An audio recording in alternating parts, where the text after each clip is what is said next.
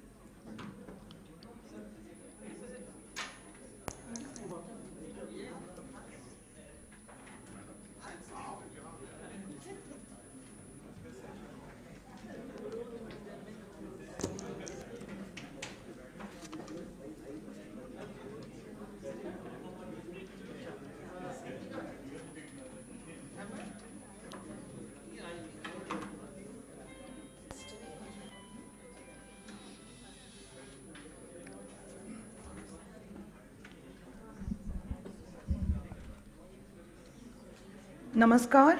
A very good morning to everyone present. I, Manisha, on behalf of CSIR-IIP, take this privilege to warmly welcome you all for the inauguration of our 1 week, 1 lab campaign. I would like to request Director CSIR-IIP, Dr. Anjan Ray, to kindly escort our chief guest, guest of honor, and special guest to the dais, please.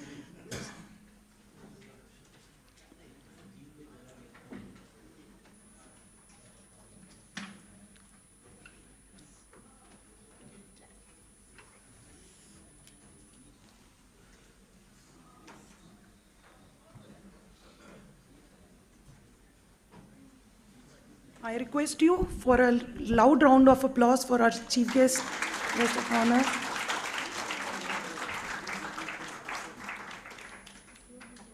Thank you, sir. Before we start, ladies and gentlemen, I would like to take few moments in welcoming our dignitaries on dais. We are extremely happy to welcome our very own head of the family, Director General, Council for Scientific and Industrial Research, Dr. N. Kalai Selvi. Thank you, ma'am, for accepting our invitation and gracing the occasion. I take privilege of welcoming our guest of honor, Shri D.K. Sarafji, former Chairman and Managing Director, ONGC. Thank you, sir, for gracing the occasion. I feel honored to welcome our special guest, Shri Sumit Sarkarji, CEO, CBDDA. Thank you, sir, for your kind presence. Now I would like to request Director CSIR-IIP, Dr. Anjan Ray, to welcome our chief guest by presenting her a sapling and an Angavastra. Ladies and gentlemen, please loud round of applause.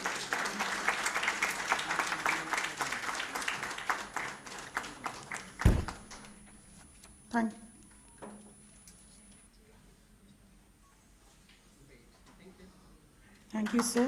Thank you very much, madam. Your presence has motivated us. Now, I would like to request Director Dr. Anjan Ray to welcome our guest of honor, Shri D.K. Sarafji, by presenting a sapling and an Angavastra.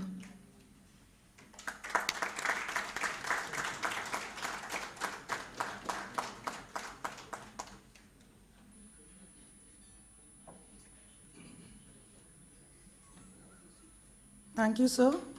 I would like to request Director Dr. Anjan Ray to welcome our special guest, Sri Sumit Sarkarji, by presenting a sapling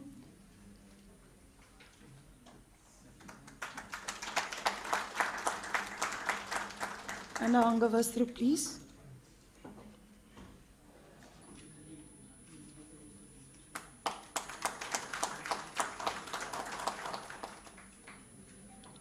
Thank you, sir. Now, I would like to request all the dignitaries on the dais for lighting the lamp.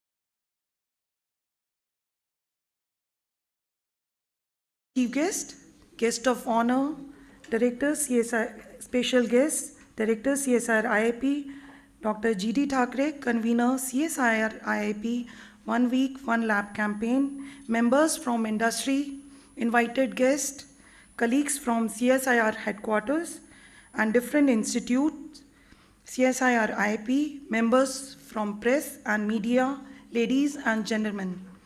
As we all are aware, CSIR, Indian Institute of Petroleum, which was established in 1960, is one of the constituent laboratories of Council for Scientific and Industrial Research, which is dedicated to R&D in hydrocarbon sector.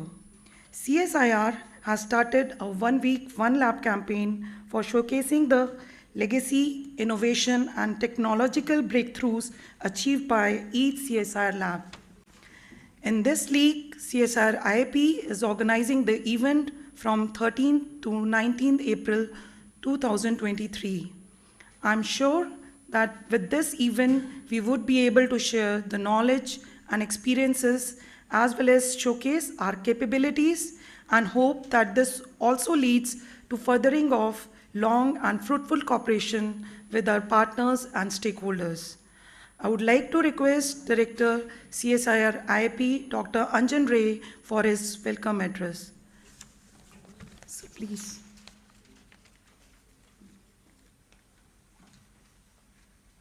Thank you, sir. Thank you, Dr. Manisha. Our own respected DG CSIR, Dr. Kalai Selvi. Our distinguished RC Chairman, as well as former CMD of ONGC and of the Petroleum and Natural Gas Regulatory Board, Shri D.K. Saraf. CEO of Chhattisgarh Biofuel Development Authority, Mr. Sumit Sarkar. Convener of the 1 week, 1 lab program, and also head of our Tribology and Combustion Division, and head of the Science Communication Dissemination Directorate of CSIR-IIP, Dr. Thackeray. Distinguished guests with a very special continuum here of Dr. M.O. Garg, President R&D of Reliance, who is also former DG CSIR and former Director IIP. So in that sense, he represents the continuity that we bring here today to the table. And ladies and gentlemen, including our very distinguished guest from industry, I see that Mr. Ravi from ONGC Energy Trust has just walked in, Dr. Neeraj Mathur, Dr. Nivalkar, Dr. Rathore, and many others. Good morning to you. Welcome to the 1 week, 1 lab program of CSIR-IIP. When our Honorable Minister mooted this idea, I was hoping that when the sequence of 37 labs is announced, that we get a chance to go either first or last. But as it so happens, we are today on a very interesting date because we were founded on the 14th of April, 1960. And today on the 13th of April, 2023, we have completed exactly 63 years.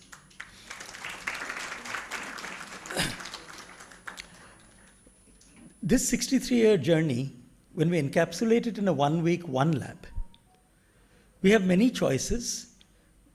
The easiest one is to simply say, this is what we do. But what we do is like being in a living, breathing building, which has had a foundation and interior decoration and many coats of paint and many renovations, which have come from Team CSIR-IIP in the last 63 years. So we are not Team CSIR-IIP standalone. We are Team CSIR-IIP continuum, just as everybody in CSIR is carrying on a legacy that started in 1942. And any organization, when we want to showcase something, we are not what we say. We are not even what we do. We are what we are perceived to have done in the eyes of our stakeholders. So it is a great privilege for us that in this 1 week, 1 lab, we are seeing or having an opportunity to see IIP through the eyes of our stakeholders in all the 8 categories that CSIR generally and each of our labs strives to do. We build 8 bridges in CSIR. First, we build a bridge with the stakeholders of our mandate in industry. So we are Indian Institute of Petroleum. Petroleum is no longer what it was in 1960. In 1960, it was a commodity that was available through the legacy of an oil-rich world. Silent Spring, the first trigger of environmental considerations in the energy industry, had not yet happened. Petroleum refining was only 46 years old in 1960. It is more than 100 years old now. India did not have any national oil companies, and our mandate at the time, we were set up in cooperation with the Institut de France Petroleum, IFP, which now has, we've become the first academic institute in the world to spin off a marketing and licensing arm called Accents. We learned from them, and in this journey of 63 years, every few years we were reviewed by a performance appraisal board that renewed our mandate. We had the last PAB last year, and our mandate re-encapsulated to two very simple things. Help India reduce fuel and energy imports, and help decarbonize India's energy footprint. In that sense, we have today the perfect slate of people at this table. We have Dr. Kalai Selvi, who, before she assumed her role as DG CSIR, was the Energy Theme Director of CSIR and the Director of CSIR's most exciting energy storage lab and alternate energy devices lab at SICRI, Karaikudi. We have Dr. Mr. D.K. Saraf, who transformed India's energy sector when he made very significant investments as the chairman of ONGC Videsh Limited, and he started recognizing that India needed to have a say at the geopolitical table of where the resources are and how they are exploited. And at the end of that official tenure from ONGC Videsh to CMD ONGC to PNGRB, he could actually start having a say, setting policy on how those resources should be distributed within the country in the most equitable and resource efficient manner possible. So that was the conventional side. On the non-conventional side, I'm very pleased to have Mr. Sumit Sarkar here. Mr. Sumit Sarkar was the first project officer of India's first experiment between the conventional and non-conventional fuel sector when IOCL and HPCL set up two joint ventures with CREDA in Chhattisgarh. Why Chhattisgarh? Because Chhattisgarh was the only place in India where the ill-fated Jatropha program actually had success. And even today, there are more than 70,000 farmers, primarily around Pendra, Anuppur, who have Jatropha saplings which are now 20 years old and fruiting every year, and a very robust supply chain with livelihoods that are staggeringly different from what they were 20 years ago. So Mr. Sarkar brings to us the knowledge of biofuels and bioenergy deployment, and with this August slate here to lead off our 1 week, 1 lab program, where we will be talking to stakeholders at the grassroots in villages, to academia, to industry, MSME, sister labs, aviation fuel experts, and so on. I think that I should not give away too much of the thunder of what will happen in the next 7 days. So welcome to all once again, and thank you for joining us.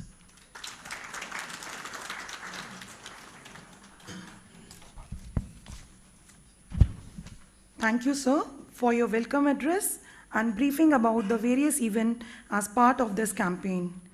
Before I invite our special guest, Shri Sumit Sarkarji, CEO, CBDA, I would like to give a brief introduction about him. Shri Sumit Sarkarji, serving as CEO at Chhattisgarh Biofuel Development Authority, Department of Energy, Government of Chhattisgarh. Having more than 2 decades of working experience in green energy projects, particularly all types of biofuel and renewable energy, have the credit of successfully developing biojet aviation fuel jointly with CSIR-IIP Dehradun to fuel India's first commercial flight of SpiceJet in 2018, and also AN-32 aircraft of Indian Air Force. currently implementing a model of establishing biomass to power generating units with grid connectivity jointly with BARC. Sir, I invite you for your address, please.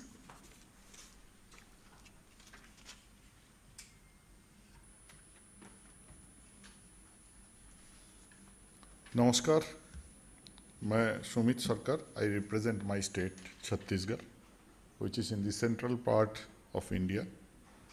Respected Honorable Chief Guest, Dr. N. Kalai Selvi, who is the DG CSIR. Guest of Honor, Sri Dinesh Saraf, Chairman, RC. Our host, Dr. Anjan Ray, Director, IIP, and the surprise meeting, Dr. Bibha Sahani from CSIR. I cannot go ahead without taking your name because you also have a lot of contribution for the growth of our state, particularly in the biofuel sector.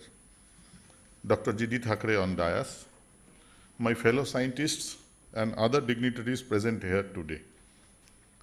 Our journey with CSIR-IIP started exactly on paper 12th January 2017. Once Anjan joined, we signed a MOU with IIP for biojet aviation fuel from tree-borne oilseeds. It was all of a sudden, I think the date has been fixed and the Chief Minister was very busy, the then Chief Minister, that I could not give you time. But I said, sir, I am going to do something and the people from IIP are traveling. So from the airport, I picked up Anjan and Anil Kumar was there. And we drove directly into the residence of the Chief Minister and he said, okay, I have a meeting, but once you have brought everybody, I will give you 10 minutes. So that's all, that was the beginning. So I will mix English with Hindi. Oh, madam, आपके जैसे मेरा भी बहुत साल अब छत्तीसगढ़ में काम करते करते बांग्ला भूल गया हूँ, हिंदी का थोड़ा मिक्स करूँगा. तो इस तरह से हमारी यात्रा का शुरुआत हुई और ये आप समझ लीजिए कि एक बहाना था आसमान को छूने का. Both organizations we agreed that we should create a robust rural network जिससे कि बीज का संग्रहण हो और उससे बायोफ्यूल बने और ये feed stock will help us to attain that dream of making a biojet aviation flight. So we worked together. People from IIP, they traveled to our state, my team and my government, our collectors of different districts, everybody helped us and the joint efforts led to a successful biofuel flight from Dehradun to Delhi on 27th August 2018.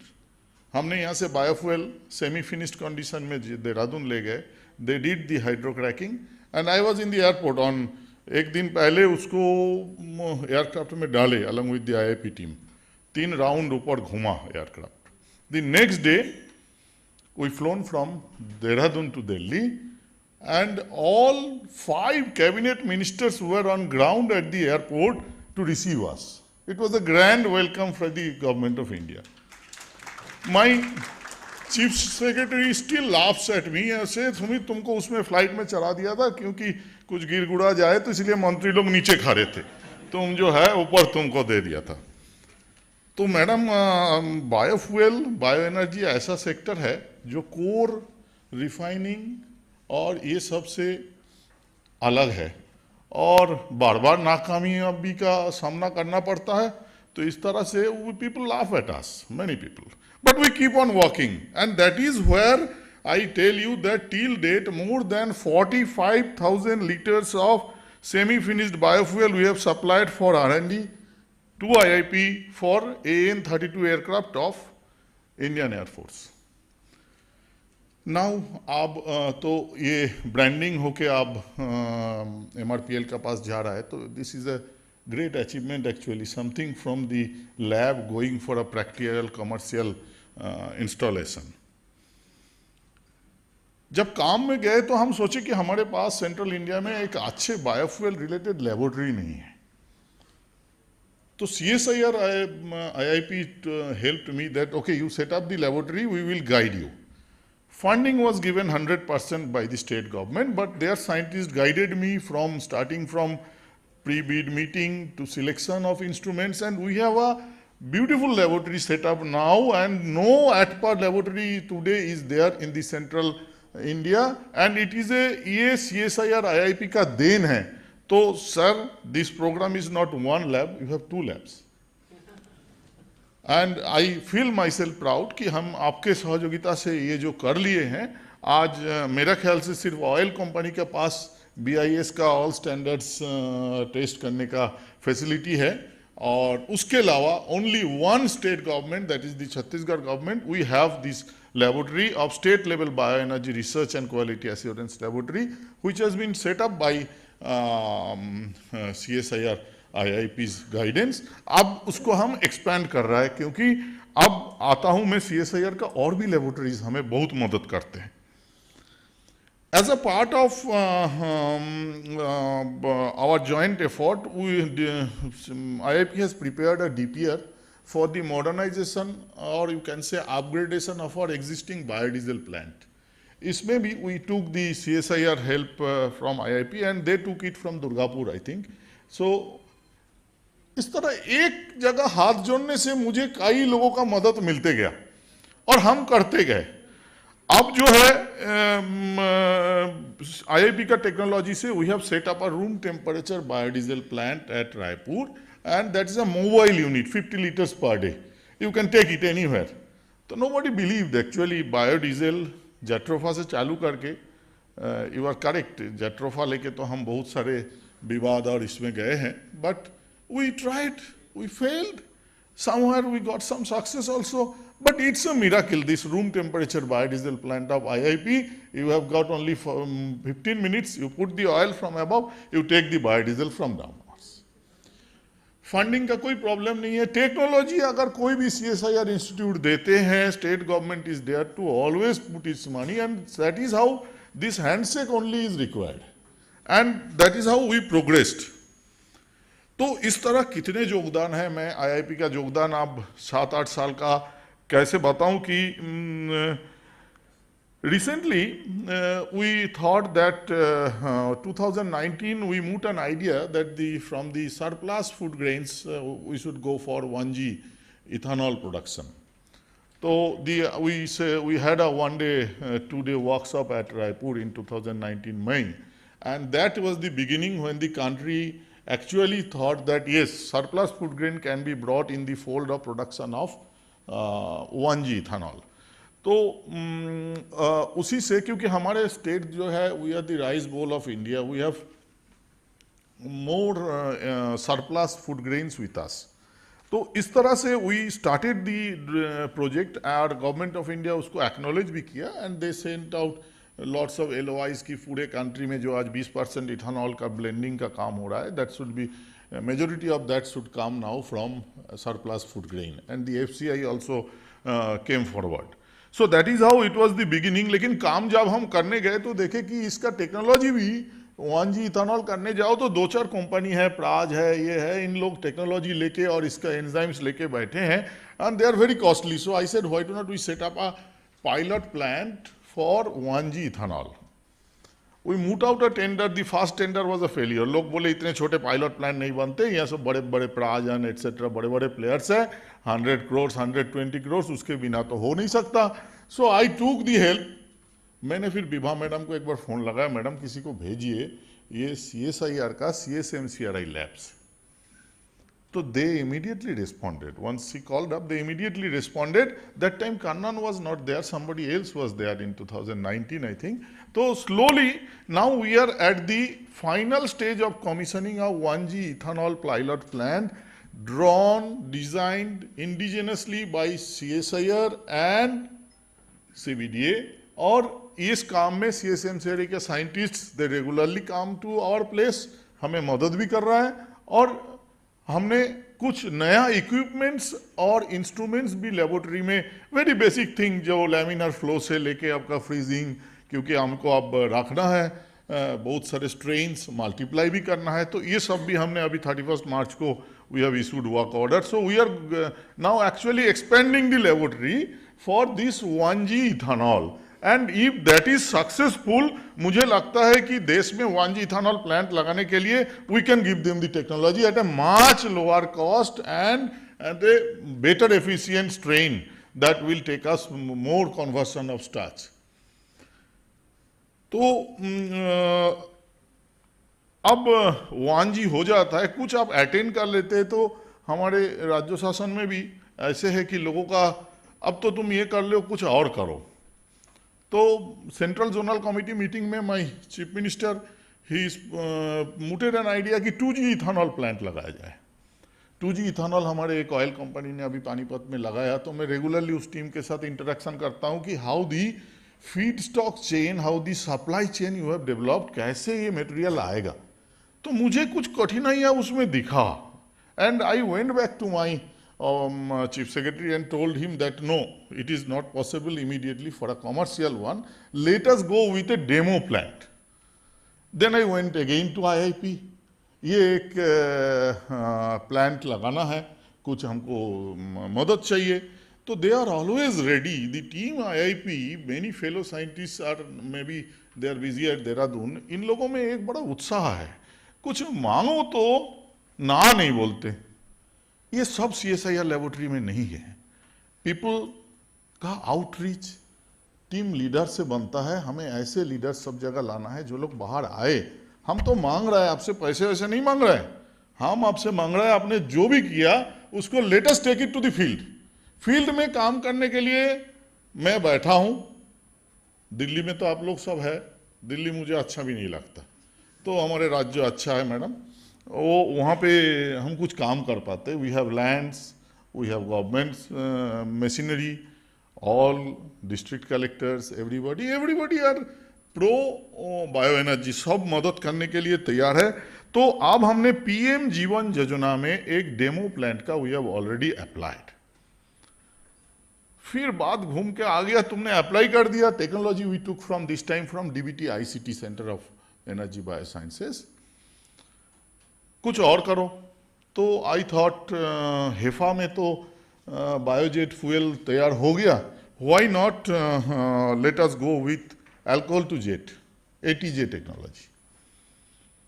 तो मैं एक project बनाया, IIP से एक MOU का corrigendum बनाया, and I went to DBT, but maybe some there was a call, but I have not gone through the actually the funding pattern or etc. for a pilot project. It's quite higher, तो उनको लिए ये संभव नहीं था।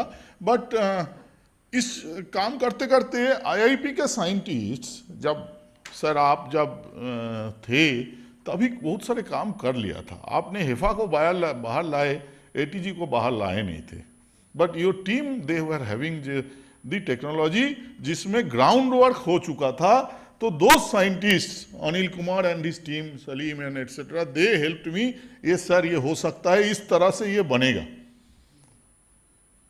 तो लैंजा jet पहुंच गया DBT के पास, राइटिंग में दिया कि ये तो मेरा टेक्नोलॉजी कॉपी कर लिया।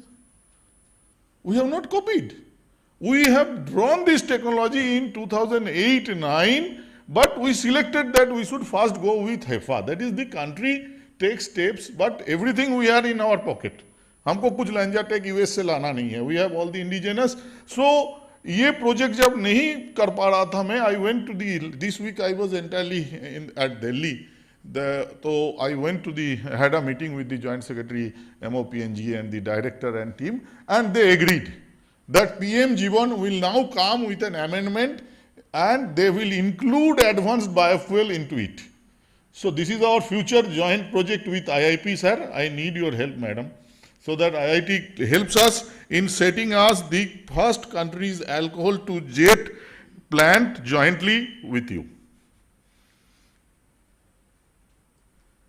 अब बायोफ्यूल में ये स्पेक्ट्रम धीरे धीरे ना बड़ा होते गया, हमें लगा कि कुछ हम गांव में भी जाके कुछ काम करें। हमारे राज्य में हमने 9000 गोठान तैयार किए। वी हैव क्रिएटेड 9000 गोठान्स, जहाँ पे हम किसानों से, और इट्स अ काइंड ऑफ, गोठान is almost a kind of a cattle conservation centre, आप बोल सकते हैं कि डे केयर सेंटर। 9000 गोठान में सबको हमने NIC का लिंक से उनके बैंक अकाउंट्स लिंक करके उनको रजिस्टर करके गोबर खरीदते हैं 2 रुपया प्रति किलो का दर पे। This is one of our social welfare scheme, you can say. इतने गोबर हमारे पास आने लगा और गोठान समिति को ऑनलाइन में पेमेंट जाने लगा, तो हम ढूंढते रहे, अब स्कीम तो अनाउंस कर दिए, आगे क्या क्या काम किया जा सकता है। तो वी वेंट विथ गोबर पेंट। गोबर से हम पेंट बनाने लगे। इतने डिमांड है आज की मैन्युफैक्चर होके हर जिले में 2 से 4 यूनिट बन गया। तो the government again gave me a task कि you look something that could be done with this gobar. तो then I went to BARC, Bhabha atomic research centre. Bhabha atomic research centre से हमने थोड़ा सा CSIR का ऑफशूट है, बट इनका टेक्नोलॉजी को इसमें हम 5 करेंगे। अब उनसे we took out the Nisar Green technology. Nisar Green is a technology which was developed by Dr. Kale many years back. Nisar Green is debt of nature. जो हम प्रकृति से ले चुके हैं उसको कैसे वापस करें। With that Nisar Green technology, we are now producing biogas to power in 7 gothans across the state. हमने 7 प्लांट डेमो पायलट प्लांट्स लगाए हैं, जिसमें हम गोबर से बायोगैस बना के, बायोगैस से पावर बना के, पावर को ग्रिड में अपलोड कर दे रहे हैं। तो ये जो ग्रिड सिंक्रोनाइजेशन का काम है, this is the first time we did. Biogas का जो टेक्नोलॉजी इनके पास है और अभी जो उससे CO2 निकल रहा है, ये CO2 को अब हमको 3G इथानॉल में एल्गी कल्टीवेशन पे ले जाना है। That is the next project. और हमने तो गांव का एक नया स्कोप विथ बायोमास तैयार हो गया। CBG में हम काम करेंगे, इसी को ले जाएंगे आगे थोड़ा लार्ज स्केल नगर गोठान में, जहां हमारे 2000-3000 जानवर है। Technology is there. बार्क हमको इसमें Bark is also helping out. We are setting up a irradiation plant also with the help of Bark. So many such institutes, organizations are helping us for a marching ahead with all the spectrum of biofuel and bioenergy. और CSIR को मेरा धन्यवाद देने का कुछ नहीं है। मुझे लगता है कि धन्यवाद देके ये खत्म ना किया जाए। We should march forward together. All institutes और थोड़ा सा मैडम आउटरीच बढ़ाए। कुछ जगह में मेरा कद बहुत छोटा हो जाता है, तो मैं जाता हूं तो लगता है ये राज्य शासन से कोई आया है। बट हमारी ज़रूरत है आप लोगों को भी कि राज्य में जाके प्रैक्टिकली फील्ड में कुछ काम को इम्प्लीमेंट करें। इसके लिए we are there. Any sort of help, whether it is financial और administrative, on behalf of the government of Chhattisgarh, I assure everybody present here that we are ready to take up any technology for the betterment of the rural economy and the overall country's economy. So, at the end, I should say that Chhattisgarh Biofuel Development Authority, on behalf of CBDA, we feel proud for our association with IIP. Jai Hind.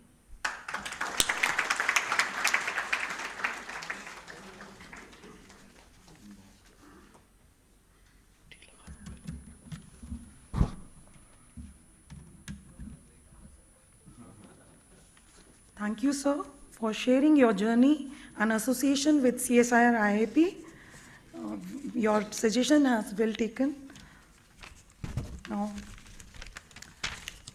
before I invite our guest of honor for his address, I would like to give a brief introduction of Shri D.K. Sarafji, the former Chairman and Managing Director of Oil and Natural Gas Corporation Limited. Shri D.K. Sarafji is a commerce graduate from Shri Raj College of Commerce, Delhi University, and holds a postgraduate degree in commerce from the same university. He has experience of over 3.5 decades in oil and gas industry, having started his oil and gas career in Oil India Limited. He joined ONGC in 1991 and handled various key assignments at corporate offices. He was elevated to the post of Director Finance in ONGC Videsh in 2005, where he served till 2007.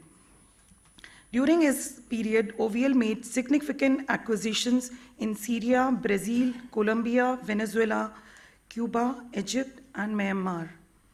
In December 2007, he joined back ONGC as Director of Finance. In 2011, Shri Saraf went back to ONGC Videsh, assuming the charge of its Managing Director. As the MD, he transformed ONGC Videsh into an aggressive growth engine for ONGC Group by clinching many high-value deals within a short span of time. In March 2014, he went back to ONGC as its Chairman and Managing Director and provided his services till the superannuation. Sir, I invite you for your address, please.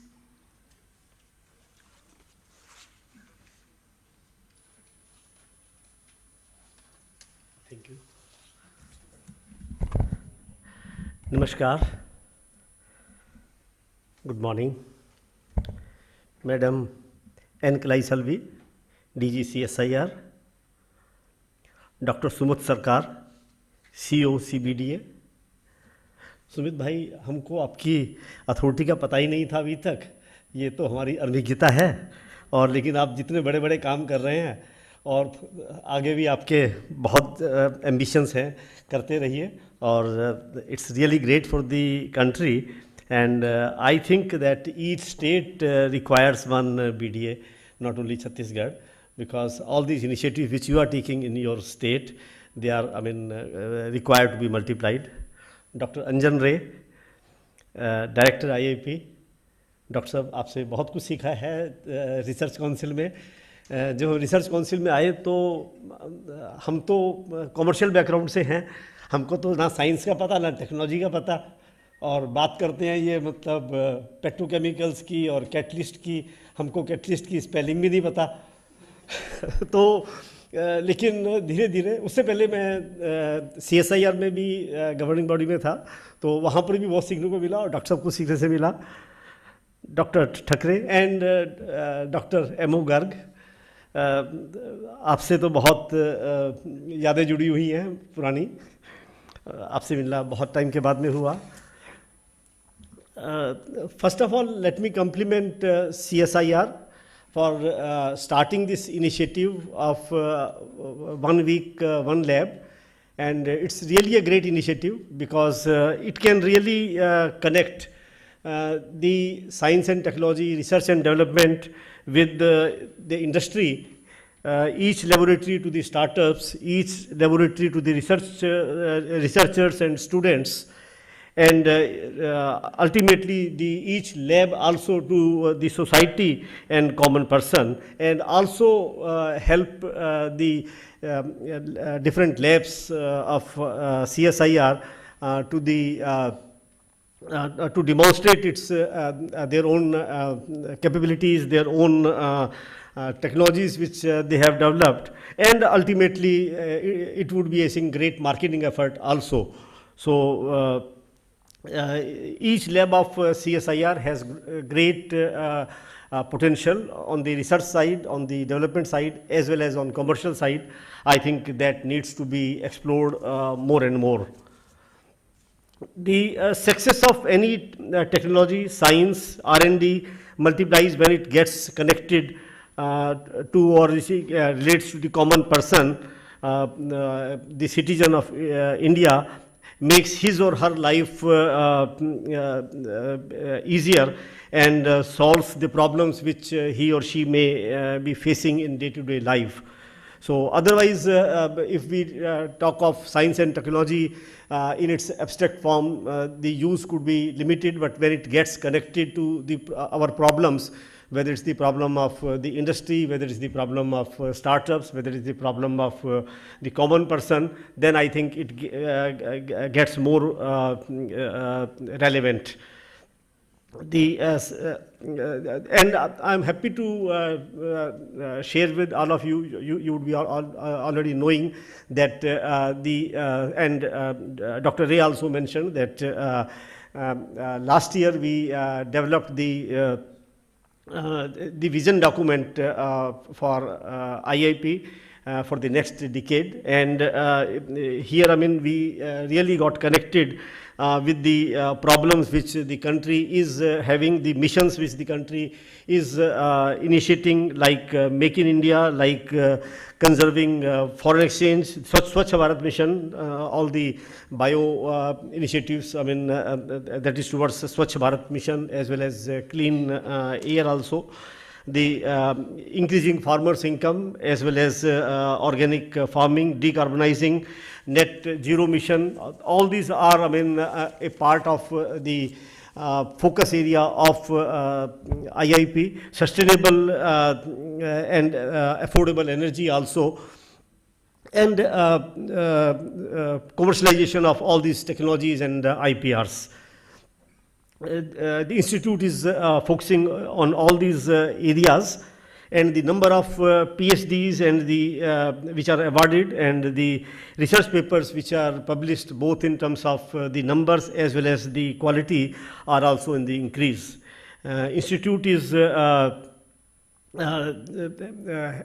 I mean, focus on the skill development in its state-of-the-art center, where the corporates from India as well as abroad, they enhance their skills. Some of the projects, in fact, when Dr. Ray invited me to be the guest of honor, I felt a little, I think, because I cannot be a guest of honor, because I'm a part of the institute, I'm a part of the CSI, I had been a part of the CSIR, so how can I be a guest? So I am one of the hosts, so that I would like to say. So as a part of IIP and CSIR, I would like to just recapitulate some of the projects which have been completed by IIP in the recent past, and how they are connected with the national mission and with the common person also, just to have recapitulate that. We know that in 2020 and 2021, we were, the whole world, not we alone, whole world was facing the corona. CSIR has done a lot on that. I have been watching DG CSIR then on television. I mean, almost every week he would be on television telling the initiatives. IIP was also not behind. So one of the problems which everybody was facing was the medical grade oxygen. And the problem of medical grade oxygen was not that it was not available, but it was not available where it was required, because the plants were, so to say, centralized. And the problem was how to transport that. So the problem was understood, and the decentralized plant were designed. And I will tell you that how fast the development of technology can be. After realizing that this problem has to be solved, the lab scale development was started in June to September 2020. The design, fabrication, procurement, etc. was completed for 100 liter per minute plant in the next very quarter, in October, November. The field demonstration was done in Pune in April and May 21. Detailed engineering was done based on 500 to 1000 liters per day plant. That also happened almost simultaneously in April and May. And the technology was transferred to several corporates, and which was also in April to June. So within 1 year of conceiving the idea, realizing the problem, not only the technology was developed, the technology was transferred to companies which were MSMEs, which were PSUs, which were MNCs also, and they produced 104 such plants throughout the country in as many as 14 states and union territories perhaps, and huge quantity of production capacity of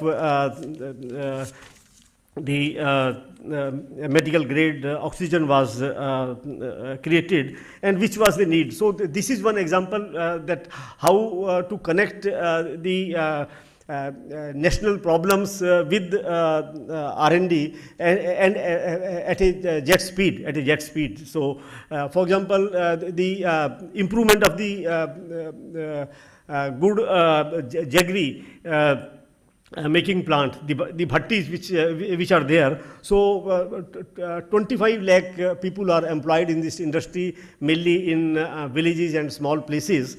And IIP developed the bhattis which were much improved version of the traditional bhattis, and which had longer life, which had easier operation because the fuel charging was easier. And the capacity of those plants was also increased, so 10 to 15%, which directly mean that their earning would increase. They were environment friendly because the CO2 emission or CO emission was lower, PM 2.5 as well as TSPM emission was also lower by 20% and 18%. The thermal efficiency increased by as much as 60% because the fuel efficiency increased from 15% to 25%. So this is another example. Another example is that the biomass rural chulhas, development of that, which again, I mean, increased the thermal efficiency from 15% to 26%. As well as reduction in the pollution which is there in the household, the in-house pollution. The improved PNG burners were also seeing, I had seen this with PSIR, and 30% thermal efficiency was increased, as well as the pollution level, emission level were also, I mean, reduced. The biofuel, the ATF, bio-ATF plant, which was just mentioned, and as many as 5 ministers, union ministers, they were, I mean, there to receive the aircraft, Spice jet aircraft. And the presence of the union ministers to receive the aircraft means how much support we have from the policymakers, as well as again, I mean, how much aspirations the society has on CSIR and IIP. I think it reflects that as well. And the Chief Minister of Uttarakhand, he himself, I mean, came to the Jolly Grant airport to flag off the that jet, this thing, aircraft. Now, I mean, these are being used by the military also, as was just informed. So, one technology which has been recently developed and IPR has been obtained is desulfurization of crude oil, which has got more sulfur at the source itself. So, I think it would be a path-breaking development. And the way we trade crude globally, I think it has, this technology has got the potential to change that. The only need is how to take this technology to the market in the right way. So with that I end, and in the end I would request all the, I think some industry representatives are also available here. So to the industry that get connected with IIP and know its capabilities, so that it's a mutual benefit of the IIP as well as the industry and the country, of course. Thank you very much. Thank you so much, sir, for highlighting our key projects so beautifully. It'll be a great pleasure for us to listen to you again in our future events.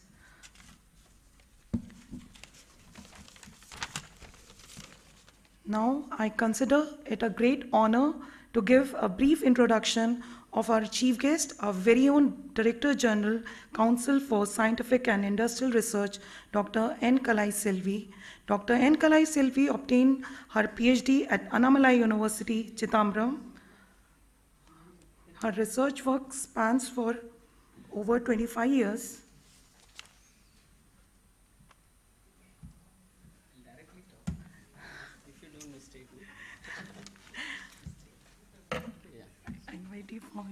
address, ma'am. No worries. I'll talk. I think the system understood my mind voice. Namaskar, Vanakkam, and pleasant morning to each and every one of you.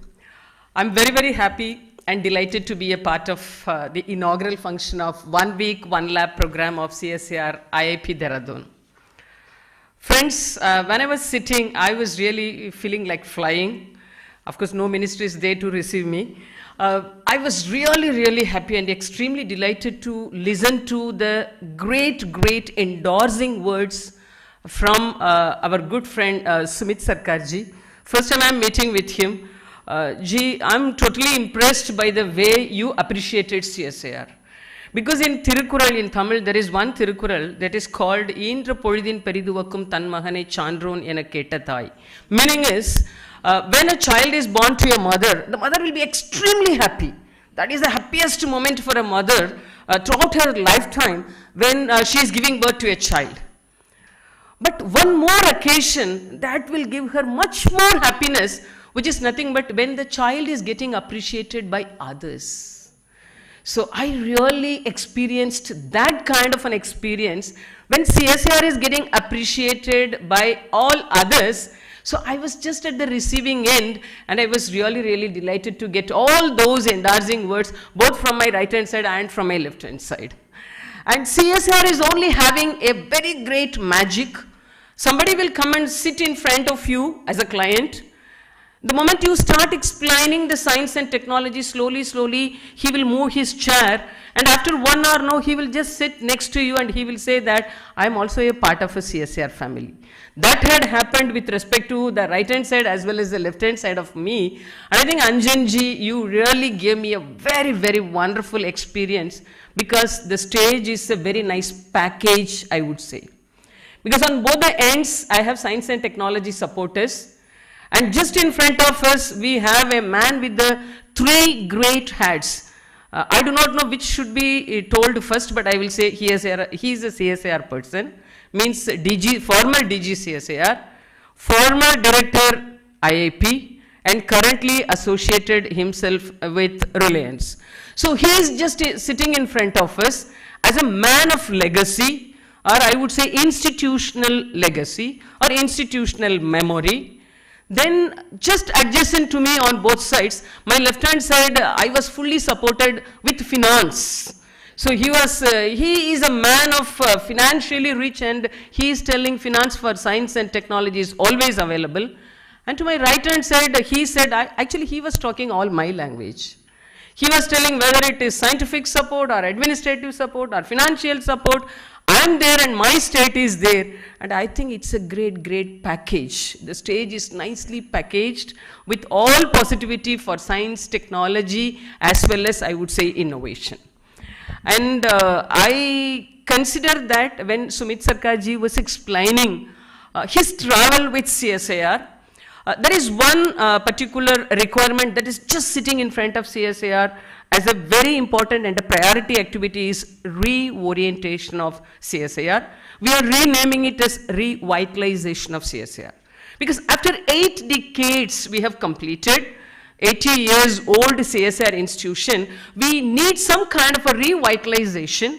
And as a part of the revitalization, we were asked to come up with some kind of laboratories called CSIR associated laboratories.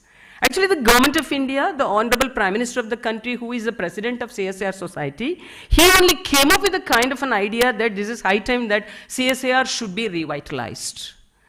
Taking that point from the Honorable Prime Minister of India, we started working. Actually, the Honorable Minister of Science and Technology, then he came up with some kind of 2-3 committees, and the committees had several overarching committees, and all these committees putting together, they came up with a kind of a recommendation, and they said, CSIR, this is high time that CSIR should come up with the formation of CSIR associated laboratories in high value, or I would say reputed academia like IITs, NITs and state universities. So this is the recommendation of the committee, but today I feel that we are already having one CSIR associated laboratory in the form of CBDA. Because he himself told that, Anjanji, please call me as your lab. You are not only one lab, I am the second lab, he said. So I think we have already formed some kind of a CSIR associated laboratory, especially in the state of Chhattisgarh. And with a lot of pride, he just said that our state is really working with CSIR. And like I was just looking at him with all kind of a surprise and excitement, because when he was talking about his journey with CSIR, he was touching from 1G, 2G, 3G. Now he is talking about 80J. He said, ma'am, I'm going to work with CSIR. You should also, because getting consent in this kind of a public place is very, very helpful. No? Then later on he said, ma'am, you already agreed upon that you will help. CSIR will help, therefore you should now help me. I think this strategy also I really admire. I'm really telling that CSIR is there always to help, not only to industries, not only to the society, not only to the state governments, but also to startups, MSMEs, and also to the next generation leaders who are the students and the research scholars. And he was really explaining many, many success stories, and he was thrilled to say that when they were received by 5 ministers, gee, that is the respect that is given to science and technology. We are living in a particular time where science and technology is getting celebrated to the extent that even a common man is now totally aware of what is hydrogen, what is green hydrogen, what are different forms of hydrogen, what is carbon capture. I was really thinking, I was sitting here and I was thinking, when I was a student, I was knowing that is only one hydrogen. Now, even a school student will be able to say what is the difference between a green hydrogen and the other colors of hydrogen. And when I was a student, I knew there is only one carbon, and I was taught and I was thinking that every organic compound, when it is undergoing decomposition, the end product is carbon. That much only I was knowing. But now carbon chemistry is really, I would say every student is really giving lot more importance to carbon chemistry. So whether it is carbon or hydrogen, and also Dinesh ji was talking about medical grade oxygen. Once upon a time we were thinking that air is needed only for our survival purpose. COVID made us to understand that not only air, oxygen is needed, not only oxygen, medical grade oxygen is also needed. So this is how now oxygen is also now getting some kind of a special grade, medical grade oxygen. Hydrogen is getting a special grade, green hydrogen. Carbon is getting different, once upon a time, isotropic form of carbons were talked very popularly. Now carbon is talked for every reason, whether to capture it, whether to value add it, whether to sequester carbon. I think carbon is giving us a lot of employment, I would say, a lot of opportunities, a lot of challenges. I think it is giving a lot of brainstorming exercise to all the science and technology fraternity. So coming to CSIR, whatever you say, whether it is carbon or hydrogen or nitrogen or any metal in the periodic table, whether it is a transition metal or a rare earth, whatever you say, we have at least one laboratory who is really targeting that particular metal or an element, or even if it is in the form of a gas.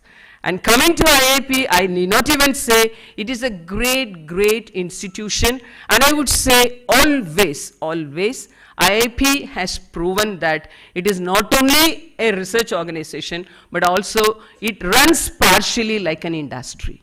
Because all the time IIP has been supported by industries in an enormous way, I would say. And many times this is how IIP is capable of inviting industry persons as leaders, for which even Anjan is also an example. The current director himself was not a CSIR person. Initially, he came from an industry. So when we are talking that CSIR should really work for industries, IIP is working with industry. And today, industries are talking about IIP. And industries are telling that how best they got benefited out of IIP technologies. And I think in the coming days also, taking IIP as one model, other CSIR laboratories will also be targeting more and more on industries. There are very many other labs. They are also able to attract industries for different reasons. And IIP is able to attract this one mainly because you correctly told Dr. Anjan, because your aim is to reduce the import of India, especially in the oil sector. I think I just read that maybe 1,600 billion US dollar is the import value of oil that this country is spending upon. Therefore, who can really help this country to reduce this particular burden? It is none other than CSIR. So when the central government is coming up with some kind of an announcement, we are taking it as the topmost prioritized R&D, and we just make it as our very important prioritized R&D areas, and we just call it as to what extent we are contributing towards sustainable development goals, SDGs. Then when it comes to the state government, once upon a time when I was there in IMMT, there again the chief secretary, he came forward like the way today Sumit Sarkarji was talking. There in Odisha, the chief secretary also came forward, he volunteered, and even on the stage he said, Madam, I am here to extend the end-to-end support from the state government to CSIR for its every activity. He said, whomsoever is coming to this Odisha state, I always tell them that you have to visit one place in this Odisha, which is nothing but IMMT Bhubaneswar. So that much is the kind of support that we are getting from different states. And when the state representatives are coming on their own, and when they are showing their interest, I think our job is becoming much more simpler. Like the way we are making the performance appraisal board report, like the way the team directors used to make presentation on way forward activities, today Sumit Sarkarji, he made a very nice presentation on what and all he had done, what is ongoing, what is it that they are going to do. When he was talking about this Gobar paint, I was totally astonished. Why? Because when I just made a presentation in front of the Honorable Prime Minister of the country in our society meeting that happened in the month of October, then subsequently we had that minutes of the meeting of the society of CSIR. There was one point that CSIR should help industries and the societies in the line of Gobar paint. So now we are in a position to really help you out, for which, before you ask me directly, the Honorable Prime Minister has asked me on behalf of you. So that is the greatness and that is the kind of involvement that the national leadership is showing in terms of science and technology. Even though I never made any presentation related to Gobar paint in my slides, I never even had even one slide on Gobar paint, but then I was given this kind of a direction that CSIR should really come out with some kind of a helping hand with respect to this Gobar paint. So similarly, number of other areas in which CSIR was asked to join hands with the different industries, was asked to join with the different states. We were asked to join hands with students and also to MSME and startup, and we are at it. So I really go with the words of Dr. Anjan Ray. Anjan said that, ma'am, this is not the time that we should blow our own trumpet.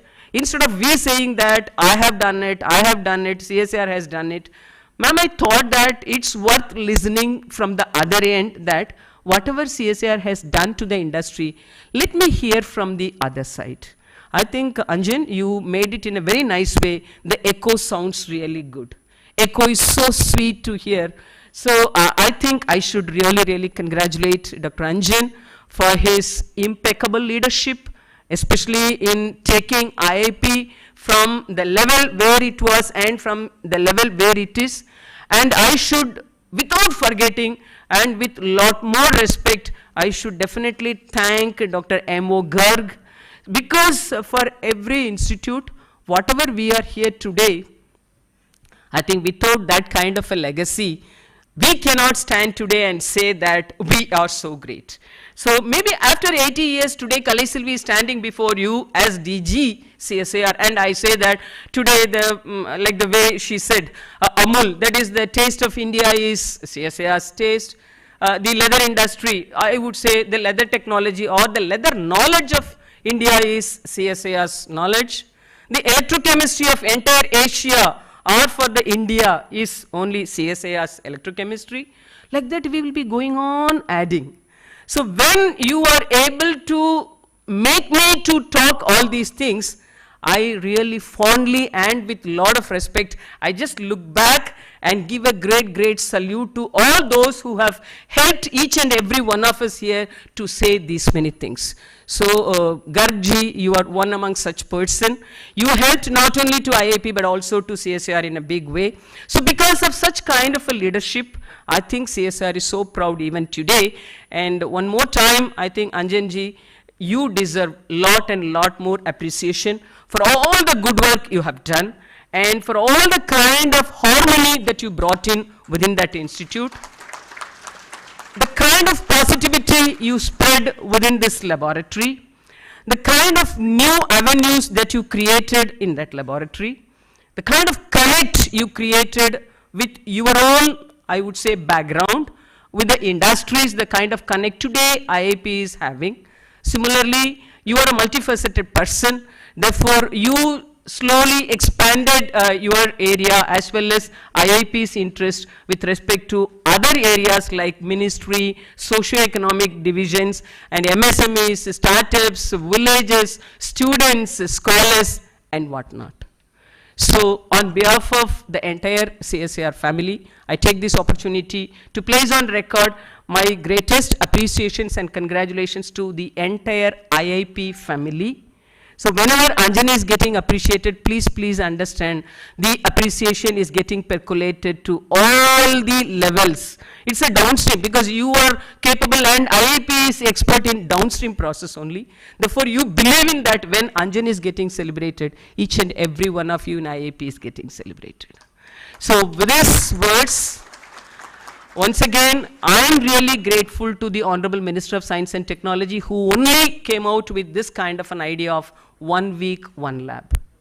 The moment he said that all the time you people are doing something and nobody is there to celebrate you, so at least he used the word make some noise.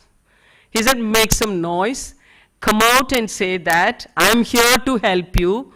You need not blow your trumpet, but at least you come out of your lab and say to the world, outer world, that you are there to take care of them.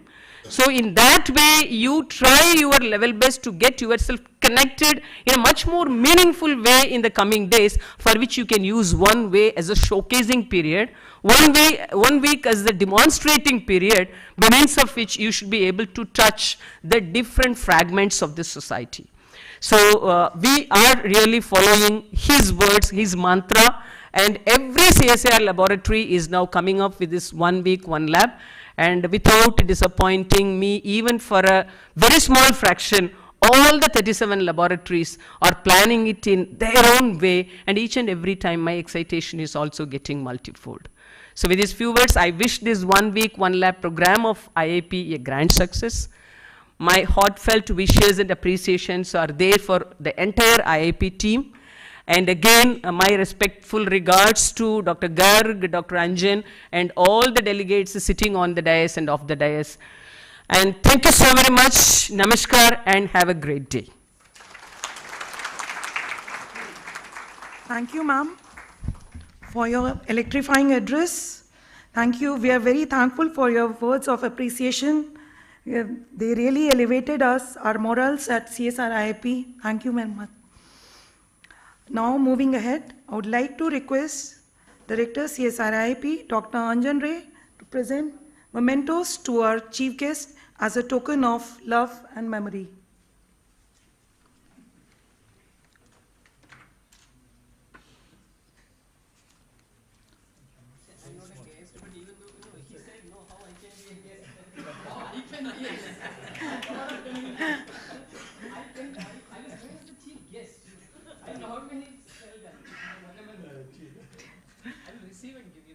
Loud applause for our chief guest, please.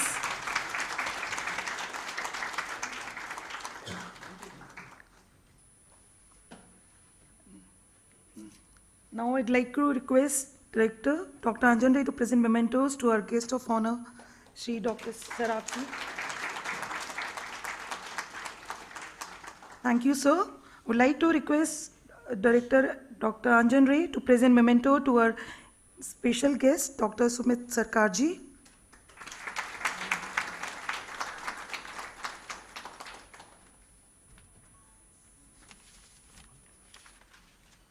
I would like to request our director, Dr. Anjan Ray, to kindly present a memento to our former DG, former director, CSIR-IIP, Dr. M.O. Garg, to kindly come on the dais for his enormous contribution to our institute.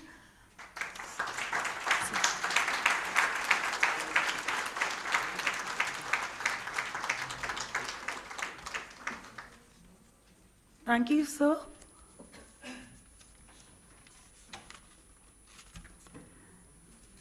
Now I would like to call upon the convener for CSIR-IIP OWOL program, Dr. G.D. Thackeray, to convey the vote of thanks to all. Over to you, sir. Thank you, Dr. Manisha. Namaskar. It was the late evening of 26 December 2022 when my mobile pinged with the notification. It was the notification for the CSIR's 1 week, 1 lab campaign, which Director CSIR-IIP received and forwarded to me. Obviously, it was from Dr. Purnima Rupal, head SCDD at CSIR headquarters. The campaign that would spread over a week and comprise various interactive events to showcase the legacy and achievements of CSIR-IIP. After that, as usual, a customary ritual, a series of brainstorming sessions followed this, and finally, the campaign gained the beautiful yet impressive shape that you all will witness over the 7 days starting today. The events that include stakeholders, industry, MSME, alumni, and academia meets, the Student Scientist Connect program under Jigyasa, Gram Chaupal at Champawat block of Uttarakhand, exhibitions and interactions with the government and public representatives of Uttarakhand state to present our offerings for the development of the state. The campaign begins today with the curtain raiser inauguration, press briefing, and stakeholders meet. On behalf of Team CSIR-IIP, I am grateful to the chief guest of today's function, Dr. N. Kalai Silvi, DG CSIR, and Secretary DSIR for accepting our invitation and gracing this function with her auspicious presence. Being the head of the CSIR family, Madam, you have always been kind in providing full support for our research and development initiatives. Madam, we feel blessed and motivated by your energetic words. Thank you from the bottom of my heart. I sincerely thank Shri Dinesh Sarafji, Chairman, Research Council, CSIR-IIP. Sir, the entire institute is thankful to you for your role as a mentor and guide in defining our research goals. And today, at the kickstart of our 1 week, 1 lab campaign, you have again played a vital role in leveraging this campaign to the next level by your inspiring words. Thank you, sir, for all your support and motivation. I sincerely thank Shri Sumit Sarkar, CEO from CBDA, for gracing today's function and sharing your valuable experience and providing expert suggestions. We owe a lot to you, sir, for the last-minute support that you have extended. We are really grateful to you. Thank you very much, sir. Thank you. The word might seem to be very small, but has an immense potential. As it has been said, the more gratitude you have, the more you will receive in return. And on this aspect, I really want to be a bit selfish, and I would love to have you all over and over again with us in all our endeavors. The participants and guests from the industry, public sector undertakings, government organizations, and members from my own CSIR family, your presence and participation will definitely make the campaign a real success. I sincerely thank the members from press and media who have come all the way along to cover this event. A special thanks to you, my friends, as you are the messengers who will help us achieve this campaign's goal and help us to reach every individual in this country. I am very much thankful to the ONGC Energy Center and Sooth Chemi India Private Limited for providing financial support for the 1 week 1 lab campaign of CSIR-IIP. The support you have extended at such a short notice is vital to us. Thank you once again. A big thank you to all the conveners, coordinators, and organizing committee members. Hats off to you guys for your patience, tolerance, and perseverance while planning and formulating this event. I cannot thank everyone enough for the involvement you all have shown and the willingness expressed to take on the campaign completion of tasks beyond your comfort zones. I also thank all the members of CSIR-IIP family who have directly and indirectly supported and provided their selfless services in organizing this event. Dear friends, your support is priceless. Finally, a big thanks to the person who has been the backbone of this entire campaign and event, Dr. Anjan Ray, Director, CSIR-IIP. Without your suggestions, active role, support, and guidance, it would have been a distant dream for us to organize a week-long campaign with various interactive events simultaneously. Your leadership and spontaneous decision-making is indeed something we all have to learn, and this has helped us while formulating and organizing this event. Thank you very much, sir, for being with us in this lovely journey. Once again, thank you all from the bottom of my heart. Jai Hind.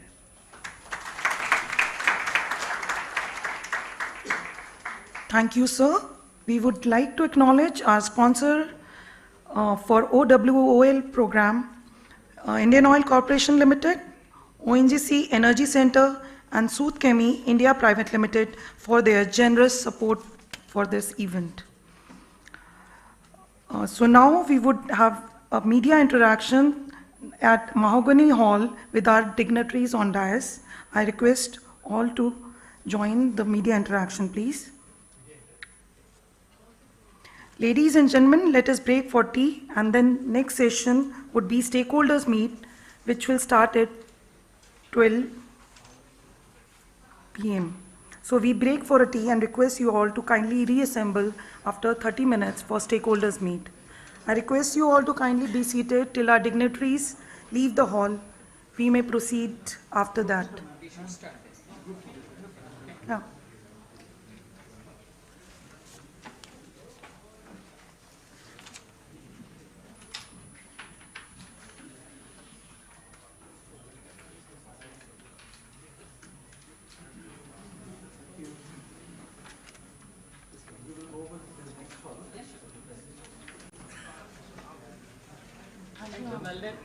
Thank you. Sir? Thank you, sir.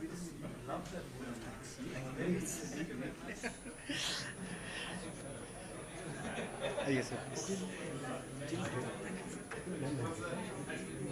Sir 5 piece चाय वाय लिख दीजिएगा sir.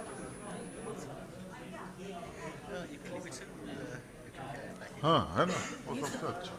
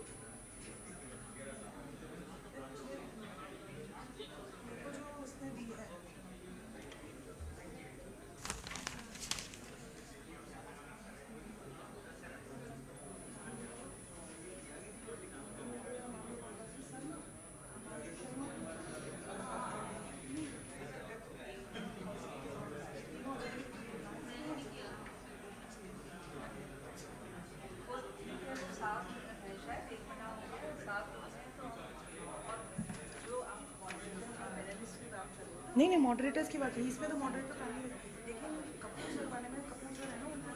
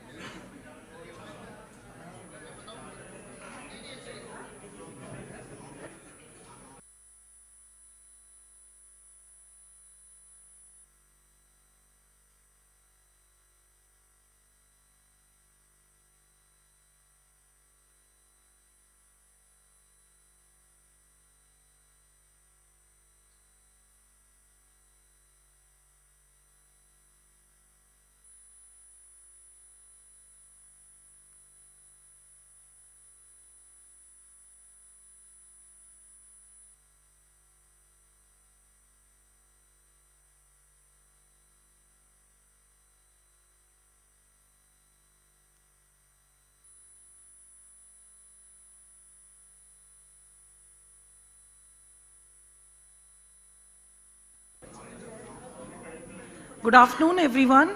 Ladies and gentlemen, welcome back. We are now starting our stakeholders meet. The stakeholder meet will consist of 2 sessions, technical presentations and panel discussion. May I now request Director CSIR-IIP, Dr. Anjan Ray, for his opening remarks of stakeholders meet to our esteemed audience.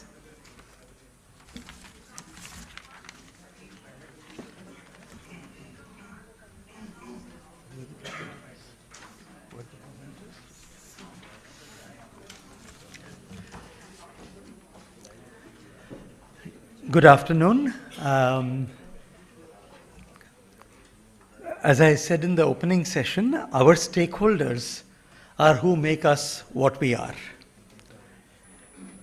In the history of 63 years of IIP, and particularly in the last 20 odd years, IIP technologies have reached almost all the refineries in India and a few refineries and installations abroad. In this session, the stakeholder meet is going to spread across the pre and post lunch sessions. We're going to be looking at those technologies that are currently in the market, producing product on a daily basis. The product is reaching people and is being used. So these are mature technologies, TRL9 as we call them in the technology readiness level. But more important, it's not about the product reaching the end user alone. It is about the fact that we have been able to travel that journey from an idea in the lab to something that is useful to the world at large. We have with us a very distinguished set of industry partners here, including Reliance, including Numaligarh Refinery, Engineers India Limited, Indian Oil, Hindustan Petroleum, Bharat Petroleum, Lona Industries, CPCL, ONGC Energy Center, Oil India Limited.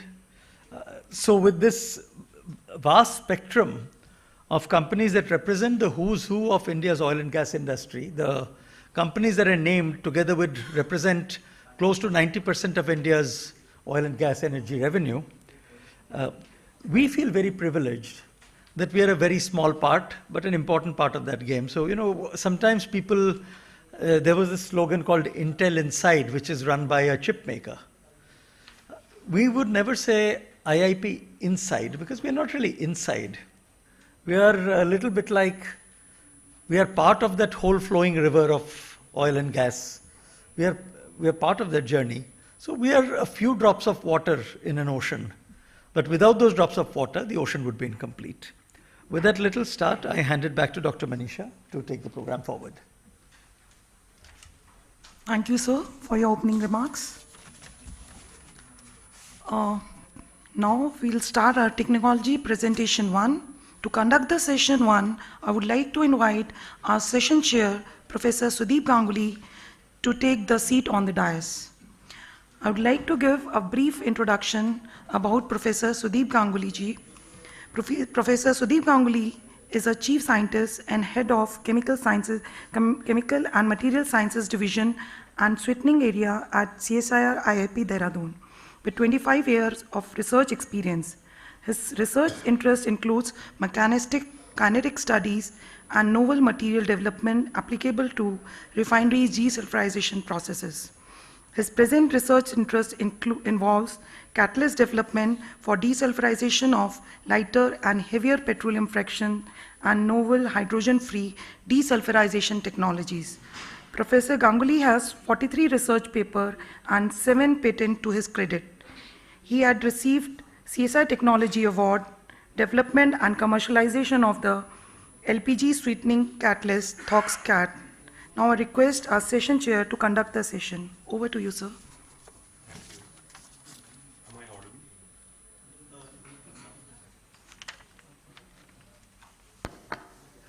Is it okay now? Yeah.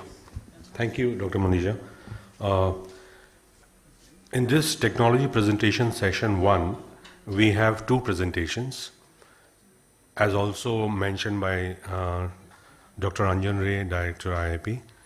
The first presentation is simultaneous production of US grade gasoline and pure benzene from FCC C6 hard cut, being presented by Mr. Prasanjit Ghosh of IIP and his counterpart in Reliance, who is Mr. Devashish Sharma.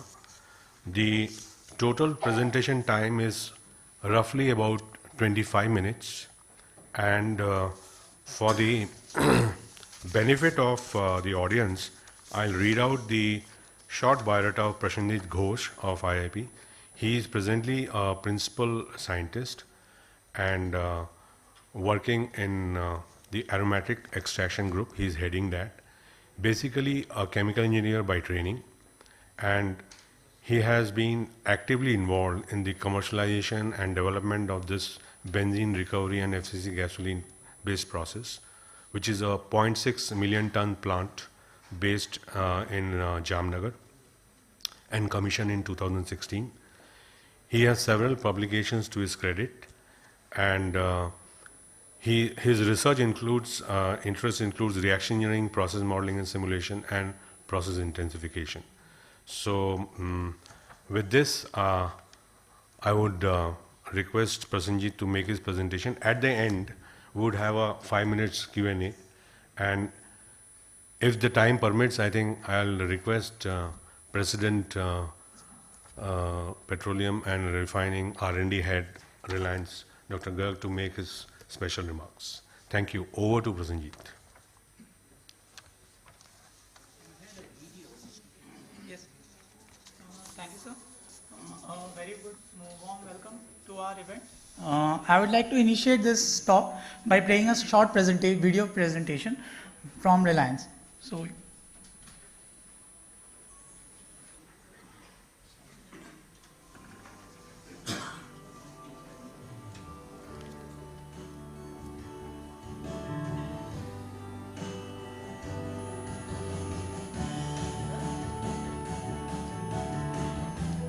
we operate world's two largest HSC units at Jamnagar that produce gasoline.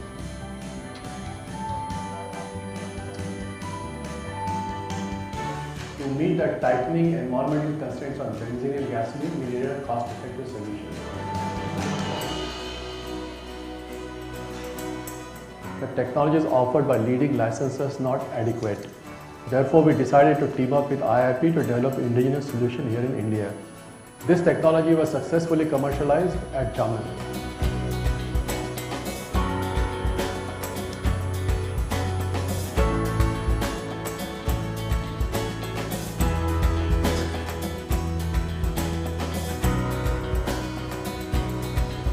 The real challenge for the team from IIP and Reliance was to develop a solvent which can handle the reactive impurities present in FCC gasoline.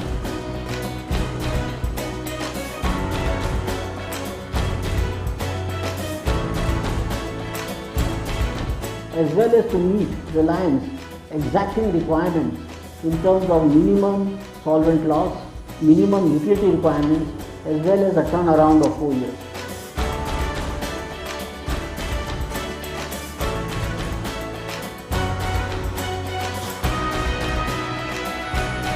This is just a beginning. We are developing several path-breaking technologies.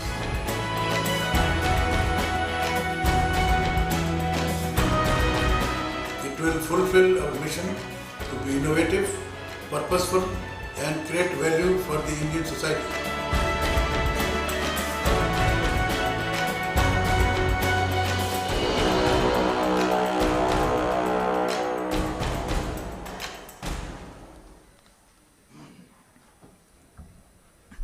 So, I would like to begin now. It will be a brief overview as to how we went about developing this technology, starting right from bench scale experimentation up to implementation at a plant scale. Okay. So, just to begin with, so how it all started. So, what was the need actually? So, most important need, as you can see, is basically the restrictions imposed on gasoline being used abroad. Reliance was very is basically still now is a high exporter of gasoline abroad. So Reliance operates an FCC gasoline typically comprises around 10 to 20% of a typical MS pool on a typical refinery or petrochemical complex. So one of the main need was to de-aromatize this FCC gasoline in terms of to reduce the benzene quantity in it. Benzene being a carcinogenic compound, so it has strict health implications as well. So the benzene limit is now currently, limited to not more than 0.68% by volume. Now, Reliance basically operated huge FCC unit, 2 large FCC units which had a capacity of around 220,000 barrels per day, and the total gasoline that is produced is to the tune of more than 33,000 tons per day. So it was very imperative to come up with a solution so as to have kind of reduce this benzene and these carcinogenic impurities in this FCC naphtha. And obviously it was a good opportunity to come up with a novel solution. Now, Reliance approached CSIR-IIP way back in the late 2011, early 2011, and what were their main requirements? To produce benzene, to produce gasoline with less than 0.48% benzene. Okay, and so to start off with, Reliance sent us CSIR-IIP actual plant samples of this FCC gasoline. And CSIR-IIP initially did a kind of preliminary study with gasoline from Indian Oil Panipat refinery, okay, and presented some of the preliminary results to Reliance so as to at least gain their confidence. So based on those results and experimental results and those final product yields and purities, so Reliance took the initiative to go ahead with a project with CSIR-IIP. So even before awarding the project, they first formulated a research alliance agreement, I would rather say, which came into force in September 2011. And finally, the work order for this was presented in 2012, but not before we, CSIR-IIP, presented them a preliminary proof of concept study as well as a schematic, indicative process schematic of the entire operation. These are the major milestones which we took up as well as executed, and we have successfully completed. So if you see, the entire technology development could be broken up into 3 phases. One was this technology development, which mainly comprised of this proof of concept and process optimization studies, and the development of the technology information package, which is basically the framework of the basic engineering design package. And then the final phase, that is the engineering and commissioning. So all these took the entire from experimentation to implementation took nearly half a decade. Okay. And finally, the guarantee test runs was after the commissioning was conducted in September 2016. So what were the main challenges that we as a technology licensors as well as technology developers faced with this particular typical feedstock? So this is a feedstock which is not conventional in a typical refinery or petrochemical in terms of recovery of aromatics. In any refinery, aromatics is generally recovered from very purified kind of feedstocks. Purified in the sense that they are generally desulfurized, they are generally hydrotreated to remove all the reactive impurities like diolefins and olefins. So, but this was a feedstock which was not like that. It was a totally olefinic rich, as well as it had a high content of diolefin, significantly high content of diolefin. So these pose a significant threat to the solvent system which would have been used in a process. And obviously establishing the proper solvent system was also necessary, and with the solvent system the process configuration also, because any solvent in a typical solvent extraction unit has its own process configuration in terms of solvent recovery as well as operations. So this is a design feed, and as you can see, the hero of the so-called hero of this feedstock is basically the ones which are highlighted at the bottom rightmost corner. That is all the impurities, like nitrogen, oxygenates. And when I mention oxygenates, it has also a significant amount of peroxide oxygenates to the tune of more than 25 to 30% ppm by weight. And the sulfur content was also high, and the total chlorides. All these are reactive impurities. And as you can see, the diolefin content was also to the tune of around 1.5%. And the benzene content was also very low as compared to conventional feedstock like reformate or even hydrogenated pyrolysis gasoline. So this was basically the process development that we conducted at CSIR-IIP. So we started off with the proof of concept study, and the report was submitted way back in April 2012, followed by the process optimization, which all comprised of all the experimentation as well as the lab runs, development of process simulation model, optimizing the entire process, the process configuration and everything.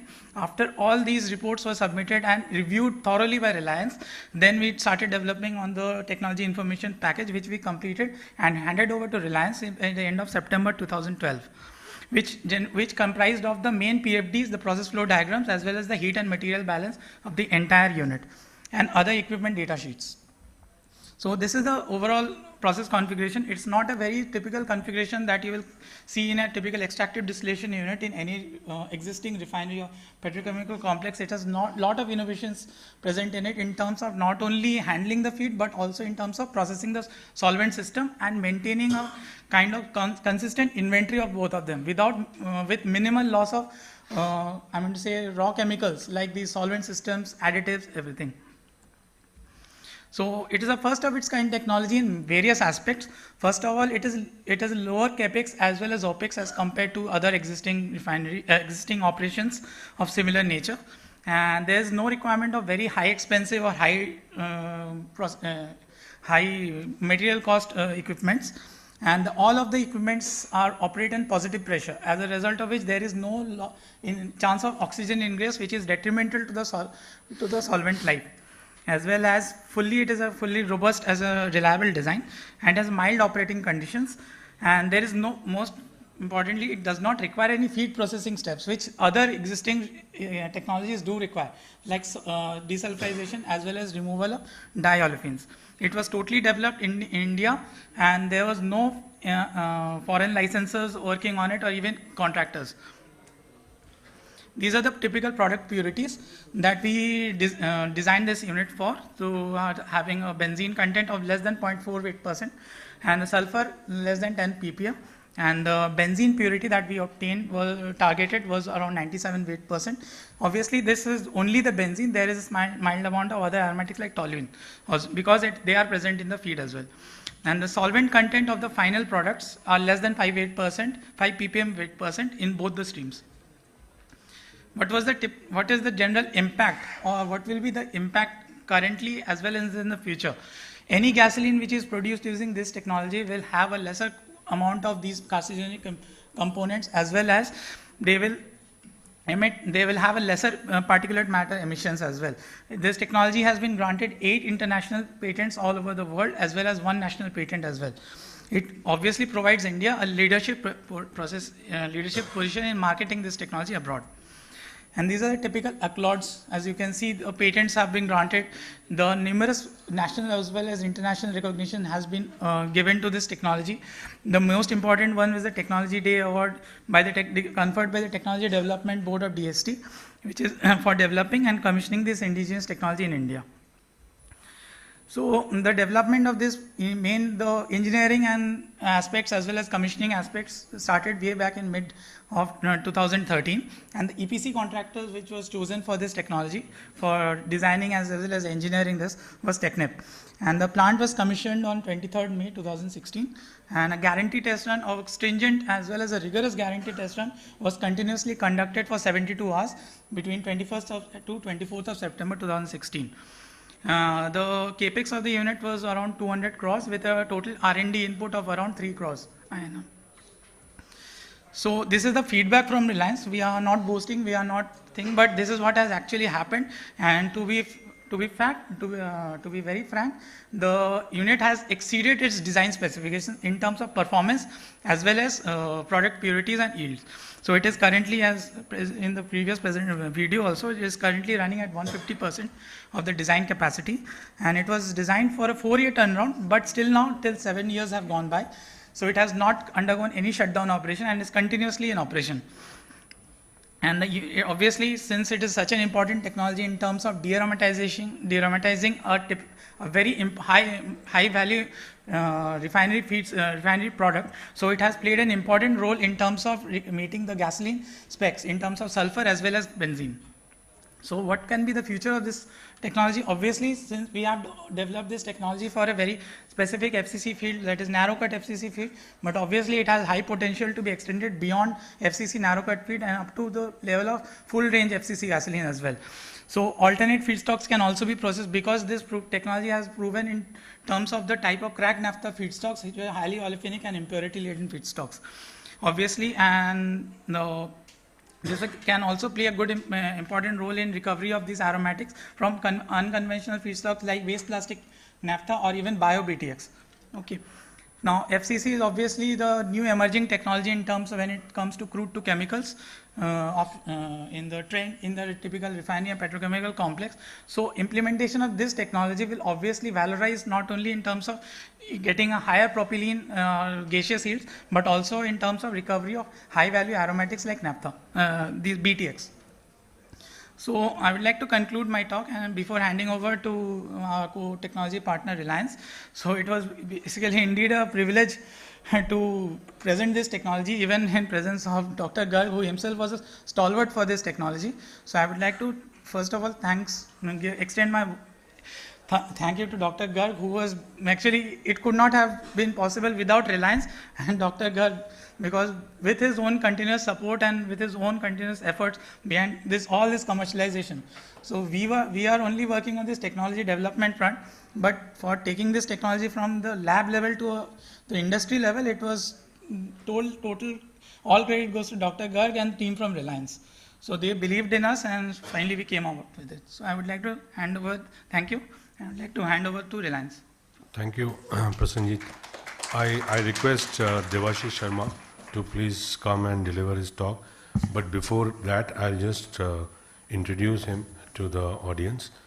Shri Devashish Sharma is a Senior General Manager in the Central Technical Services at Jamnagar Refinery and is currently responsible for diesel hydroprocessing units in both DT and SEZ refining complexes. He has more than 17 years of experience, and by training he is a chemical engineer.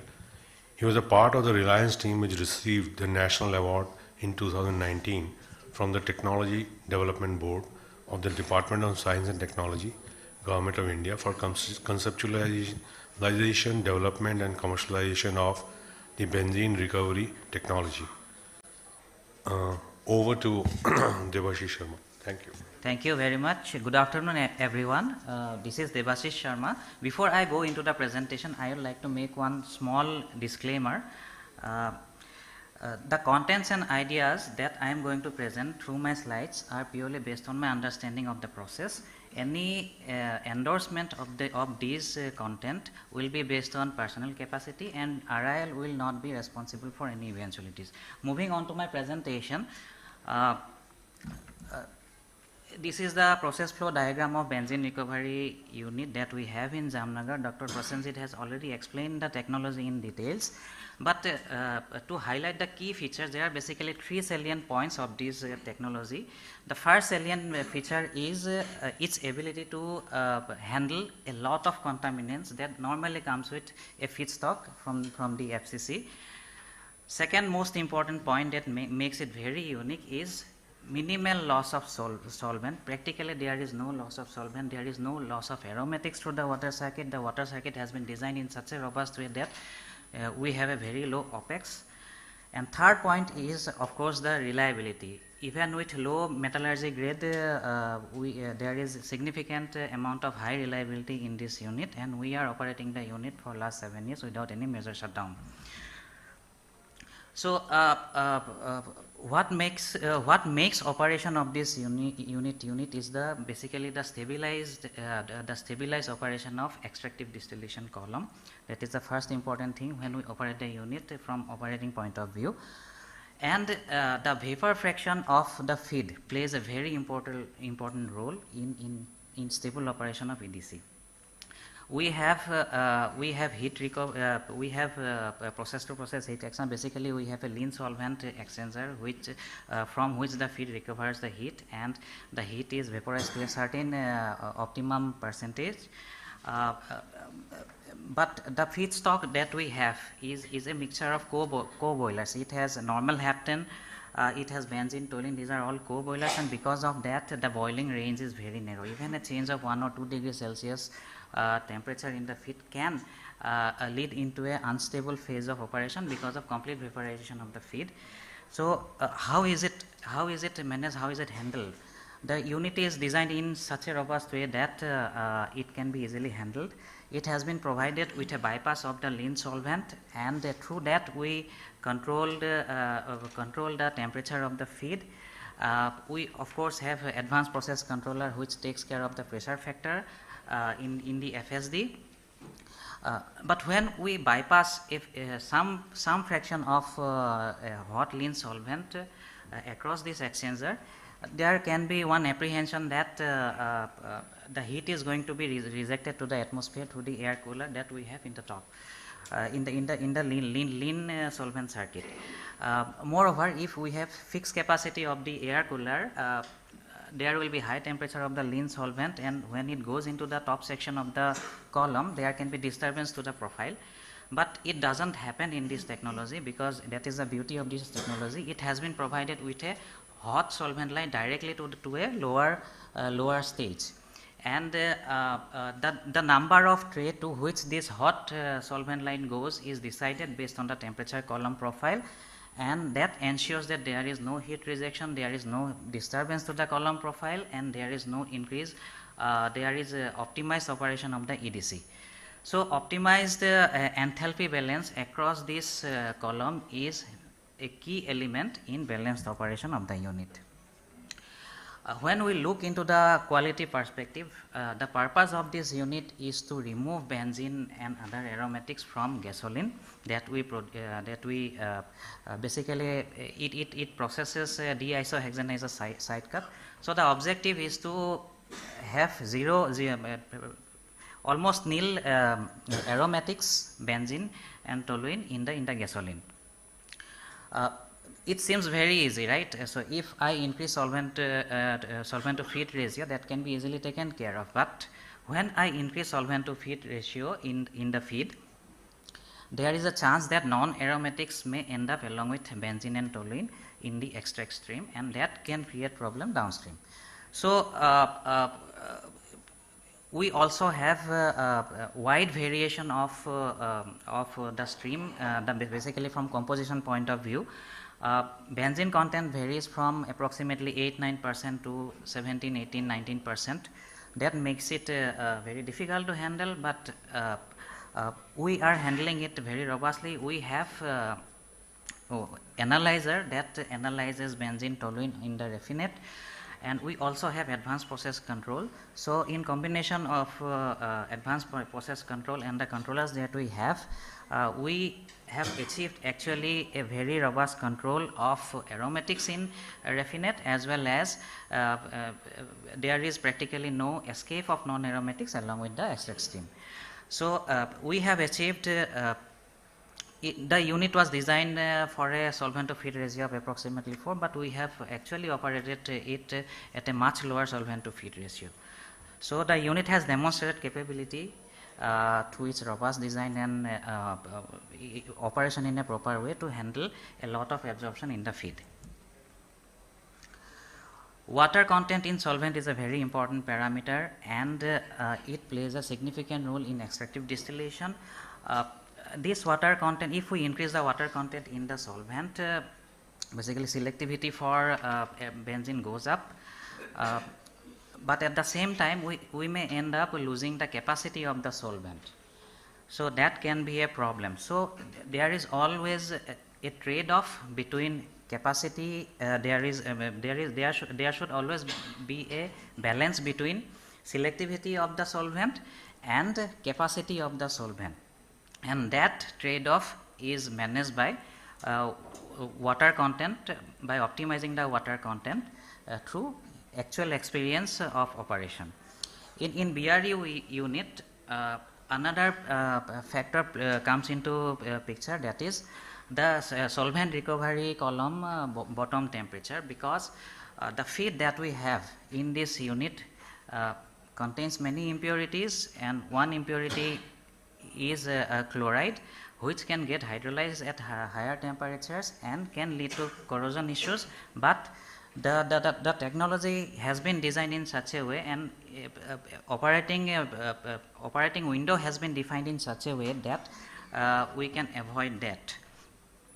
If we operate SRC column at a possibly lower temperature, it leads to low solvent to feed ratio, and there is low OPEX. So because it contains many, as I have already explained, it contains many contaminants, and one of those is chlorides. These things come without hydro treatment, so basically they come into the unit, and if they are exposed to high temperature, there is formation of HCl.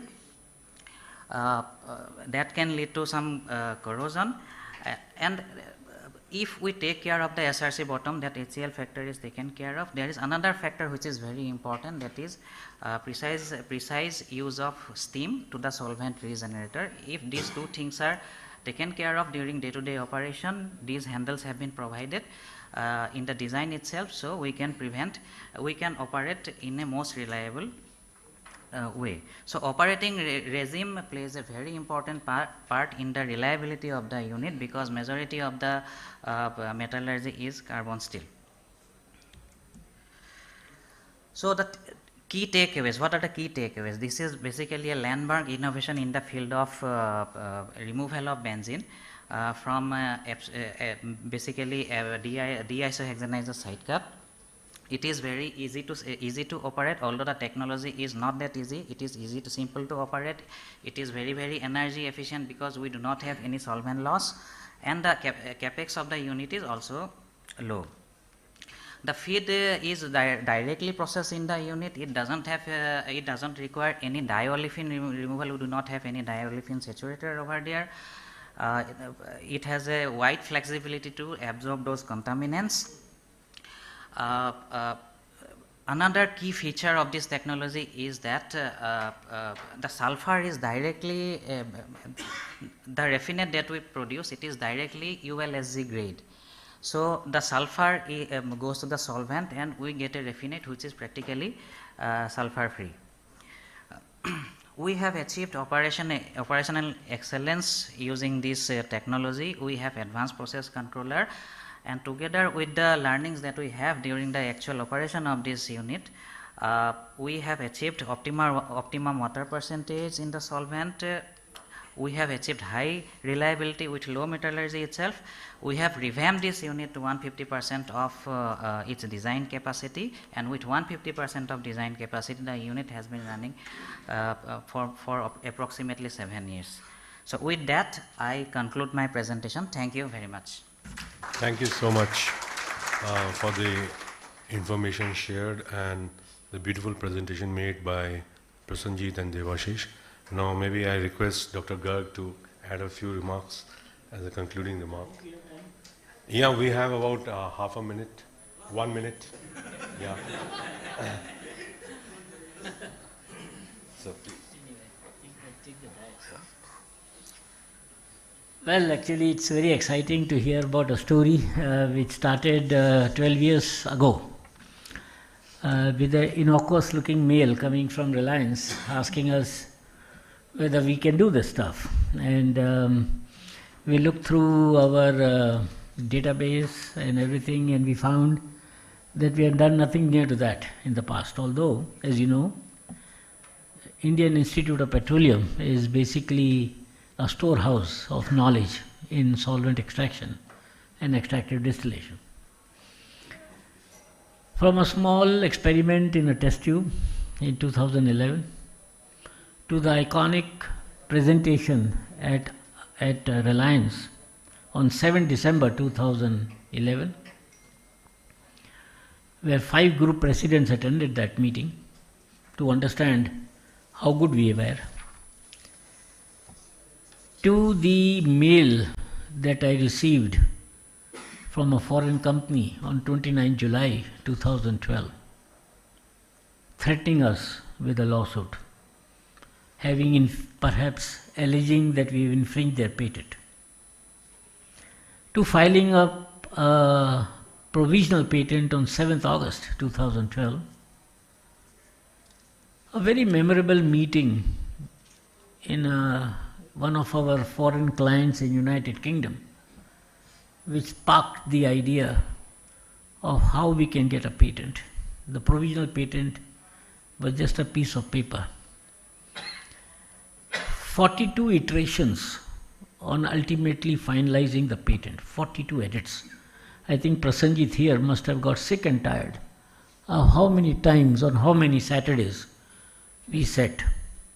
Friends, it's very rare when you write a patent that you know the organization who would actually revoke your patent. It's very rare. Whenever we write a patent, we do not know who is our enemy is. Here we knew. And we decided to actually take the battle straight into the enemy's home front, and we filed a US patent. Accelerated examination costed 50 lakhs. Got a patent in 6 months. And actually the story started from there in terms of defense. I mean, offense is the best form of defense. We spent many months with the help of Mr. R.K. Gupta of IPMD in CSIR to put together a 300-page document to revoke the Indian patent of that foreign company. I think it is the slowness of our judiciary that we could not manage, but anyway that patent has expired. And from that onwards, the day that we turned in the feed at 9:10 in the night on Buddha Purnima day, that was 23rd May 2016. And the rest is the success story that you heard. For the last 7 years, this unit is critical to Jamnagar operations. My two colleagues are here. In fact, Lalji, who is sitting next to Devashish, he is the guy who actually operates this unit. He is the plant general manager. And this unit is so critical that Reliance will not be able to meet the benzene spec on the gasoline if this unit gets shut down. So you can see 7 years of non-stop operation. If you get into a retail outlet in Reliance and buy their petrol, 33% of that petrol by volume comes from this unit. And finally, I would like to dedicate this talk and our discussion today to the respected father of Prasenjit, who lost him a day before we commissioned this unit in Jamnagar. And I didn't tell him what exactly had happened, but I still remember that day when I was heartbroken to see Prasenjit go without getting into the real, the pleasure of seeing your own invention work. Prasenjit, I dedicate to your father. Thank you. So, quick question, one or two someone has from the audience.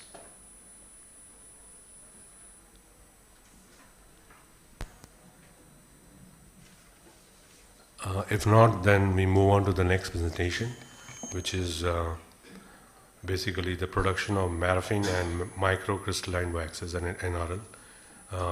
The presentation to be delivered by Dr. Manoj Srivastava of IIP, Mr. Himanshu Sharma of EIL, and Mr. Akash Chaudhary of NRL.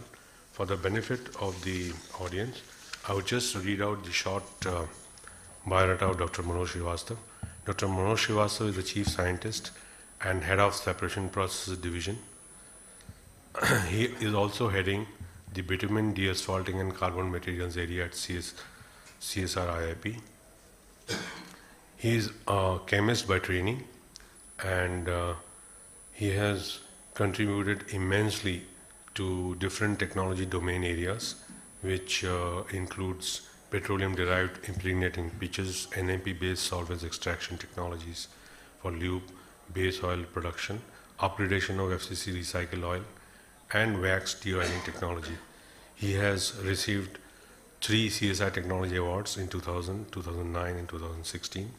He has more than 80 publications to his credit and 14 patents on various processes. So I welcome Dr. Manoj to deliver his talk. Thank you.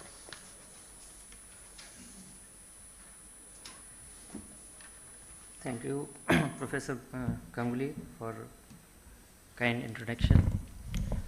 So first of all, good afternoon to all of you.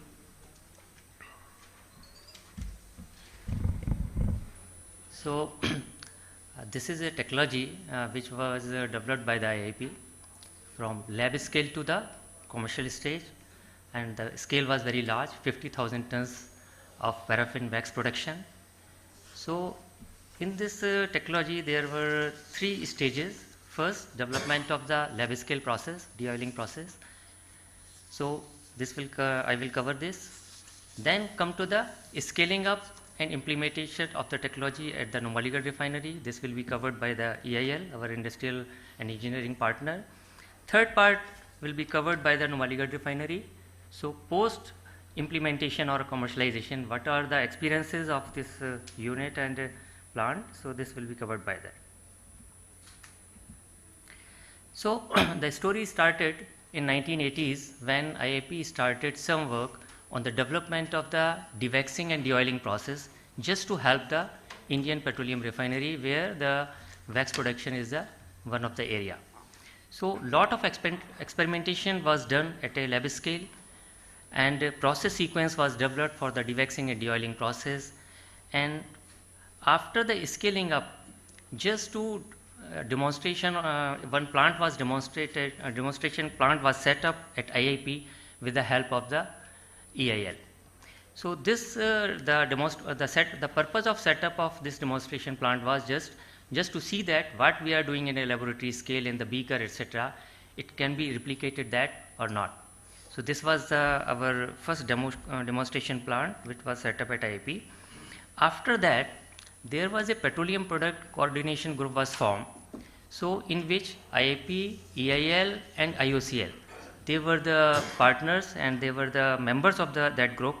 So they revamped the Haldia refinery dewaxing unit because they were facing some problem. So it was revamped, quality was improved, some minor changes was done in the chiller section, etc. So finally, during the 90 and 91, IIP with the help of EIL revamped the IOCL Haldia wax de-oiling dewaxing unit. So first thing when we develop any technology, so the first part is we see the market.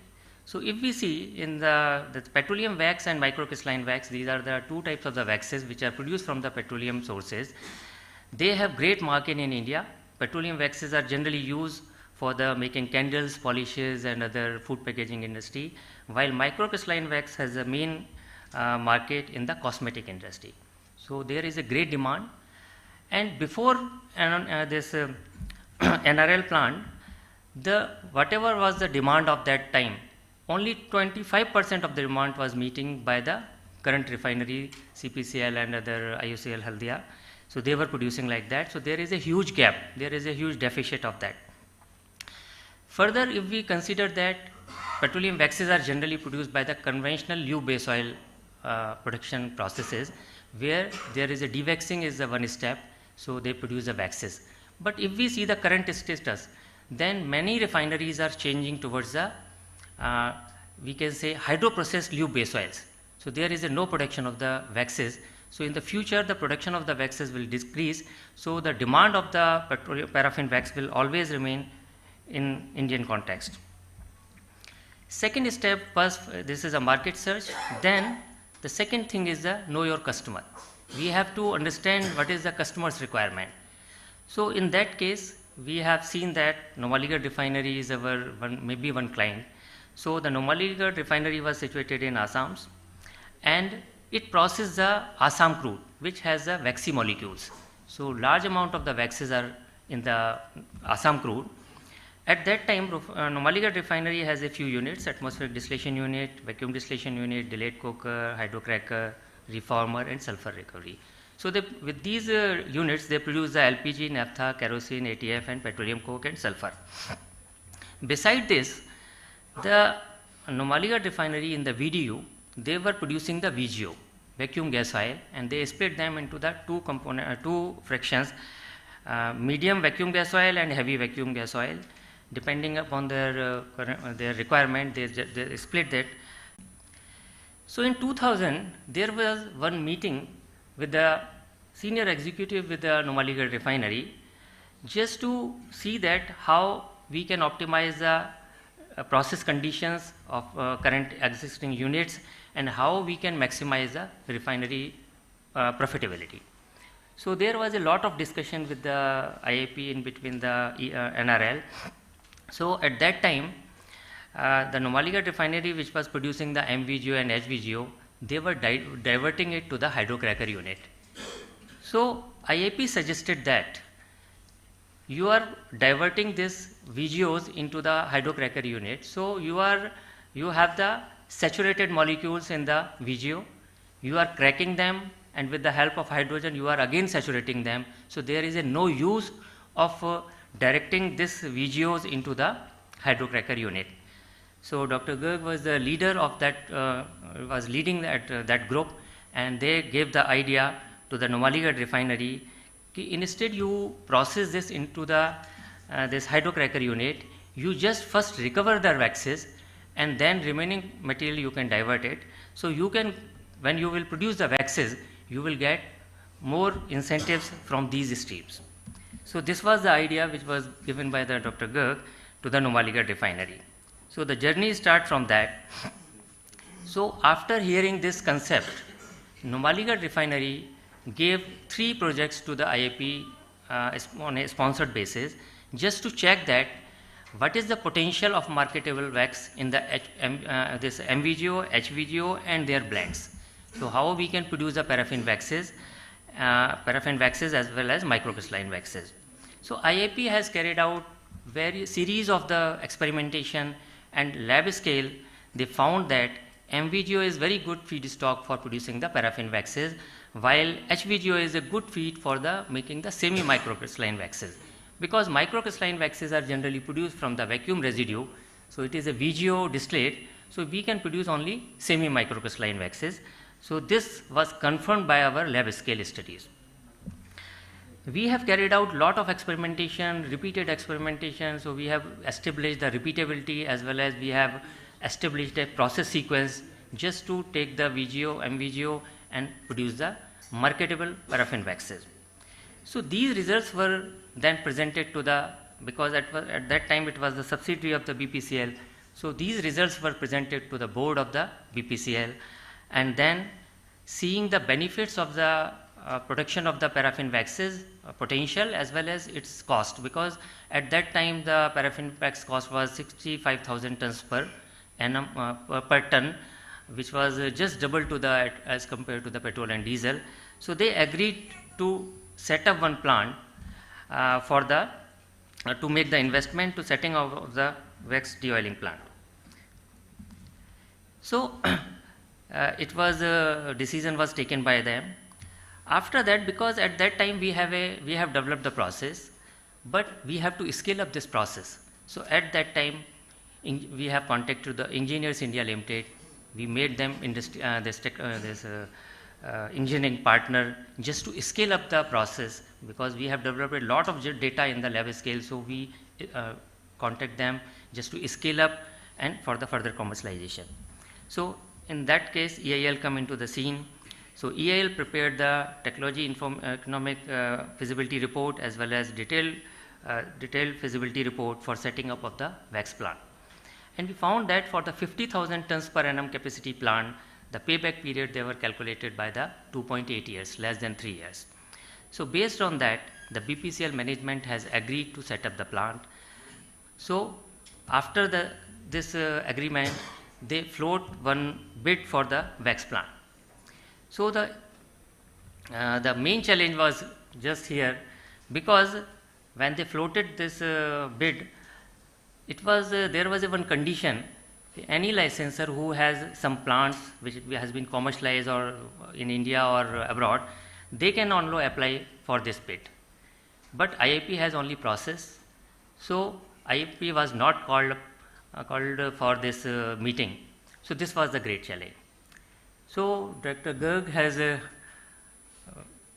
because he has taken the initiative, they wrote to the BPCL board CMD, although we are not qualifying for this, applying for this bid, but can we join the meeting?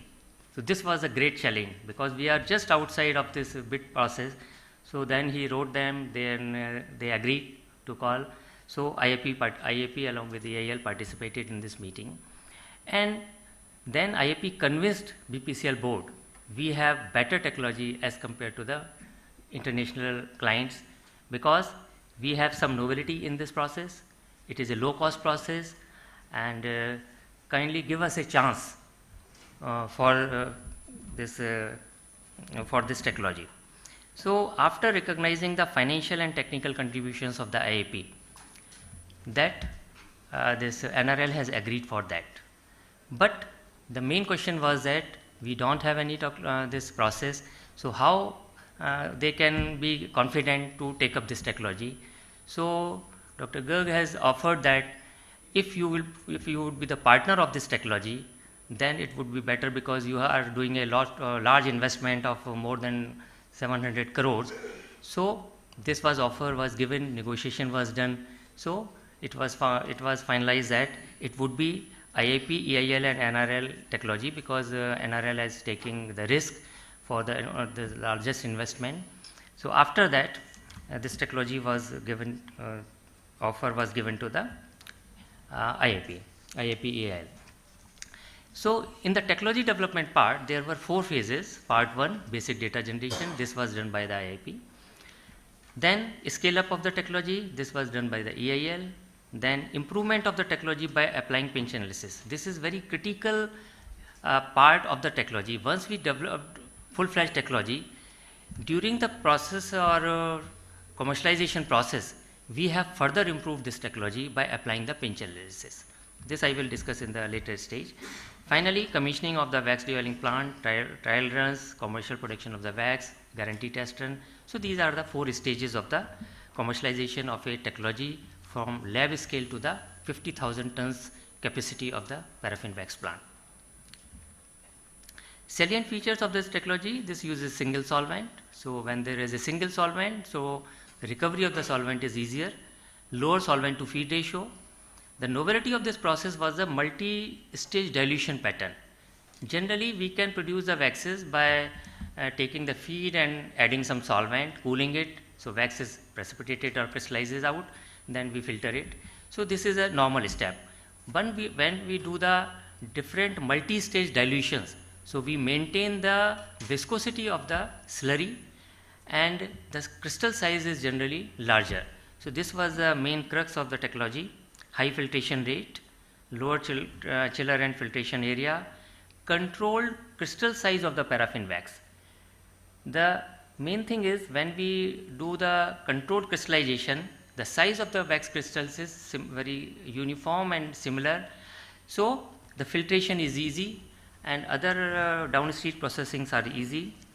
And we have offer the lower cost technology as compared to the foreign technology. And this is an energy efficient process because in the solvent recovery section, by applying the pinch analysis, Dr. Sunil has contributed a lot and Dr. Garg has contributed a lot in this part, where by applying the pinch analysis, we have removed one furnace, fuel fired furnace. So, and the work of the fired furnace was done by the medium pressure stream. So we have eliminated one fired furnace. So now it is a low capex, low opex, as well as lower this carbon footprint technology. These are the main equipments of the wax de-oiling technology: chiller section, filtration section, and solvent recovery section. So this is the main component equipment, and this is the advancement of the technology which was done during the licensing process.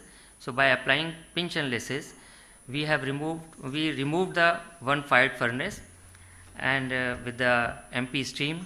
So this eliminated the furnace of duty 4.4 million kilocalorie per hour in the new design, which results significant saving in the fixed capital investment, and it also reduced the carbon footprint, which is the need of the hour.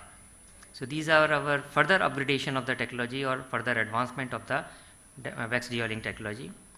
If we see the chronology of the commissioning of the wax plant, the construction was started in 2011, mechanical work was completed in 14, commissioning was done at 2015, and in June 2015, the first wax sample which was seen in the slide, it was coming out from the wax plant.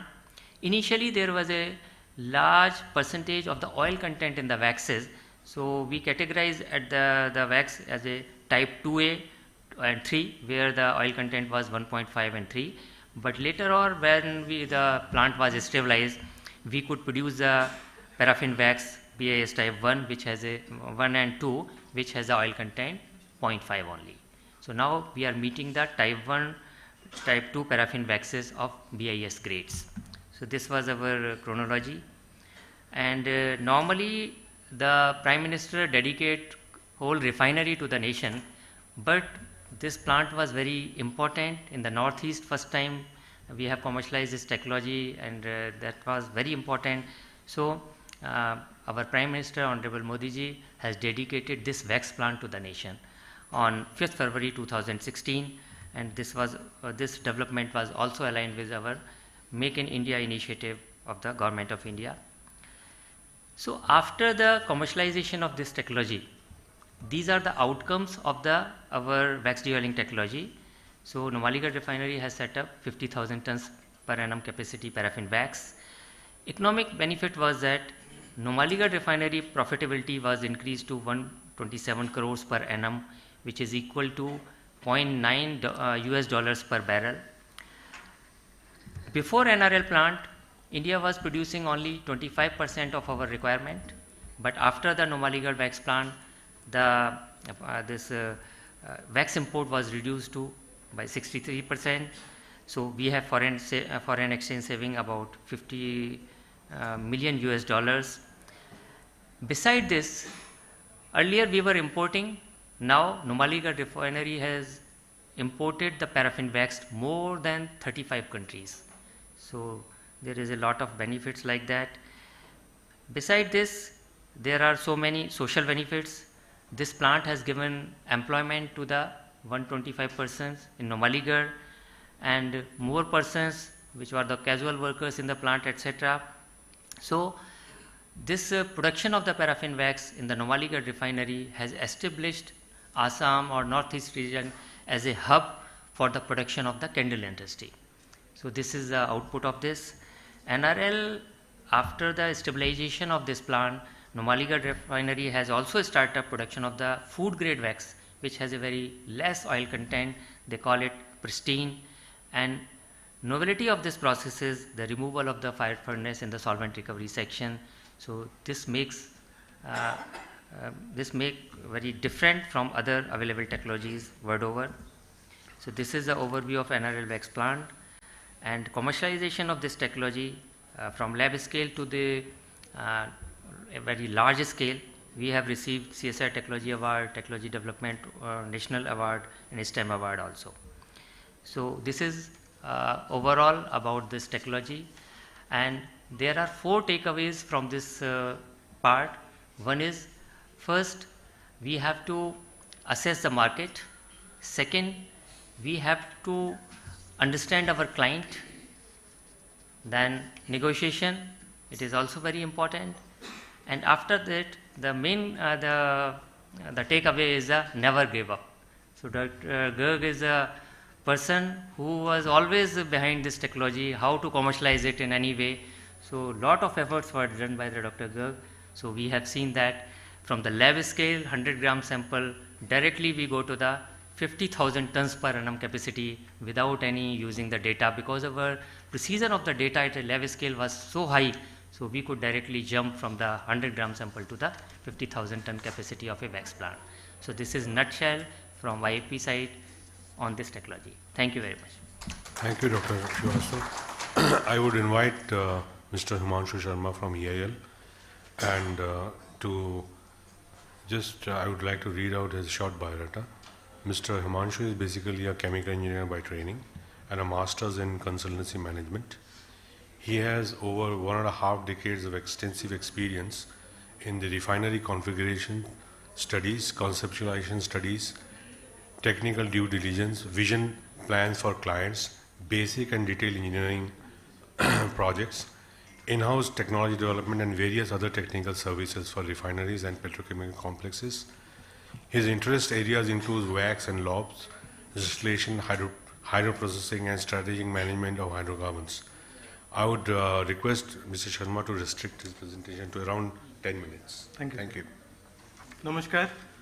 The guy was me, actually. I'm looking a bit different, maybe. So each time when we go out to buy apples and there is a wax lay over it, my wife tells my kids that, see, this is what your dad makes. And each time she goes to buy an expensive lipstick, I tell, okay, this is what also your dad makes. So for a common person, the molecules of wax, as we call it, can be candles, can be waxes, can be actually edible waxes, lipsticks, but the usage goes beyond. There can be some very, very particular lubricant, and there can be some particular classified defense uses too, to the tune that the country used to export still 361 crores of waxes every year prior to implementation of this NRL wax plant.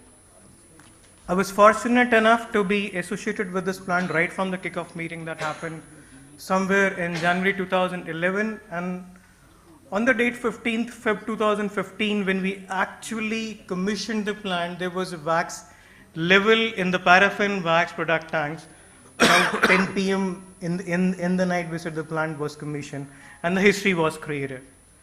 Going ahead with that, so IIP and EIL, we both go hand in hand. If we see that IIP was founded in 1963, EIL was founded in 1965, perhaps somebody thought that there would be an institution required to implement the technologies that IIP is going to offer. What EIL offers is a unique technology absorption capability.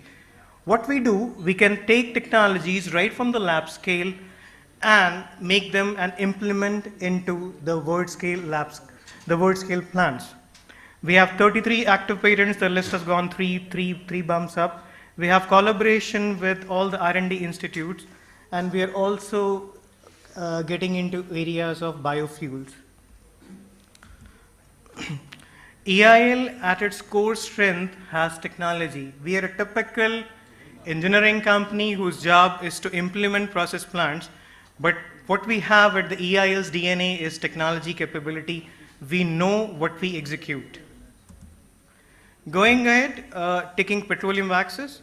So if we look at the waxes, as Dr. Srivastava said, that the group 1 plants have come down because you don't need to make group 1 waxes, group 1 lobs. Everybody is going towards the hydroprocessing route to make group 2 and group 3 lobs. So this has resulted in lower supply of waxes all around the world. We have a global market of about $10 billion in 2021, and the CAGR is impressive. With this base, it is still 3.5% to 5% with different projection scenarios. So coming back to India, we have 3 plants actively making wax. One is CPCL Chennai with a paraffin wax design capacity of 30 KTA, Digboy with a paraffin wax of 49, and our own NRL with a paraffin wax of 50 KTA. IOCL has discontinued wax in Haldia and Barauni because of the same type 1 to type 2 lobs production. And in the year 2015, we had a demand of 361 KT against a supply of 59 KTA. This number has gone 50 up after NRL. So the impact of NRL is what it does. It has lowered down our forex exchange up to 300 crores per annum. The profitability of NRL, I mean, we are looking at a 3000 KTA crude processing refinery, implementing a 50 KTA plant, and the profitability initially bumped up to 0.87, and in the latest number would be somewhere $1.27 per barrel. So this is the amount of impact this one small unit makes on the entire refinery profitability. So when we look at the conventional wax block, there are too many units to lower down viscosity ranges, taking out aromatics out, removing waxes, some hydrofinishing, and then comes the unit which can take which can remove oil from the slack wax. This was the conventional lube block, which does not work anymore. What if we do not want to put the whole block, but just to make wax? So we have a solution. We have an integrated solvent de-oiling dewaxing unit, which de-oils and dewax in a single step. We will take LVGO, MVGO, or HVGO streams from the vacuum column. We'll make the wax and de-oil it at the same time. It can be hydrofinished and sent back as a finished wax. So this is what Numaligarh used to look like post-wax. They have one more DHDT unit coming up. There is minimal integration changes. It just takes vacuum gas oil from VDU and send the food soil back to the hydrocracker. This is the only change it requires in the overall refinery configuration. That's it, just a plug and play unit. Now going ahead, because these wax blocks employ a high Nelson index of about 60, the NCI Nelson complexity index bumped up to 8.4. We're talking about a 50 kTA unit here. Getting into a deep dive of this unit, we have DP exchangers and DP chiller trains. These are double pipe scraped surface exchanger chillers, specialized equipment. The point I want to highlight is that we have two different solvent circuits in red line and blue line. These circuits remain separate, and this helps us in maintaining the oil quality of the wax at all the times. They are not allowed to intermix at any time. Fairly simple process, which has rotary drum vacuum filters installed at the heart. This Dr. Srivastava has talked about. The solvent recovery section, because we have a solvent in recycle, so we have to get that solvent back out of the process, which employs simple distillation columns. That's it. Nothing fancy equipment, no heaters, just MP steam heaters. That's it. These are just flash columns, very simple to operate. There are some of the things special. So this I talked about double pipe exchanger chillers. The things that you see here are actually double pipe exchanger chillers, and this is the rotary drum vacuum filter. The beauty of this plant design is that normally process engineers will take margins over things they cannot foresee. There is always a process design margin, but in this unit, if you take this margin too high, your unit will not operate at all. One beautiful piece of equipment in this unit is a rotary drum vacuum filter, which has almost 3,000 parts moving in operation, which actually takes out wax after it's being formed. EIL developed in-house calculation procedures wherein we actually scaled up lab scale filtration to this rotary drum vacuum filter in-house. We employed largest filter size of 110 meter square. This is how rotary drum vacuum filter looks like in operations. There is a lead pipe, there is a trail pipe. It's a complex operation, perhaps some other day. When we talk about MOC of this unit, this is a typical KCS MOC, nothing exotic. What you will see is KCS being employed for almost all of the parts. Internals are almost always SS410 or SS316L, just the conventional MOC. Now talking about economics, the typical wax project cost will be somewhere between, this is for a 50 KT unit, between 750 to 850 crores. IRR's numbers are typically more than 20%. The payback periods are less than 3 years. Depends upon the prices, but these are the typical numbers. The wax plant was dedicated to nation on 5th Feb 2016. The guy on the right looks like me. Now, what we have here, what is unique in EIL-IIP NRL technology offering is a unique solvent management system. We have one of the least solvent losses in all the units operating in India on this technology, similar technology. We make almost consistent type 1 product quality. Energy optimization, we have carried out pinch. It helps the plant introduce a new product range into their portfolio. There is one wax which comes into the, and of course there comes the profitability. We improve the safety implementation of this unit. There are no open vents, there are no open drains, everything is connected to flare or a closed flow down system. There are no open winds or drains that used to happen with the old technology. So this is a typical scheme when you have to implement a plant. The lab scale studies are always been done by CSI. If you can wind up in a minute. Sure. I guess I'm on the last one. Scale up feasibility study and along with the estimation of cost and financial, this is done by EL, and implementation is of course by all the three parties' contribution combined. To conclude, that the VAX project economics is highly attractive. We get IRRs within the range with beyond 20%. It can really safeguard GRM of small constrained refineries by boosting their profitability, especially in the northeast sector. Product demand, of course, there is a good product demand and there is no supplies as to match with. The high sulfur paraffinic crude can also be one potential candidate for the wax production. Implementation is fairly simple because the integration is actually actually minimal, and a few things here and there you can integrate this plant into the unit. The plant operation and safety, of course, it's a low pressure, low temperature unit. There are no open vents and drains. You can safely operate this unit at a moderate temperature and pressure. This is what I have from Yale side. Thank you. Thank you so much. Now I would invite Mr. Akash Chaudhary from NRL for his presentation. And just for the benefit of the audience, I would like to introduce him. He is presently the DGM Technical Services with 25 years of experience. His specialization involves refinery operations and commissioning of various units at NRL. I welcome Akash Chaudhary ji to make his presentation and restrict to around 10 minutes. Thank you.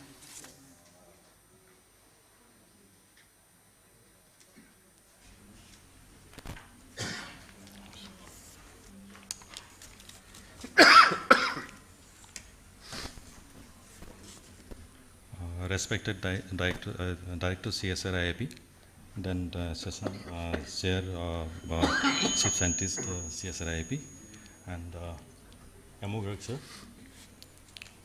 and ladies and gentlemen, today in this CSR 1 week 1 lab campaign as announced by Honorable Minister of Science and Technology, Government of India, I will be just sharing some recording the successful implementation of indigenously developed solvent de-oiling technologies jointly by IIP, EIL and NRL. The production of paraffin wax as well as microcrystalline wax.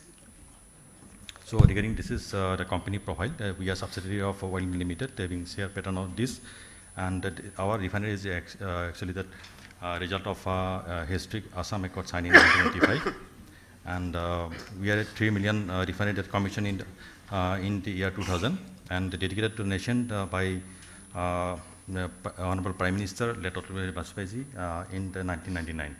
So existing business units are 3 million refineries. They are at Numaligarh, then marketing terminal, they are in Numaligarh as well as in the Siliguri in West Bengal. Then we are also having that bottling plant, at LPG bottling plant, having capacity of 42 TMT per annum capacity.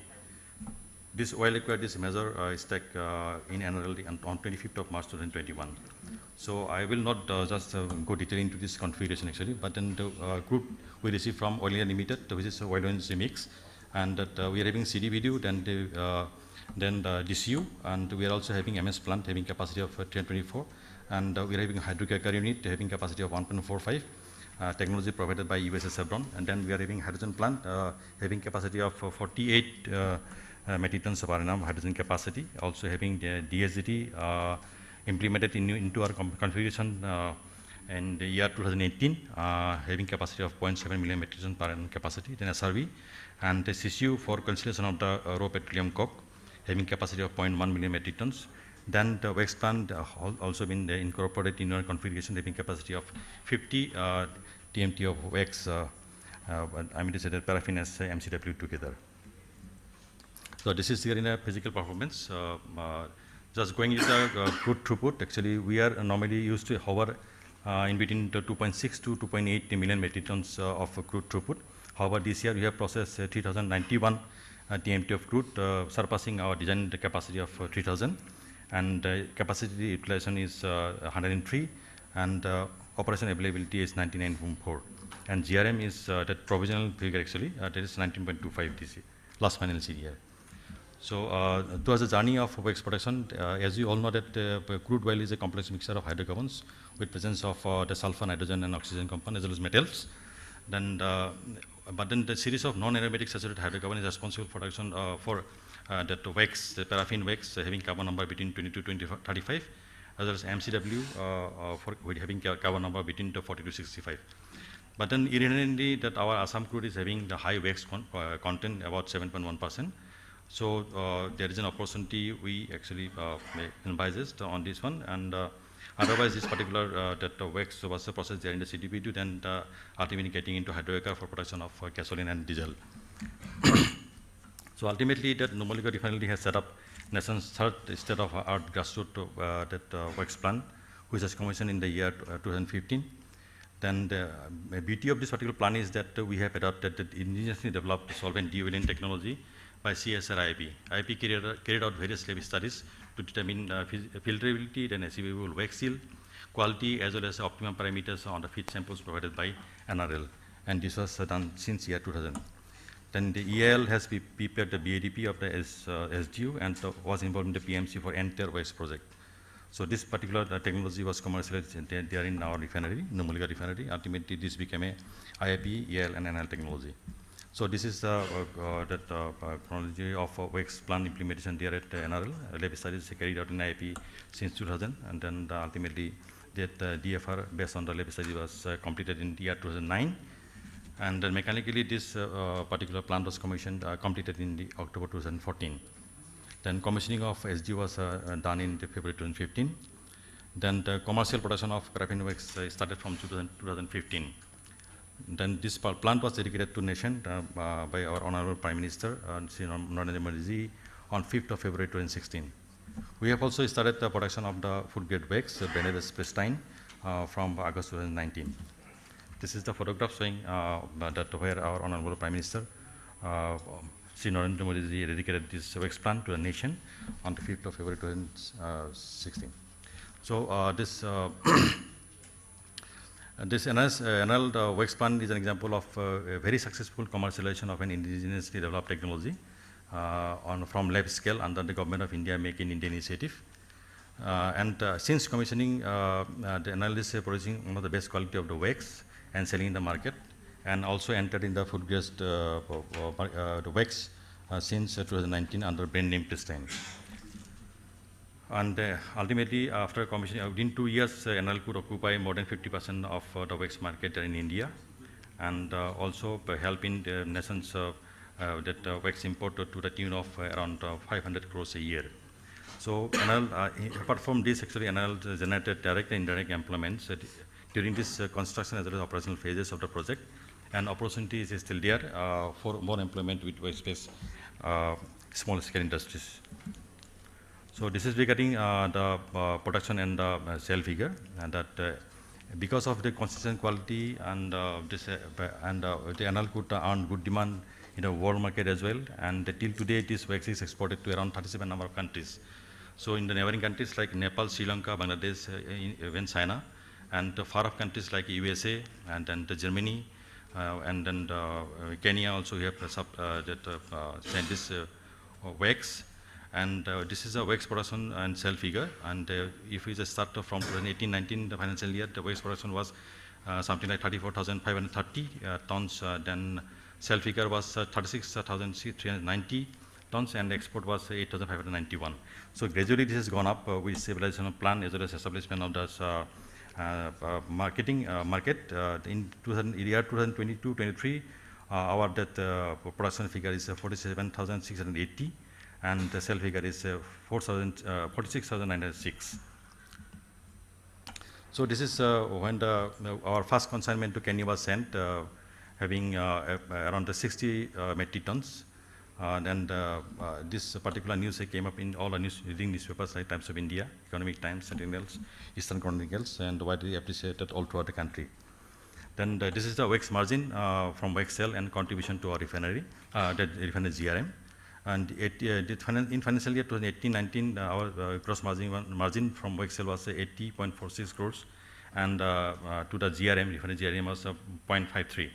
So this has gradually gone up. In the last financial year, it was 177.97 in a gross margin. Then a contribution to the reference GRM was 1.24. And this is the price that we incur from the wax sale. For paraffin wax in the solid grade, it is 1,14,000 per metric ton, and fully refined paraffin wax in the form of liquid is 1,12,000 per metric ton, and for food grade wax it is around 4,000 rupees more. Compared to solid grade wax, it is 1,18,000 per metric tons. So these are the applications of the wax, paraffin wax, and MCW. And the design features of this particular wax plant direct analysis that we are capacity is our capacity 50,000 tons per annum, then the paraffin and MCW together. Technology of the major units are SDU, that is being provided by is IIP, EL, and NL together. Then the WCP, the wax hydro finishing unit, basically catalytic unit for finishing of the wax that is produced from the SDU, that is been provided, licensor is Exens, France. Then the ASPU, that is a automatic slaving packing unit for, bringing this particular wax into the slave form, and this is been provided by BLT Industries Equipment Co. Limited, China.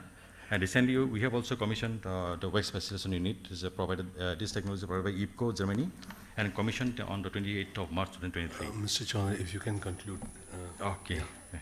So this is regarding our key product characteristics. Fully refined paraffin wax, melting point we used to, it is more than 60.8, and the oil content is 0.5. This is same in the food grade wax as well, but then the food grade wax difference is that it need to pass that UV test, odor as well as acidic test, and feed is MBGO for production of paraffin wax. This has the salient features already been spelled out in the previous slides. The feed specifications. And this is the wax plant block diagram. Then MBGO, the feed rate is 30 tons per hour. Then this goes to the SDU, comprising of sealers, then to filtration section and the solvent recovery sections. Then food soil goes to the hydroelectric for further processing at the rate of 23 tons per hour. Then this slag wax obtained there in the SDU goes to hydroelectric unit for further finishing, and the hydrogen makeup is provided from the hydrogen plant there in the hydrogen plant. Then this particular finished wax goes to the slaving and packaging unit for making it in slab form of 5 kg each, having capacity 167 tons per day, and pasteurization unit is having capacity 144. So this is regarding the process. I will also not go into details because already in the previous speakers, they have already spoken about this one. Basically, this is delayed dilutions, multi-point injection, the solvent dilution technique is employed, and gradual cooling is done at the rate of around 1.2 degrees centigrade per minute, only to get the better uniform size distribution of the crystal with the bigger size, having lower oil content. So this type of wax is a fully refined paraffin wax equivalent to type 1 of BIS, and then we are also producing the food grade wax branded as Bestin. Basically, melting point should be around about 45 to 75 in the BIS type 1 spec, and we are getting 61 to 63, and oil content is 0.35 to 0.45. So the key functions already they are in the previous speaker has already told about, and these are the equipments actually, the double web exchanges that the vendor is Chemtech. It is for crystallization, then rotary drum filters, AIMCO KPC, one of the largest available there in the market, actually 110 meters square surface area. Then inert gas vacuum compressors, the NES USA. Then we are also having that inert gas holders for maintaining constant pressure there in the filtration section, about 300 mm of water column. Then the refrigeration package, basically this provides the cold side utility of feed sealing, solvent sealing, as well as blow gas sealing, having capacity of 702 tons of refrigeration. Then the double web exchanges, already in the previous speakers already told about. Basically, that sealing of this feed is done at the rate of 1 to 1.2 degrees centigrade per minute to get better wax crystals, having the low oil content. Then again, this is the dilution scheme that is already in the pilot plant, experimental based. This is what we are operating on. And this Rotterdam filters, this OMS AIMCO, that we are having two filter sections, primary and secondary. One the primary, we are having three, two operating, one standby, and then the secondary, one operating and one standby. These are the zones here in the filters, pickup zones, then the short drying, then we go to for the wash zone, then again drying zone, again then the blowback prior to just sending it to hydrofinishing unit.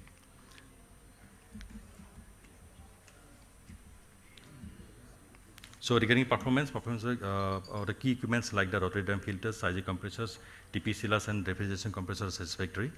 Since commissioning, performance of the solvent MIBK recovery section is satisfactory. The average specific MIBK consumption is maintained less than 0.7 kg per metric ton, and most of the time remains around 0.5. However, this then again oil content is less than 0.5. This is something like 0.35 to 0.45, and the melting point is 61 to 62 degrees centigrade, and it's consistent. And the liquid wax is also loaded as per recommended customers, and also installed on liquid permanent liquid wax loading facility. Off-spec generation is minimal due to low startup and shutdown, and the achievement of the consistent product quality. Achieve maximum continuous steam days of 860 days since April 2000 to up till September 2022. Then the utility steam as well as nitrogen consumption is satisfactory and lower than the design limit. Specific steam consumption is 3 tons per metric ton of product against a design of 5. Also, the nitrogen specific consumption is 4 normal meter cube per metric tons of product. Then average wax yield is 26%, which is higher than the design spec because of the inherent more quantity of wax than the feed itself. Then the WCP reactor catalyst performance is also satisfactory and is in service since last 8 years. Thank you and Jai Hind. Thank you. If some questions are there, we can take one or two comments or questions. Yeah, please.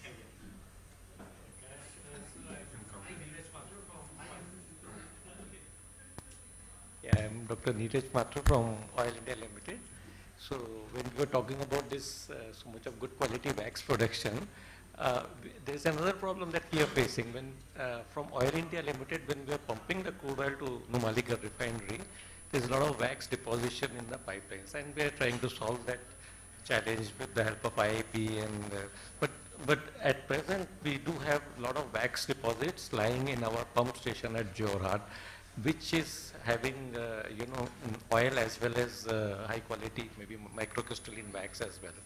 So in fact, recently MD NRL has requested us that if you can push it back into the pipeline and send it to the refinery, then we can process it further. But right now we are almost treating it as a waste, and we have to dispose it. So is there any way we can do, de-oiling as well as, de-waxing and use that? Okay, let me try to take the answer to that, because typically the wax that would have deposited in the pipeline, being legacy kind of accumulated wax, will be heavier, will contain more MC and probably higher molecular weights, more likely.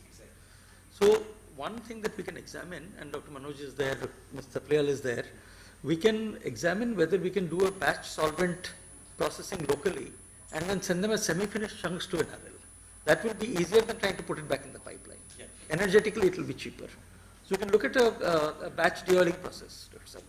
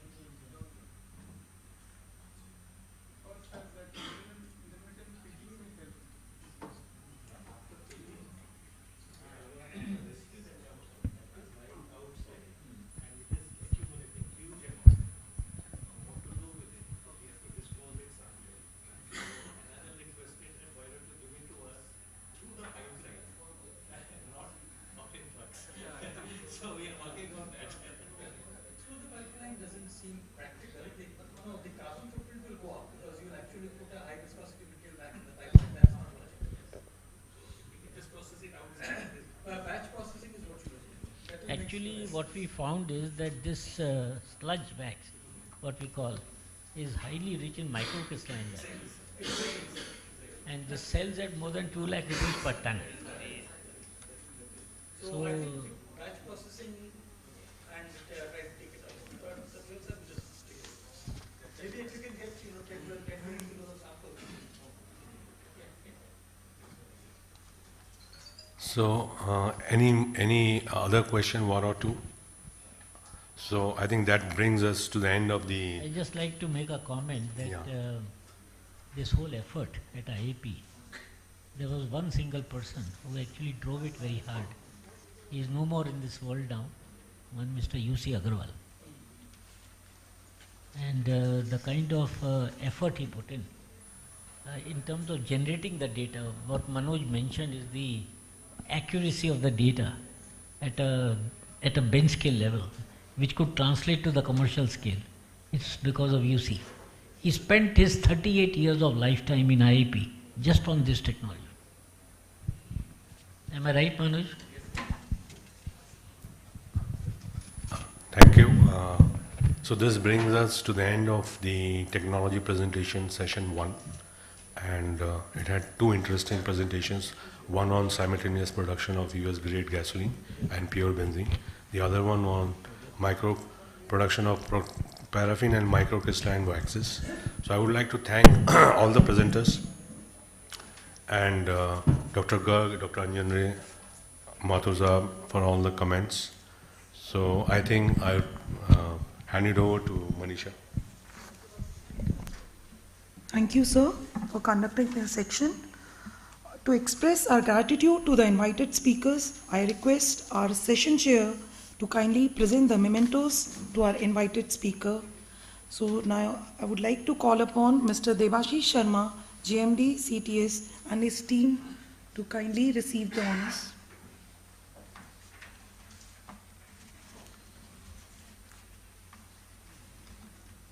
Loud round of applause, ladies and gentlemen.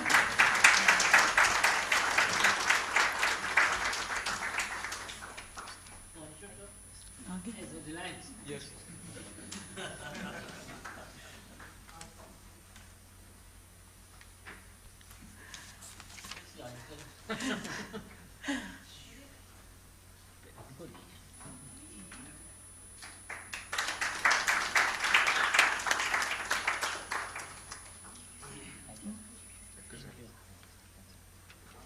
Thank you, sir. Now I would like to call Mr. Himanshu Sharma, Senior Manager, Process Design and Development, and his team to kindly receive the award.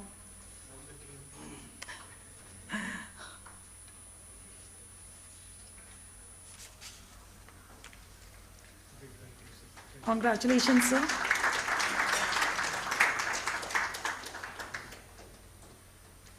Now I would like to call upon Mr. Akash Chaudhary, DGM NRL, to kindly receive the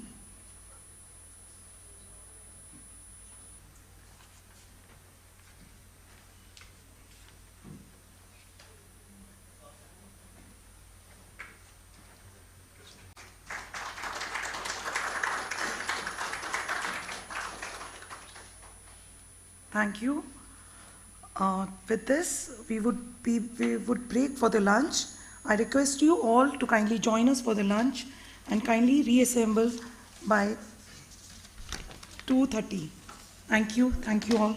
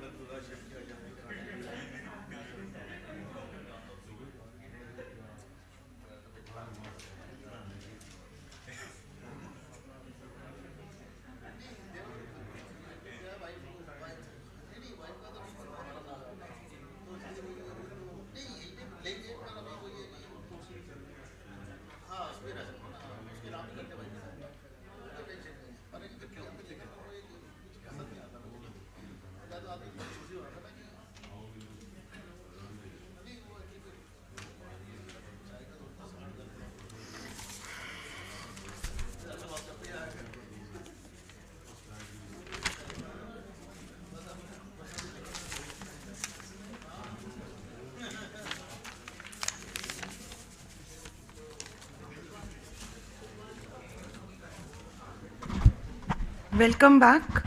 Kindly take your seats. We'll be starting our session soon.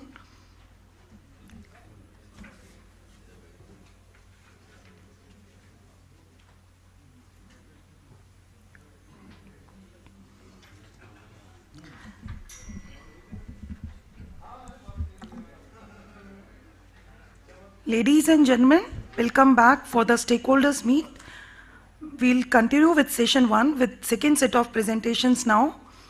To start the technology presentation 2, may I now request our session chair, Dr. Manoj Srivastava, to kindly take a seat on the dais to conduct the session. I would like to give a brief introduction about Dr. Srivastava. Dr. Manoj Srivastava is a chief scientist and head of separation processes division and head of bitumen, deasphalting and carbon material area at CSIR, Indian Institute of Petroleum. He holds his PhD in chemistry. He started his career in development of petroleum-derived carbon materials in 1992 at IIP. He extended his research in petroleum refining area such as lube-based oil processing, wax processing, deasphalting and bitumen. He received CSIR Best Scientist Award in 1997 and is the core member of the team received National Level 3 CSIR Technology Awards in the year 2000, 2009 and 2016 for successful commercialization of indigenous technologies in various petroleum refineries. He has published more than 80 papers in Indian and foreign journals and filed 14 patents in various processes. He has contributed more than 160 scientific and technical reports on various industries responsive projects. Now I request our session chair to conduct the session. Over to you, sir. Thank you, sir.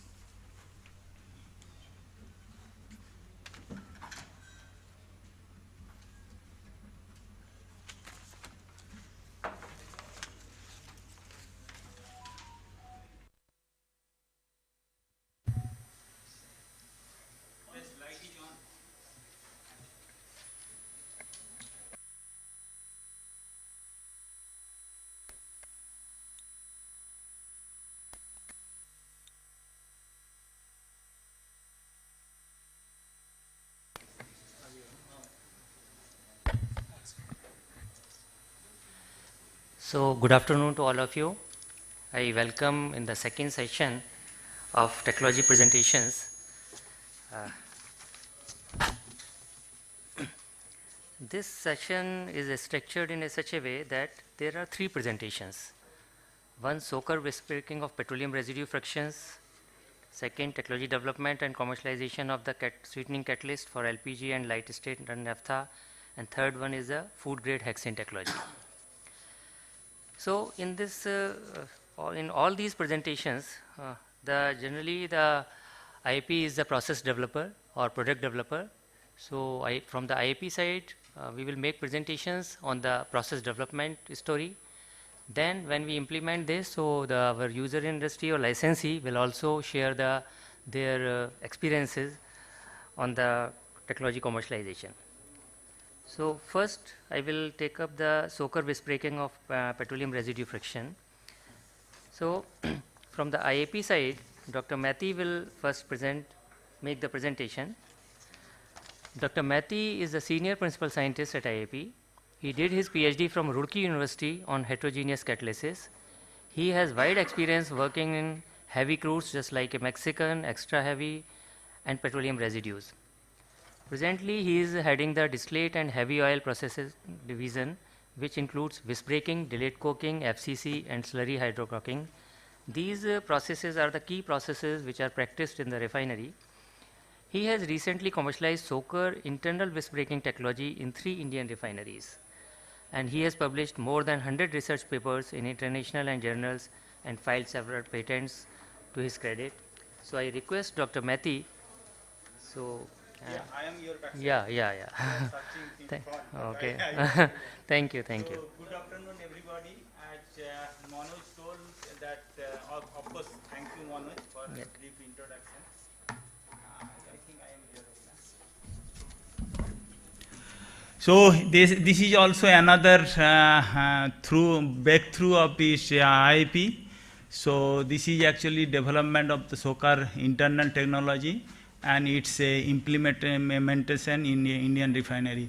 When I go through, you realize that this is a very simple, but it is very effective, and so effective that consecutive years, 2012, 2013, 2014, this technology have been implemented in the 3 different refinery, and out of 3 refinery, there are 2 refinery representative is here.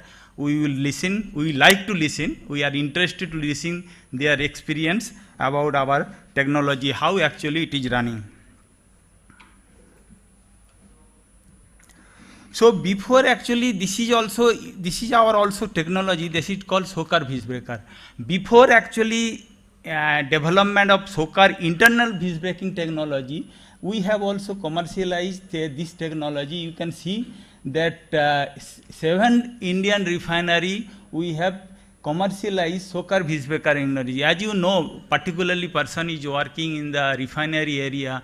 Previously there is the vis braking, coil-based vis braking technology. So our institute developed a SOCAR vis braking technology during 86 and 19, and that so simple technology that our 5 refinery, the existing coil vis breaker we have revamped. And there is also Panipat refinery and Vizag refinery. This grassroots refinery we also implemented our SOCAR vis breaker technology. Out of 1 times there is the technology, IIP technology, almost all refinery only except CPCL and MRPL, they have their other technology. Otherwise all this vis braking technology IIP has our adopted our own technology. Almost 80 to 90% whatever vis braking feed is through with this our technology.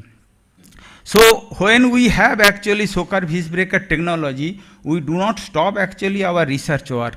So what is actually what we developed in the SOCAR vis breaker, what is the drawback?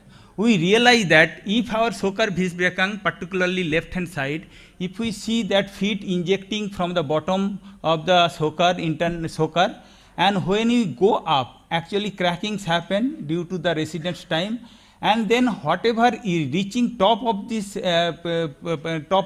SOCAR, then they again return back. So when they return back lighter portion, they again crack. So we call it the back mixing, and due to this back mixings, whatever product is initially cracked bottom of the product, they coming back frequently and they overcrack. Due to this overcrack, you can see that how actually disadvantage this overcracking. That high back mixings, as I told, and the low selectivity, particularly our interest, as you know that in the vis braking we produce the cutter stock, and that is more important to the distillate product in the middle distillate. So low selectivity of the middle distillate.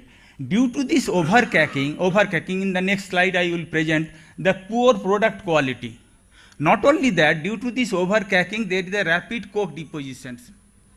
So whatever theoretically we are assuming that it is the back mixing. So how do we prove? Because the commercial units, how we cannot see from the outside whether it is really back mixing or not.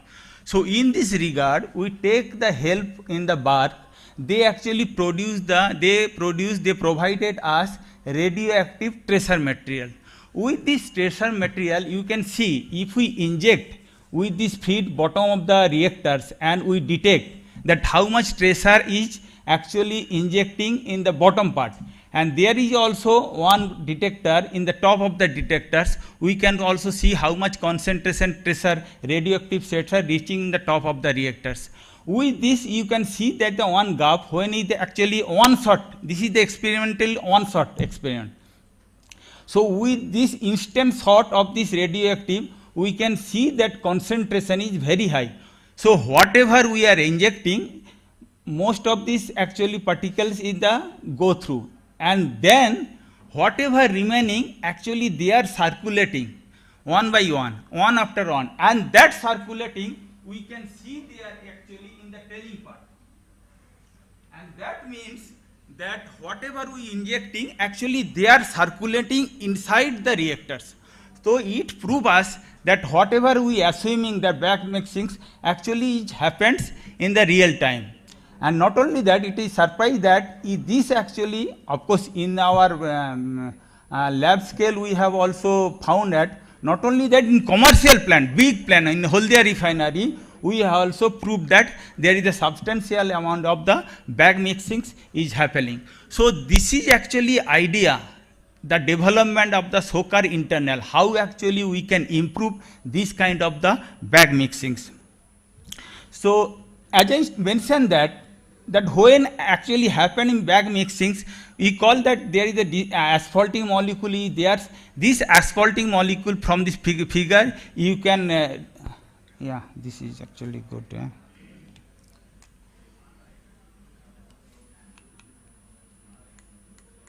So this is actually gigantic molecules. These gigantic molecules actually core of this hydrocarbon matrix. These gigantic molecules soluble by the resins, aromatics and saturate. Of course, the resins and the aromatics provide the solubility of this actually core asphaltic molecule. If we disturb somehow, then actually asphalting is precipitate and then it will come out from the system and we get the poor product quality. So this is actually, as you know, that the vis breaking in the thermal conversion reactions, you can see that the saturates also provide the free radical mechanism. Most interesting that, as I mentioned, resin actually provide the solubility for the asphalting. So conversion of the resin is very important. So if we convert highly, then lose the asphalting, solubility lose and it will be precipitate. Not only that, these two parts actually contribute also is the coke formations. So this idea actually visualize our how actually we can improve that bag mixings and hence the resin conversion, and so that it can provide the solubility of these asphalting molecules.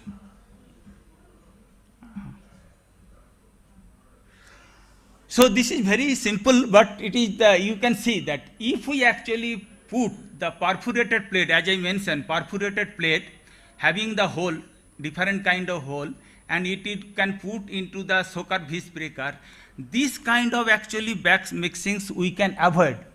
So it is also proved that, as I mentioned, that with this radio tracer experiment, we did it after the putting in the SOCAR internal, we called it the internals.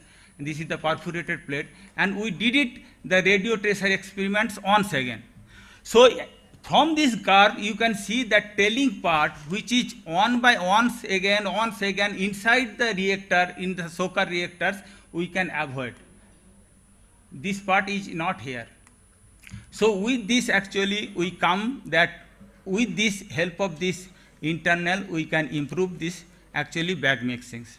Even we can also that calculate of the 2D CFD simulation, we also found that substantial amount of the improvement of the bag mixings happen if we implement the SOCAR inside internal inside the SOCARs. So you can summarize that. What is the advantage? Previously we have actually commercialized this SOCAR internal, so a hollow SOCAR. Now it is the SOCAR internals.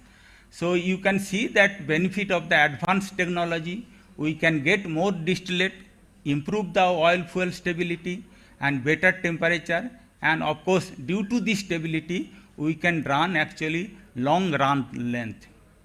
Previously when we see that 2-3 years we can stop the running, at this moment we can increase 4 to 6 years the run length. So this is our actually pilot plant. With this small pilot plant, we can see that all this development happen in this pilot plant, and you can see that this is our SOCAR and this is our internal. We fabricate inside our institute, and we put it here in different internal here.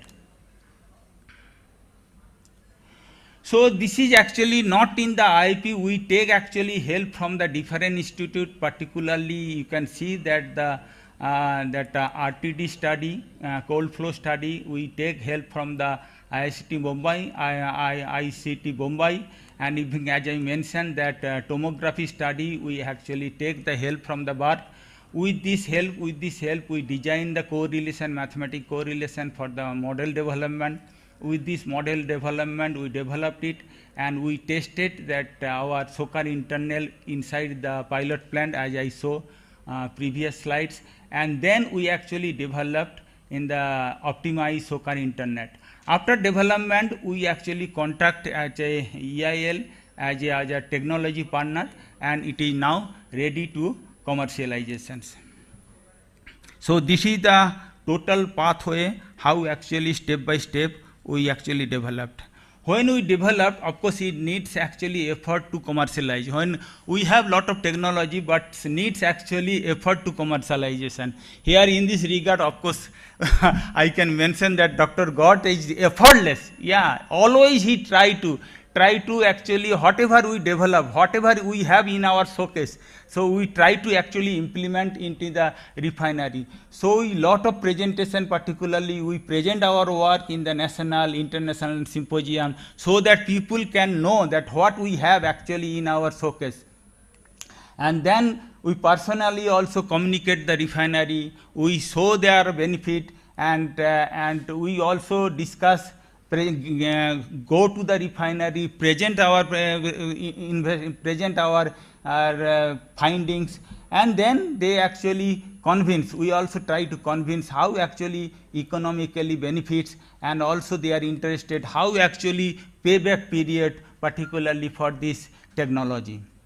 So with this actually success, so as I mentioned that though it is very simple, but it is very effective. And that's why we have actually implemented, this is the simple technology in 3 different refinery. First we actually implemented it in the Vizag refinery, then actually in the Mathura refinery, and then IOCL refinery. This is our capacity of this refinery, and you will surprised to know that our main, of course, in the vis breaker unit is the viscosity reduction.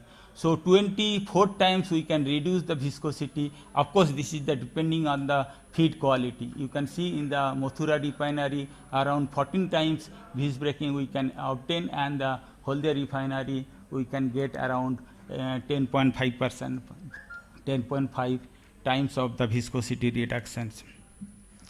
So this is the arrangement. Not only that, if you see our SOCAR internal design, so it is like the conical shapes. So diameters of this is very small in the down part, and it will go to the top in the higher diameter, so that the whatever gas produced they can easily escape, so that we can design in such a way there is not gas holdup inside the reactor also.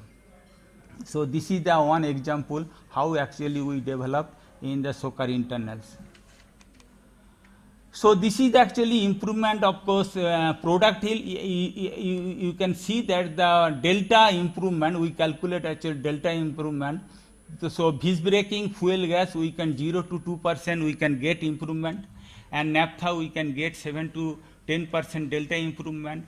Of course, this is the main important because this is used as a cutter stock for viscosity tar for fuel oil production. We can get 12 to 14% delta improvement. So with this actually you can see that how actually we can fabricate it. This is the original top view. This is the hole where we can actually process our product. Not only that, for regular maintenance we also provided that the manhole, so that it can be open and one can enter through this manhole to the cleanup if it is required, time to time clean up through this manhole. So this is also bottom view. You can see that how actually we provide the support with this SOCAR internals. And this is the summary. As I told that consecutive years, you can see that in August 2011, we provided this technology to this HPCL Vizag. So today also you talked about this, their experience, how actually this is running. And we have also representative of the, of course, Mathura refinery. It is implemented in 2013. and in 2014 we have implemented in the IOCL Holde refinery. So interesting part that you can see the payback period depend on the capacity, because this is capacity 1 million metric ton, it is the 500,000 metric tons. Payback period only in the 3 to 4 months. This is negligible for this refinery. So with this, actually very simple, we have get success story to implement this technology. So with this thanks, I also request our Gaur Sahab, if you have any experience with this, you can share. Yeah. Okay. Thank you. Thanks, Dr. Methi, for giving the overview of the soaker wisp breaker technology, then improvement with the internals. So what are the advantages? And because there is a lot of commercialization efforts were involved, so it was commercialized in the three refineries. So now we would like to hear from IOCL refinery from Mr. G. Sarvana Kumar. So I request to just kindly give the speech, give the presentation. Mr. G. Sarvana Kumar is the Chief Technical Service Manager at IOCL Mathura Refinery. He has more than 20 years of experience in the field of refining and petrochemicals. He also held various positions in refinery operation, technical services, and process engineering projects, and currently working as Chief Technical Services Manager at Mathura Refinery. He is a BTech in Chemical Engineering, graduate from Anna University, Chennai in the year 1998. So with this brief introduction, I request sir, thank you for the to give the presentation. Thank you. Very good afternoon to everyone. So on behalf of Mathura Refinery, I am really humbled and we are very thankful for this opportunity, giving a opportunity to give our real-time feedback on the technology, implemented technology. I think it is the first time any licensor has called up to give the feedback, and it is a good thing we have started, and it has to be continued. And I think in even all the technology we have implemented, we should have a periodic interaction so that we can continuously solve these problems. Okay, let me give my feedback on this technology, implemented technology.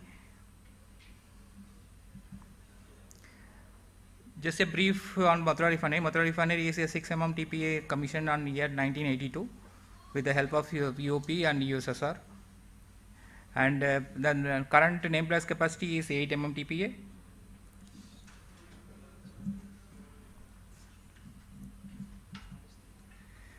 This is a Mathura Refinery overview. This is just to highlight that we don't have any bottom upgradation product. In Mathura Refinery, we don't have any coker unit, and we depend upon the wisp breaker unit for the black oil upgradation as well as running the refinery.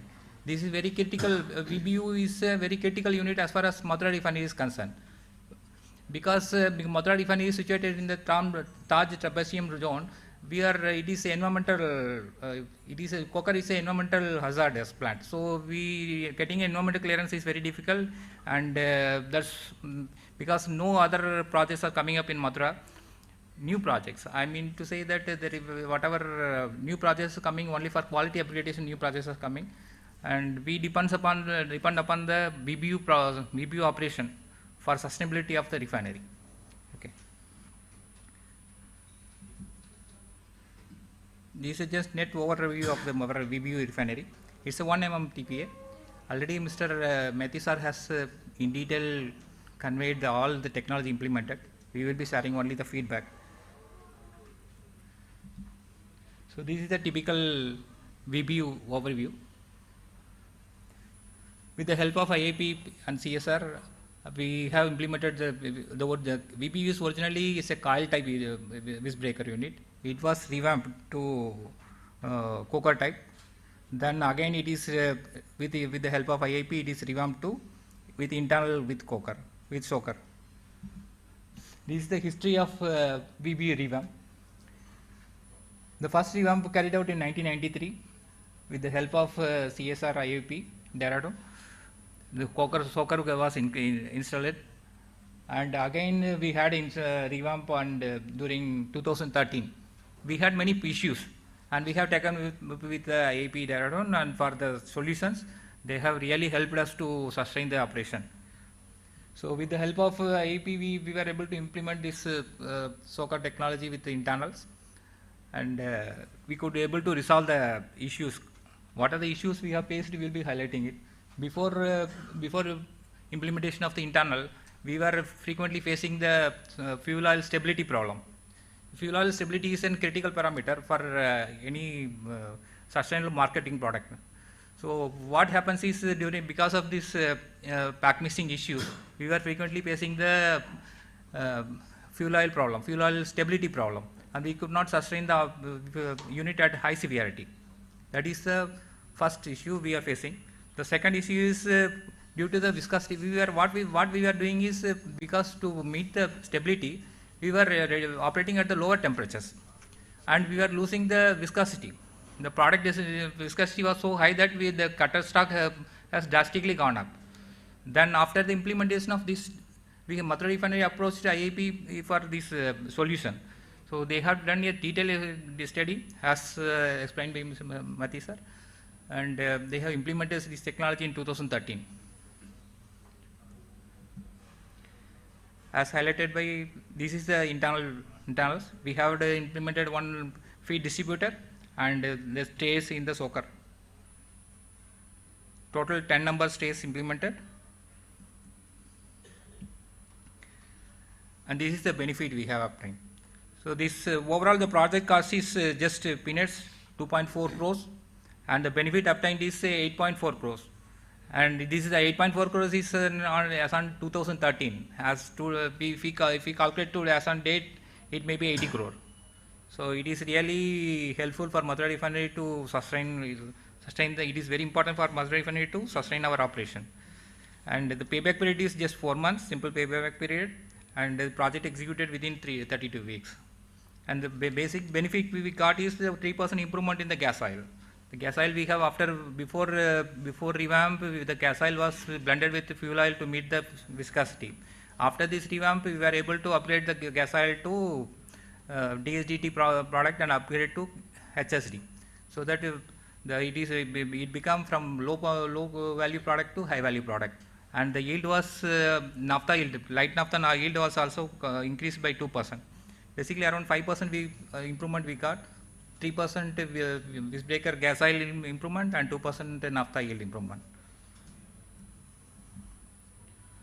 This is the overall summary of the benefit. So before implementing the problem, we had a stability problem. After implementing, the stability problem relatively come down, and we could able to produce on-spec product specification. The other one is the yield. Yield was on the lower side. After implementing this SOCR internal technology, we were able to increase the yield, so from low value product to high value product, and it have contributed to our GRM. The third one is increasing the run length of the coker unit. Basically, as we know, the coker, based on the coker severity, we need to shut down the coker unit for heater decooking every, say, 3 to 4 months, 3 to 6 months earlier. Then after implementing this technology, it has relatively come down. Before that, even after before changing our from coker coil feed to soaker technology, we were every 2 years we were shutting down the further the heater run length has increased from 1 year to 2 year. Before soaker coil technology to soaker technology. After soaker technology with implementation of internals, only cleaning we are doing. Otherwise, there is no issues. Even on sustainable basis, we are able to run the unit for the 6 years. And for with respect to soaker.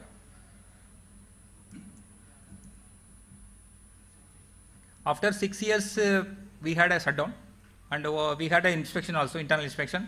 We were able to clean the internals also. There is no major observations. Absolutely it was okay. The trays were intact and the internals was normal, and there is no issue in cleaning of the coke deposited. And overall, Mathura Refinery is quite satisfactory on this technology implementation. We are happy. Thank you. Thank you, Savnaji, for giving overview of after the implementation, what are benefits you are getting. Thank you. So sharing your views on that. So thank you. Now, this technology has also been commercialized at the HPCL Vishak Refinery. So now I request Dr. Sudhir Kumarji to share his view or give the presentation on this. Mr. Sudhir is a BTech in Chemical Engineering and MTech in Refining and Petrochemical Engineering, having more than 18 years rich experience in the field of process engineering. He has also been involved in the detailed process design of refinery units, gas pipelines, and also worked in technical service department at HMEL Bhatinda Refinery. He is currently working in technical services department at HPCL Vishak Refinery. He has process experience on crude distillation unit, visbreaking unit, and CCR, isomerization, FCC, like that. His area of specialization is process troubleshooting, heat exchanger design and rating, process control, optimization, and process simulation. He has been extensively involved in the yield maximization and energy improvement studies in VBU, process inspection of visbreaker unit, soaker internals, and critical equipment during turnaround of VBU. So with this brief introduction, I request Mr. Sudhirji to give the presentation. Thank you, sir. Good afternoon all. I take a moment to express my gratitude to my management, HPCL, and the CSIR lab also, for giving me this opportunity to speak in front of very respected and well recognized dignitaries from CSIR and all my colleagues from IOCL, BPCL, HPCL, RIL. Thank you very much. This soaker visbreaking, to start with, I'll just briefly introduce the Vishak Refinery progress so far, way from 1957 from the Caltex time. Now we are in 2023. We are executing one of the largest refinery projects in India, which is going on in Vishak Refinery, VRMP, Vishak Refinery Modernizing Project. With completion of this project, our current installed capacity of 8.3 MMTPA will be going up to 15 MMTPA. This is a block flow diagram of our VRMP project. What you're seeing is basically the white cells are the new capacities which are going to come up. That includes CDU4 with 9 MMTPA, and we are going to have a full range hydrocracker, VGO hydrocracker, and a residue upgradation facility which will be a LC fining max technology. Currently, the only residue upgrading like MRP, Mathura, we have a VBU, which will be a redundant unit in the future. But to that, till the rough comes, we are continuing to operate the VBU. Our installed VBU capacity is 1 MMTPA. We commissioned in the year 2002. The licensor is EIL. And then we have done a major modification in year 2012 by introduction of this. Our original design came with the soaker drum. So in 2012, we have installed the internals as part of this study from IIP and EIL. So this is the process block flow diagram. We have a VBU, feed drum, and the heater, and then the soaker vessel, which is part of the original design, and the main fractionator. Our main side cuts are the VBGO, which we part of it use it for blending in bottom VB tar to make VBFO, and the overhead is VB naphtha, LPG, and off gas. So in year 2012, we have installed the soaker internals. This is the only modifications we have carried out at that time during TNI. And there is no other change which we done. So we have installed total 9 number of trays in this soaker drum with 27 CUs on each tray. And from bottom up, we have these hole sizes are changing. This is as per the design what we received. The tray metallurgy is SS410. The benefits of soaker internals. was to improve the yield by reducing the back mixing, maintain the temperature profile across the soaker drum. Prior to this soaker internals, we were facing a temperature variation across the axial as well as radial. So with that as a problem statement, we approached IIP and EIL, and then they proposed these internals. And because of this variation in temperature profile, and as we understand that because of the back mixing, we are observing heavy coke formation in the soaker vessel whenever we are trying to open up during the TNI. And the TNI used to get extended beyond the planned period. And with that problem statement, we approached EIL and IIP to see what can be done to reduce this coke formation in the soaker drum. And this is the solution which we got and we installed in 2012. With this installation soaker drum also, we could increase the COT of the soaker heater, which helped us to increase the severity and maximize our distillate. Based on this study, this is the outcome of that study, which shows that because of increased COT, we are going to get a higher naphtha yield from the current original design. We were also getting higher gas oil yield from the original design and a low VB tar yield. And the capacity we are not changed during this period. This is a comparison of a design and actual based on the test run which we carried out. We saw viscosity reduction of almost 17.1 for the feed viscosity of 1438 CST. These are some operating parameters during the test run period. As you can see, with a lower COT itself, we could able to achieve the higher viscosity reduction during the test run period. This is a yield comparison between the time frame before the soaker internals and after the soaker internals.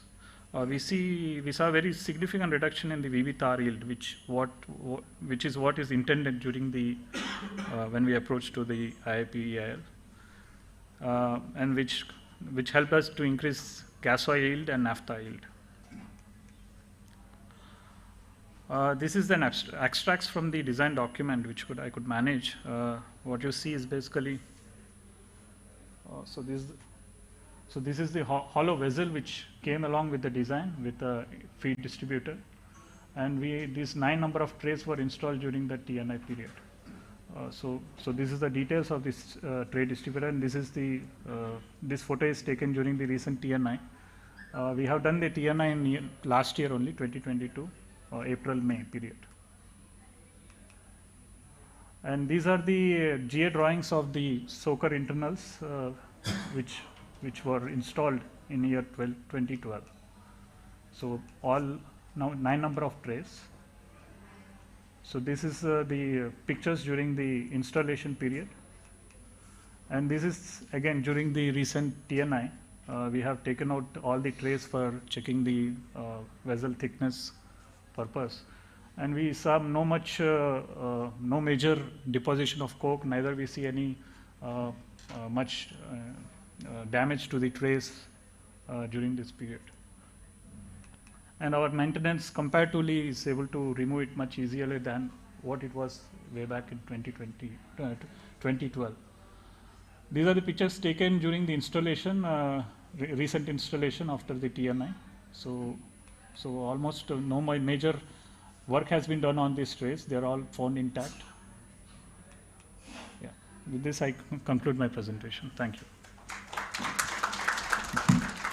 Thank you, Mr. Sudhir, for giving the very nice presentation, and we are very happy to learn that IIP's technology is working very well in the refineries, and refineries are getting benefits in terms of the yields and others. So now I request Dr. Garg to give the specific comment on this commercialization of this technology. Thanks, Manoj. See, although we commercialized it in 3 refineries, but as you would realize that the first one is always the toughest. And actually, when I joined IIP in 1998, this work had already been completed under the funding of CST. And Professor Pandit from UDCT and his team was also involved with respect to the gamma rays, the calculation of the back mixing and the Peckley number, as well as BARC in terms of putting the radioactive dye. So actually later on we wanted to commercialize it, and actually it was in a conference where I met Mr. Mahesh Lal, MB Lal, who was chairman of HPCL at that time. And he was just about to retire in about a year's time. And I asked Mahesh, that's what his first name was, that please give IIP a gift before you retire. And Mahesh owed IIP something about some work that we did for HPCL Mumbai refinery. For some funny reason we did not get recognized, so he owed something to IIP for that beautiful piece of work that we had done for them. And so he said, okay, let's do it in Vizag. And that's how it started. And then Mathura, there's a different story. M.K. Padia was actually the ED of Mathura refinery at that time. And it's very interesting. He said, Garg Sahab, aap aiye. Those of you who would have actually ever dealt with M.K. Padia, is a very rough and tough guy. And he said, no, तुमको आना पड़ेगा, तुम्हारे बगैर कुछ नहीं होने वाला इधर. So actually there was a wedding in Gwalior, personal wedding. So I went there. I told my family, you better go to Gwalior, I'll stay put in Mathura. While presentation दिया, फिर meeting के बाद बोलता है पैसा कितना चाहिए. मैं कहा लो कैसे EIL is involved. So he called up G.D. Goyal. G.D. Goyal was director commercial at that time in EIL. And half an hour, the deal was negotiated completely. So that's how actually Mathura happened. And then of course it was R.K. Ghosh who took the initiative for Haldia. So each commercialization, by the way, has a story behind it in terms of how you do it actually. But we need some luck as well. Okay, thank you. Thank you, sir. Thank you very much, sir. Now we move towards the second presentation, and this presentation is the development and commercialization of sweetening catalyst for the LPG and light state and naphtha. So there are three speakers in this. From IP side, Mr. Sudeep Ganguly; from BPCL side, Mr. Vivek Rathore; and from Lona, Mr. T.M. Savan. So in this we would like to hear first from the user industry. So I request Mr. Dr. Vivek Rathore to come over here and give the presentation. And Dr. Vivek Rathore is the Deputy General Manager at BPCL. He joined BPCL in 2006 and currently holds the charge of Deputy General Manager. He is a chemical engineer, holds PhD degree and MS Chemical Engineering from IISc Bangalore. He was on deputation to MOPNG as an expert and consultant for 3 years, wherein he was involved in the rolling out of biofuel program on pan-India basis, exploring alternative fuels, preparing roadmap and policies, etc. His research interests are new product development like LPG sweetening catalyst, next generation BMCG, solvent DAT production, commercialization, Lopes catalyst development and commercialization, resid upgradation, crude oil evaluation, etc. He holds many patents and publication in these areas and received the prestigious CST award for development, production and commercialization of de-aromatic solvents.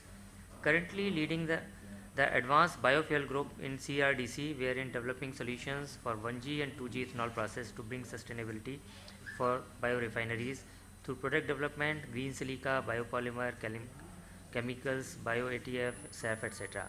Now I hand over the mic to Mr. Rathore. Thank you, Dr. Manoj. Thanks for nice introduction. So whenever I'll give the presentation, it always lies either pre or post lunch session. So it is always heavy to digest any presentation. So I'll make this presentation very light so everybody can digest it. Okay. So this is I'm going to here giving the presentation of development and commercialization of LPG sweetening catalyst. I will present an overview, followed by me. Dr. Ganguly will present the Middle East case, and one of my colleagues from the Lona industry. He will give the brief towards the production approach for the LPG sweetening catalyst. So before I'll start, I'll especially thanks to IIP for giving us the opportunity to put our views and our experience, how we have used this catalyst in our refinery. Thank you. So before I'll start the outline of my presentation, I will start with BPCL R&D innovation. So I'll give some sort of introduction of our R&D center, what is our approaches over there, and what sort of R&D is being evolved in current transition phase of energy.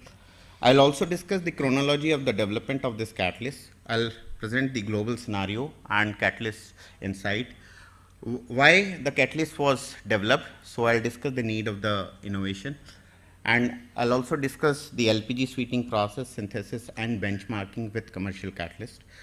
Also discuss field trials and commercialization, offerings, awards and accolades. So just to give a brief, we have 3 refineries in India, Bina, Mumbai and Kochi. Okay, and we have 100% marketing rights for NRL. If you understood that, we have a 2 R&D center, one is in Mumbai and one is in Greater Noida. So the Greater Noida one is established in 2001, and here we basically leveraging R&D, new business and novel technologies. We have an old R&D center, which is Lubes R&D center, established in 1983, and it's in Sewri, Mumbai, and it is leading, basically we support to our lube business. If you see the R&D overview, as I already explained, we have 2 R&D centers. We have more than 150 patents we have filed, more than 80 patents have been granted, and we have a more than 200 plus research publication, and we have contributed more than 10 plus scientific chapters.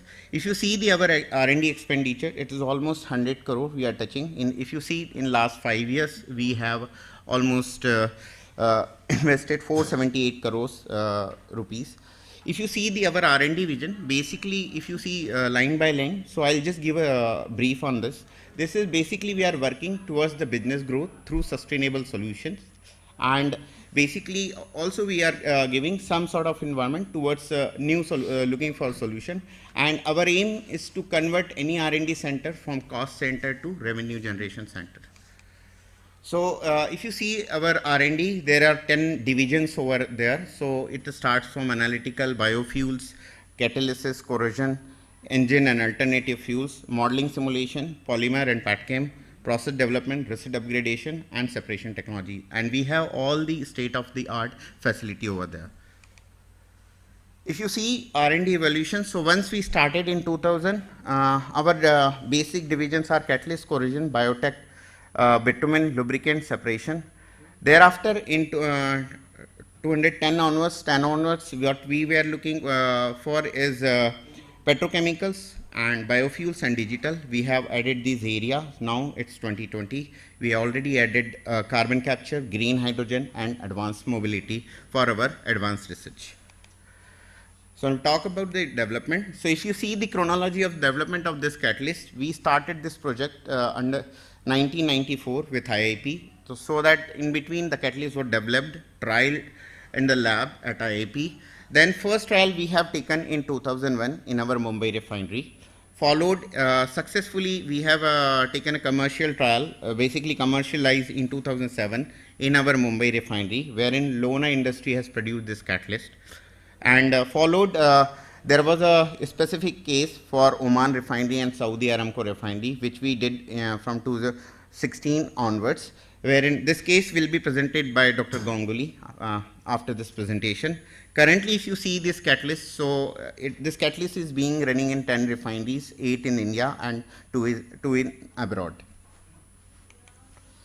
So if you see the global scenario, if you find it out, total catalyst market is 120 to 150 tons per annum, wherein India's market is 3 to 5 tons per annum.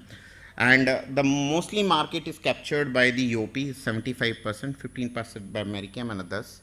If you see this catalyst, basically it's a thiol oxidation catalyst. So metal thiocyanine are the basically catalyst active ingredient. But however, though it's a metal compound, it has a limited solubility, so we need to derivatize this one into that so that it is soluble and give the performance. So that worked by the amide group. And finally, we have invented, IIP has invented this catalyst, is cobalt phthalocyanine sulfonamide. So what is the need? Here we are basically, the market was captured by the UOP only, so we wanted, and it's completely imported catalyst, so we wanted to do the import substitution. Monopoly, we need to break the monopoly of the single supplier, and to capture the demand, because we are processing more and more sulfur crude, so that we can cater the market. And this catalyst will be used in our Mumbai refinery, so it was our need as well, and there was environmental concern regarding mercaptan content, and we need to look for the newer solution for it. So you know, simply we know LPG sweetening process. There are, if you see, there are major three sections. Basically, one is pre-wash, extractor, and oxidizer. So these reactions happen. First, mercaptan will be dissolved. First, this LPG comes here, wherein we through pre-wash we remove H2S, because H2S should not be breakthrough in an extractor here. Okay, and then in extraction, first mercaptan will be dissolved into NaOH, and it sodium mercaptide will be produced. Followed by this will go into the oxidized stage, wherein it was oxidized and converted into the disulfides. And these disulfides we will go in here and we will separate it, and whatever the regeneration of this NaOH will come back to again extractor side. So always we maintain, like in normal in refinery operation, we maintain 7% towards the extraction section. We maintain NaOH concentration 7%, and the towards this oxidizer this time we maintain 14% NaOH concentration. This is the innovative catalyst what we have there. There are many steps are involved, and this catalyst finally what we got it is in a powder form. So whenever it is powder form, then it needs to be dissolved. So properly using NaOH water and some dispersing agent, we dissolve it, and these are the specification what you see. Here the specification of this catalyst over here. And if you see the actual features of this catalyst, it is superior in activity and comparable, better stability. Shelf life is more than 3 years. No additional investment is required. It is applicable for the conventional what UOP is offering, and otherwise it is also for the films sweetening units. And much lower consumption rate. I will discuss how much it is less, and competitive price. So it is almost 40% cheaper than the UOP price. So just to benchmark our catalyst, we have just compare our this BPCL IIP catalyst with commercial catalyst. We have just did it. So we have prepared a liquid solution in a lab studies, and we compared it. Herein we are able to produce the similar sort of conversion in 21 this thing, and wherein commercial catalyst takes almost 47 this thing. If you see the conversion and see the time, so our catalyst takes a very less time compared to the commercial catalyst. So it is here in this, and if you go toward the stability, it provides the better stability in the lab scale, and it is already demonstrated during the trial runs at Mumbai refinery and other refinery as well. So we have developed this catalyst through successful trial runs at BPCL Mumbai, RIL Jamnagar, and MRPL. So I was involved directly in all these trials over there when I was joined a company. And yeah, this catalyst is economical. It has because it's cost, as I mentioned, the normal UOP catalyst is 12,000 rupees per kg, and it would be around 6,400 or something like that. Less consumption, if you see, and our trial all are stating that our consumption is almost 40% less. We are able to maintain the sulfur level less than 20 ppm whatsoever the high concentration of mercaptans in the feed. Whatever the LPG product is generated, it is good for the propylene recovery unit. No investment for any plant modification is required, and it is suitable for fiber film sweetening technology. This is the success story. As I already mentioned, 10 refineries are already using. Two from Aramco, two refinery, Aramco and this Oman refinery. Others are Indian refinery. This is what it offers, straight away 50% cost reduction, and it offers import substitution, which is Atmanirbhar Bharat. And we can give the troubleshooting and any sort of technical support. If you find any difficulties, IIP team and BPCL team is ready to give the support. BPCL normally receive the license fee. IIP also receive the license fee and recurring royalty. Expected shoot up in a catalyst demand, we can able to address, and we can in-house produce this catalyst. Refineries are using, license can be given to abroad parties. Even in fact, we are trying to loop up many channel partners for that. The next, what we are looking for is, currently we are working, because the thing is the most crucial is Caro-Marox catalyst development. So we are working, and we are continue our journey with IIP. And market is growing, that's why we wanted to involve other channel partners, okay, so that we can do the technology tie-ups. So there are awards. So 4 awards this catalyst has been received: CSIR Technology Award in 2007, DST Award in 2010, Innovators Award, Ocean Tech Award in 2008, and most significant, CSIR Technology Award in 2015. Thank you. Thank you. Thank you, Dr. Vivek, giving a very nice presentation on the benefits of this technology development. So thanks once again. Now I request to Professor Sudeep Ganguly ji to give the presentation on the second part from the IIP side. Now there is one humble request from the IIP colleagues.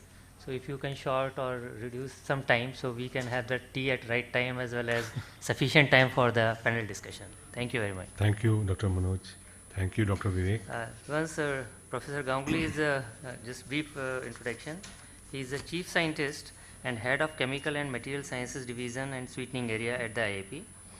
He has more than 25 years of research experience in the area of mechanistic kinetic studies and novel material development applicable to refinery desulfurization processes. His present research interests involve catalyst development for desulfurization of lighter and heavier petroleum fractions and novel hydrogen-free desulfurization technology. This is a new area. Professor Ganguly has 43 research papers and 7 patents to his credit. He had received most significant CSIR Technology Award for the planned period, that is the Technology Development and Commercialization of LPG Sweetening Catalyst, THOXCAT, during 2005. So thank you, Mr. Ganguly ji, and I hand over to the Professor Ganguly for the presentation. Thank you, Dr. Manoj, for the introduction. And as mentioned by Dr. Vivek, my colleague from BPCL, I will be focusing on the efforts IIP, BPCL and LONA has made to commercialize this catalyst in the Middle East. It started way back in 2015 when Dr. Garg was there, and it started with ORPIC in Oman. So the idea was that after having commercialized in more than 25% of the refiners in the country, IIP BPCL thought of diversifying and moving ahead with the Make in India initiative outside the country.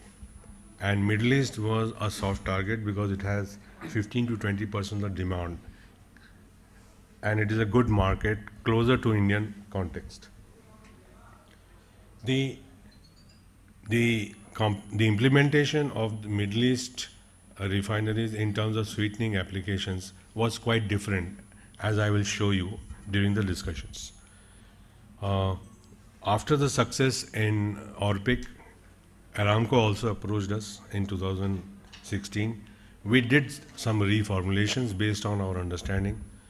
2018, Aramco took a serious trial with the reformulated version, and by 2020, with 2 years of rigorous trials, it finally accepted our catalyst in 6 of their units for regular consumption. So, moving on, this is a snapshot of the performance of the catalyst when we had trialed it in ORPIC. And as you can see, even for higher loading of mercaptans, it performed better than the earlier commercial catalyst being used. But the story is not all about the activity. in the refinery configurations which treat mercaptans in the Middle East, the configuration is slightly different. Even though our consumption pattern was almost 50% that of the commercial catalyst which they were using, there were issues, and the issue is known as carryover. So they reported that there was a carryover issue. Then we had to look deeper into it. Even IIP and BPCL team visited them to see what was the problem. So apart from the general criteria of acceptability of these catalysts, which includes LPG product specs, which includes the mercaptan levels in the regenerated caustic, and the consumption pattern in terms of the kgs of the catalyst per month, the two important factors which were being demanded by Middle East refiners was the carryover tendency, and the second one was reduction in caustic discharge. So these are the two additional parameters which needed to be handled. Now, what is carryover? Carryover is basically the entrainment of liquid downstream to the downstream equipments, which is not acceptable to them because of the environmental reasons. Now, the parameters which affect this are basically foaming inside the oxidizer and its carryover to the downstream equipments through the disulfide stack top. So we went in and saw the trials in Middle East and found that normally the oxidizers in the Indian context has one rich caustic stream being introduced to the oxidizer for oxidation. But in the case of Middle East, these streams may be multiple, and which was there, we had two streams. And these two streams have high mercaptide loading plus variation in the load. So the combined stream which was entering the oxidizer could reach as high as 25,000 ppm at times. And that probably caused the foaming, which was leading to the carryover tendencies. So, looking back at the process diagram, which Dr. Vivek also showed, the oxidizer entry is single in the case of most of the refineries, including that in India. But in the Middle East case, we had two rich streams being introduced into the oxidizer. So that complicated the process. That also led to higher mercaptide loadings as well as variation of mercaptide loadings during the day. So this aspect of foaming and carryovers were interrelated, and we thought of a root cause analysis to see how it can be controlled. The result of high mercaptide loadings causing foaming resulted in lot of rejection of batches being supplied to the Middle East at that time. We thought probably we can improve the mixing pattern at Lona, so we visited them. We tried to improve the mixing pattern, we changed some parameters. Sometimes it worked, but in many cases it did not work. So we thought of now rigorously trying to understand what is the reason behind it, and moving forward, we thought of doing a serious root cause analysis in terms of machines, methods, materials, mother nature, manpower and measurement, which is known as a 6M approach, which not only included looking at the synthetic process steps, but also the process steps involved in the operational conditions which might be leading to foaming. So after we discussed the matter, we visited ORPIC, we discussed it with BPCL also. We went in for a holistic approach which not only looked at the formulation but also looked at parametric optimizations, and also, if required, a change in the additive. So that is how we proceeded.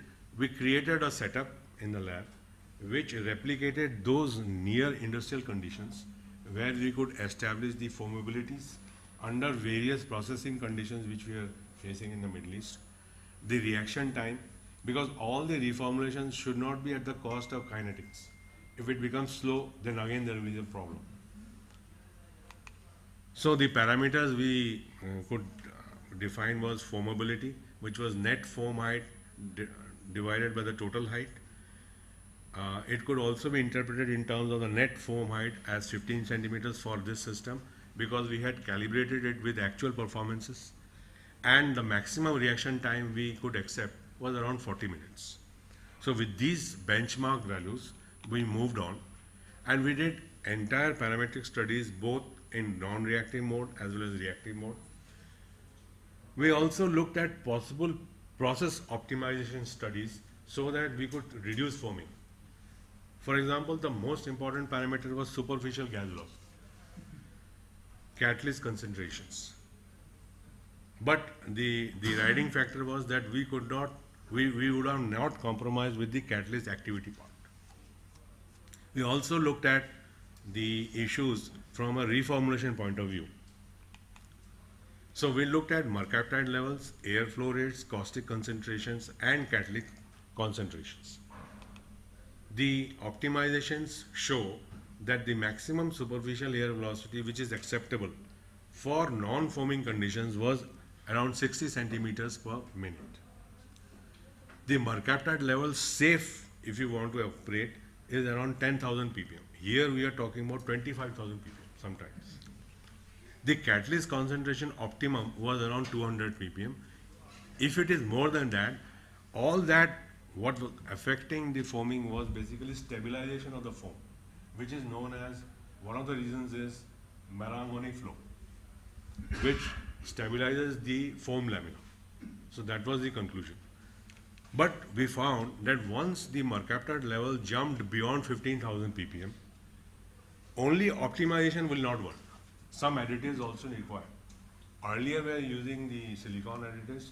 This time we also tried other additives, which I will show. We found that, now here I'll also mention that by this time, Dr. Anjan Ray had taken over. He had a background in additive chemistry. He suggested that why not, Sudeep, you try these methods and these materials also. So we got those samples. We did a rigorous analysis in terms of foamability and reaction time. And we found for high mercaptide regions, polymers were acceptable and better performing. So that is the time we selected and changed the formulation. We scaled it up and supplied these samples to Aramco. And this resulted, this trial happened for almost 2 years, and in 2020 they accepted it. But because Aramco is a big consumer of these catalysts, we thought we should also have a standby plan of having another formulation ready. In case one of the polymers is not available, we should be having another alternate polymers. So BPCL also agreed to this, and we started developing and searching for another reformulation, which we have recently done and is presently under trials at KR. Probably in a month or two, we would know it is performing to that level or not, so that at least one more reformulation is ready for the market for supply security. So this is how it looks. After you have reformulated, you can see a clear difference in the foamability, where the dotted line shows the acceptable level and the uncontrolled foamability is shown going much higher. After the addition of the polymeric additive, you can see it is well controlled once you have optimized the dosage. So the results of Aramco also were shared with us in 2020. It showed that the caustic discharge reduced by 20%, and the consumption was around 50% of what they had earlier. And they also had no issues of carryover during that trial.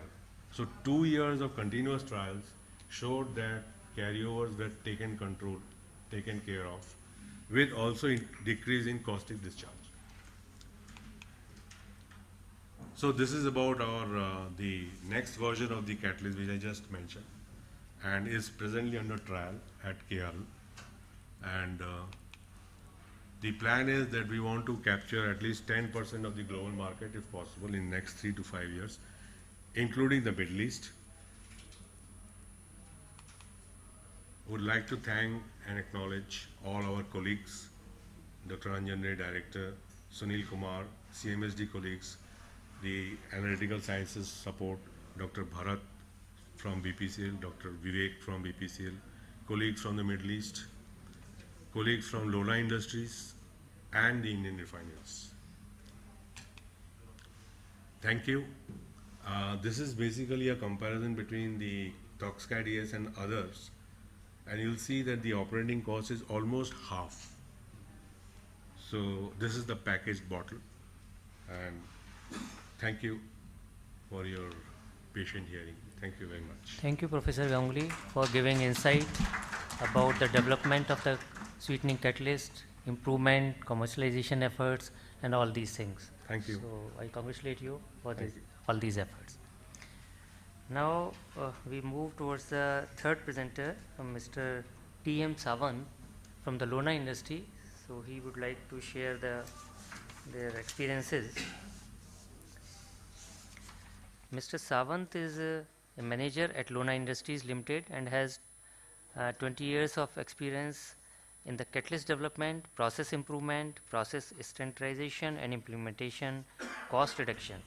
He also looks after regulatory and compliance activities. He has experience in various processes like chlorination, nitration, sulfonation, reduction, rearrangements, acetylation, distillation, rectification, etc. So I request Mr. Sawant to kindly proceed. Thank you. Good afternoon to all. First of all, I would like to thank CSIR-IIP for give us the opportunity for a presentation on the subject of catalyst, which they develop and which we produce on plant scale with help of them, and thus allowing us to be a participant in this auspicious function. Before proceeding for subject of catalyst, I would like to give introduction of Lona Industries and how this company became a producer of catalyst Toxcat ES. Lona Industries Limited has been started in 1962 at Lonavala near Pune, and in 1968 it shifted to Rasaini at present location, which is about 30 kilometers away from Navi Mumbai.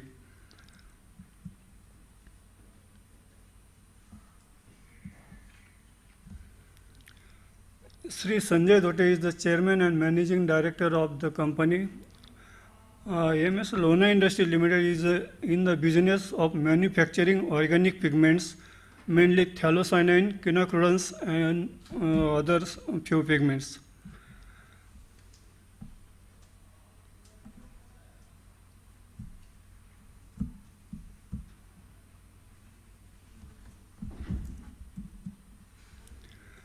These are the product range. We produce copper phthalocyanine crude, copper phthalocyanine blue, beta blue, alpha blue, copper phthalocyanine green, quinacridone.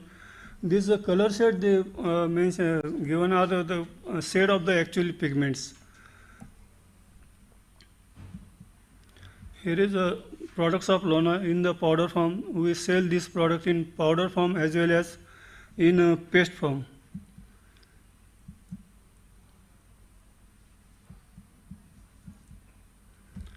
Out of our total production, 70% quantity is exported to various countries across the globe.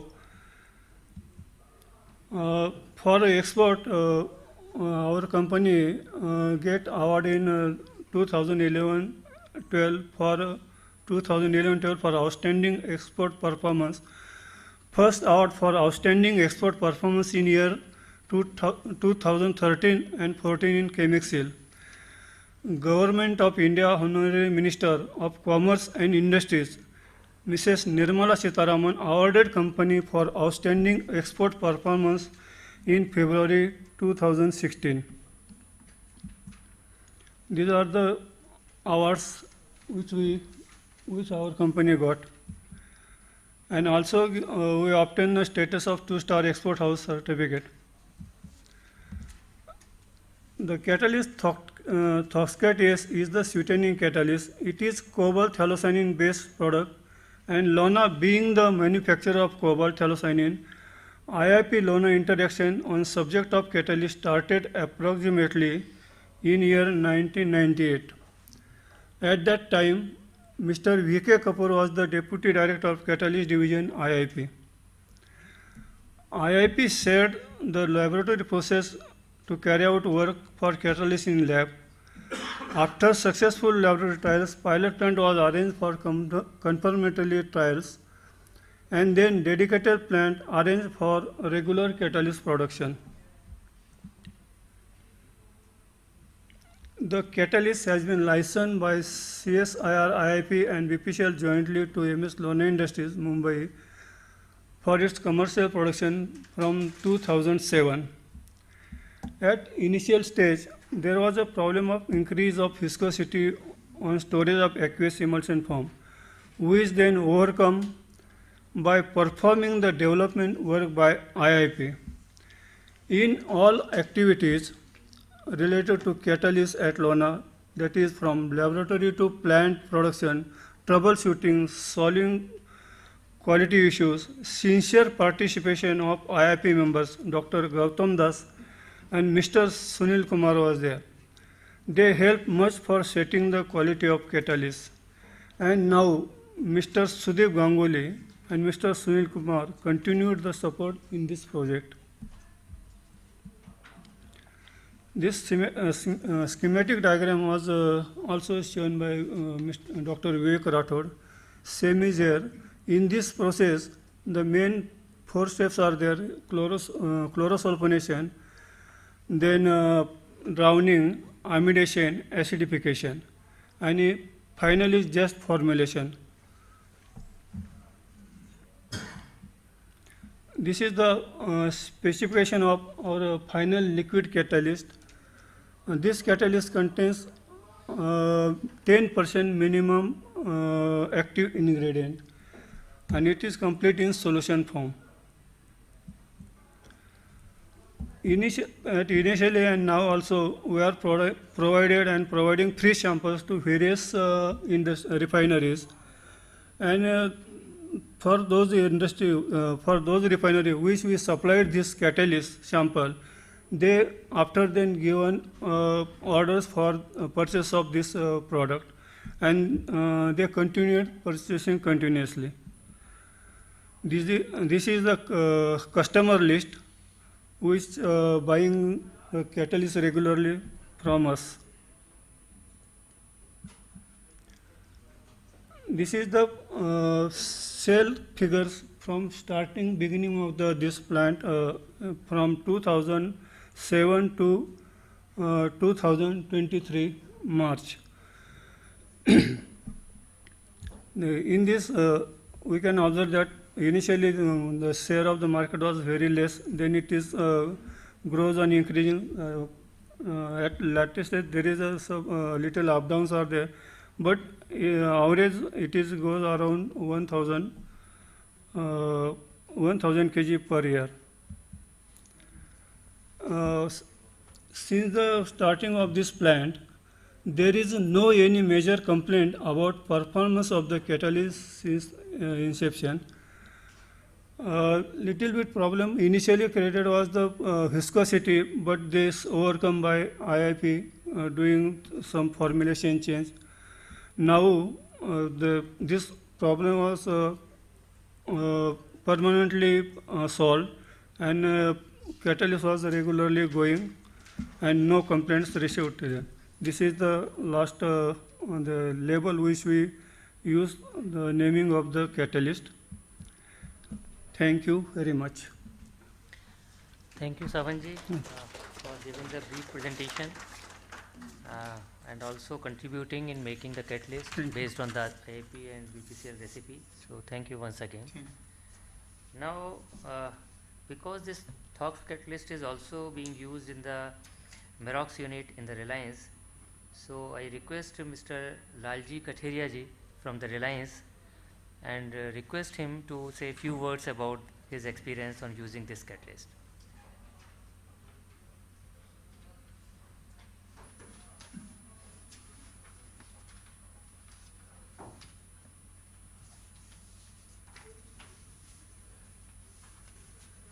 Yeah, good afternoon, everyone. Thank you for giving this opportunity to share the experience on Thoxcat. Yeah, Reliance is mainly 100% diverted in this IIP based Thoxcat in all the 5 Merox unit. 3 are in old refinery and 2 in new refinery, and absolutely working fine, and cost is almost half, and right now we have totally stopped the using other vendor catalyst. And yes, initially there was a issue of foaming during the startup time when the changeover of the catalyst, and Dr. Garg sir has tried a lot along with the Katre sir, and this problem got resolved in shorter time, and now continuously we are using. Thank you very much. Thank you, Rajesh. I again congratulate Professor Ganguly and his team for this excellent development. Now we are moving towards the third presentation on the food grade hexane technology. Manoj, my only suggestion is that I've been waiting for this opportunity for our representative from Lona industry here. Yeah. So, since I was actually one of the signatories of the agreement that we signed with Lona, there was a clause in that agreement where in every package there has to be a mention about license from CSIR-IIP on the other side of the carboy. So I think Lalji would subscribe to, I mean, whenever I have been to Jamnagar and whenever I went to Merox unit, it was always my passion to see what catalyst they had. And it was always a matter of pride to see IIP catalyst being added. But the thing is, there's only one label. On the other side, as per our agreement, there should be a label which has been specified by CSIR. So I think since Mr. Sawant is here, I had actually mentioned it to Anjan about about a couple of years ago. So I think this is something which should be done, Sudeep, because this is as per the agreement and as per CSIR's requirement. Thank you, sir, for pointing out this point. No, I think we will go and request and also check it. Okay. Oh, I check it all the time in Jamnagar. Because we send the message to them and they said they will ensure, so but we will again pursue. Do the follow. In fact, I was in Jamnagar last week and I told Lalji that I would like to see how the catalyst is added for some other reason. Okay. But whenever they bring the carboy, there is no label about CSIR-IIP. There is no mention. This is wrong. Now the mention of IIP BPCL has to be there on the cargo. On the other side. Because every dispatch I will personally not so this is the work of our tracking department. Please ensure this because this is a very important requirement. There is a label on one side, but the other side is empty. I mean, there is no label. And as per the original drawing in the licensing agreement, there was supposed to be a label of Lona on one side. On the other side, there should have been said that under license from CSIR-IIP. Yes. It is actually IIP BPCL. All that, yeah. Actually, for some information, all other petroleum industry we supply under this name. But for Reliance, I think they is also can get catalyst like this. But kindly see this. And then we can take feedback from Reliance. So I can give you feedback anytime. So this is serious. I mean, this is important. Thank you, sir. So now this is the third presentation on the technology presentation, that is the food grade hexane technology. So I request Dr. Sunil Kumar to give the presentation. Dr. Sunil Kumar is a senior principal scientist at IIP. He is a chemical engineer and he is working at IIP since last 13 years. His research areas are the process simulations, design and engineering, process scale-up, process integration, pinch analysis and development of energy and capital efficient separation processes.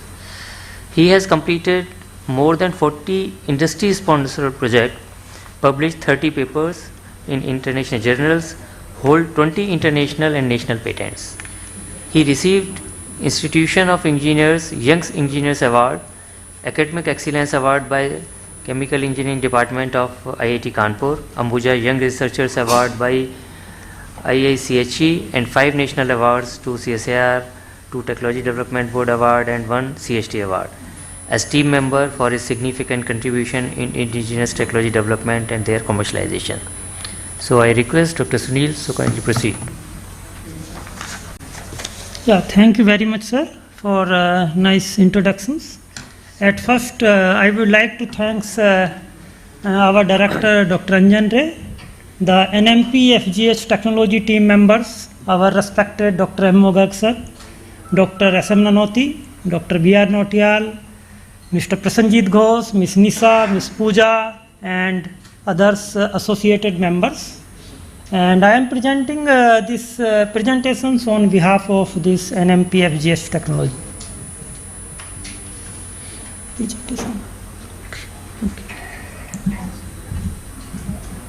So in this presentation, basically we will discuss some brief about background, and then what is our CSIR NMP FGH technology, brief background for NMP FGH technology implementations at CPCL, and some new developments in FGH and PGH technologies at CSIR-IIP. So basically CSIR-IIP has niche expertise in extraction of aromatic from the refinery streams. Several solvent extraction based technologies are already commercialized and developed in the collaboration with EIL or some operating refineries, and these are basically our major solvent extraction technologies which has been commercialized in India. And basically the journey started from if we see in the BTX itself, we have commercialized technology in BPCL Mumbai, BPCL Kochi refinery, and the basically latest one is our BRU, benzene recovery technology at Reliance Jamnagar. In case of the specialty solvents, we have commercialized 3 technology, and in case of lube, we have basically commercialized 6 technology. And the latest technology is basically our de-oiling technology at NRL.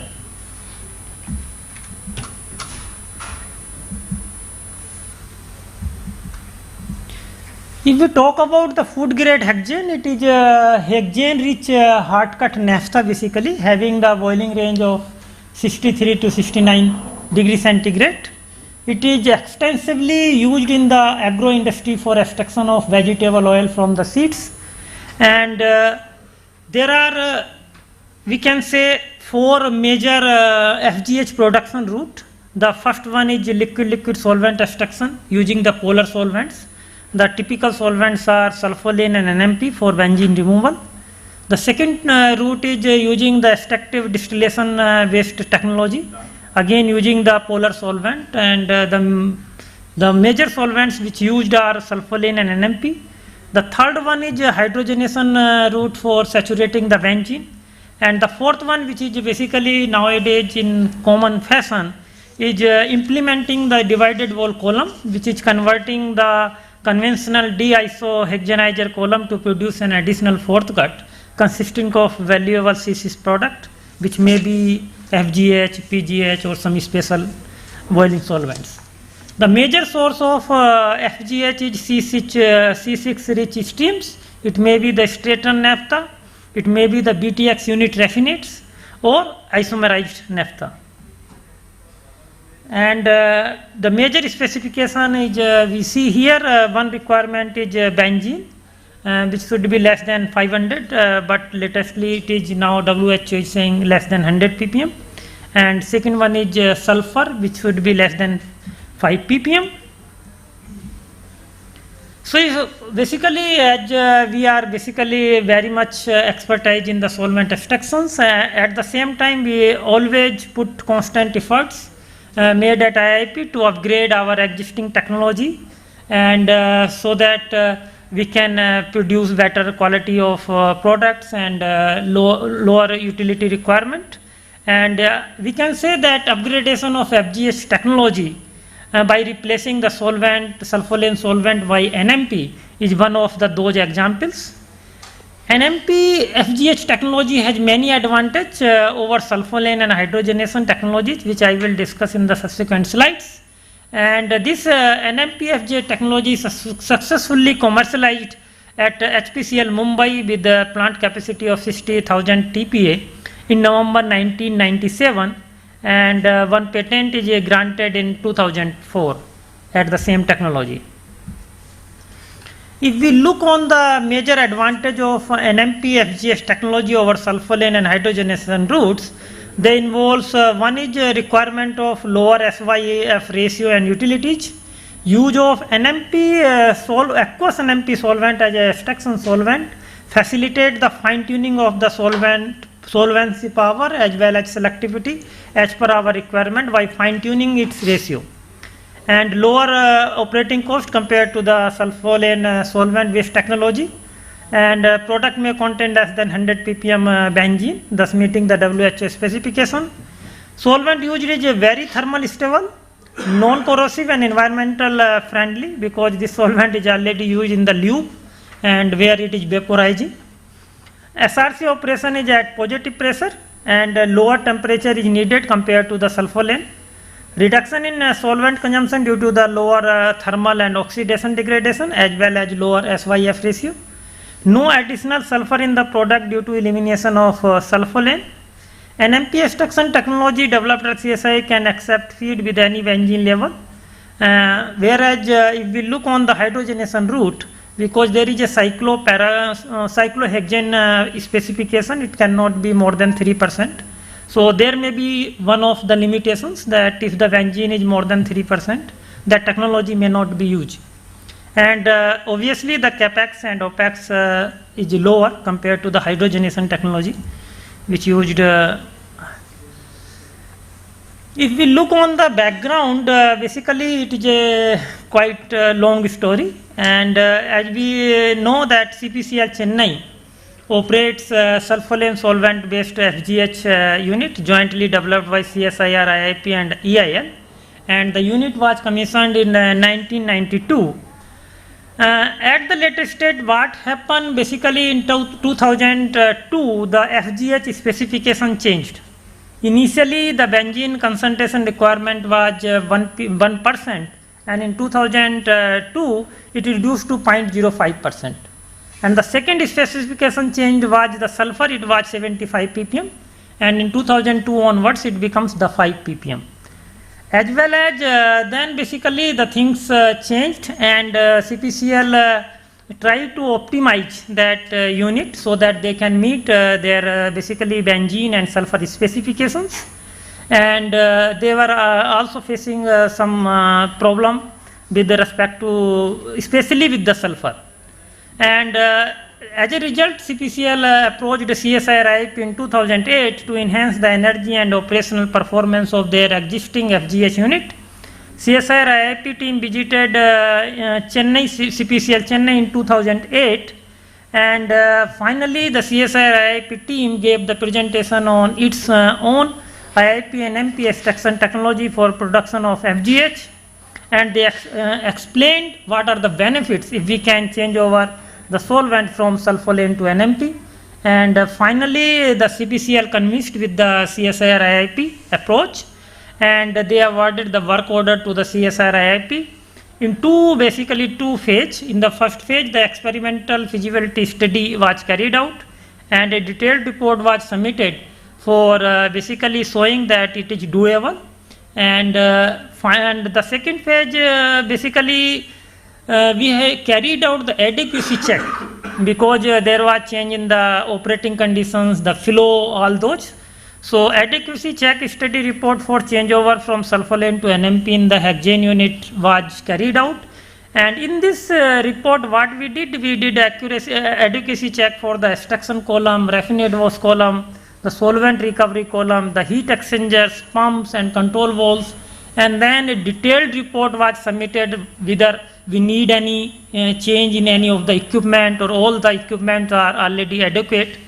So the major finding was there was no new equipment and no change in the equipment were needed, And we also prepared the standard operating procedures, the sampling schedule and lab analysis schedule table, and all the documents were submitted to the CPCL for changeover in 2001. Interestingly, when we were doing the adequacy check, there was one scientist, Mr. Premkant Negi, who joined us from the EIL.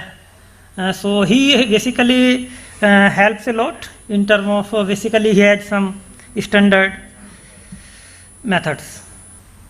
If we look on the chronologically, on the basis of the IIP study reports provided to the CPCL, a test run to change over of solvent from sulfolane to NMP in FGH unit was planned from 27th June to 1st July 2011. And these are the brief. Basically, the first day we had a meeting with the CPCL team, process engineering, manufacturing and quality control. And we discussed the test run strategy, what the lab testing we need, how the sample will be taken out, how the analysis will be carried out. Everything were finalized, and we also finalized the starting process conditions and specified that we will move like this and what will be the major parameters. Although there were a lot of challenges, the first challenge even we were not getting feed to this unit because there was some problem in the CDU itself. The second challenge came, their LSRG caustic was not working, so sulfur was more. And third major challenge which I am able to remember, that there was one leak in the SRC revoiler and our NMP got 50% water.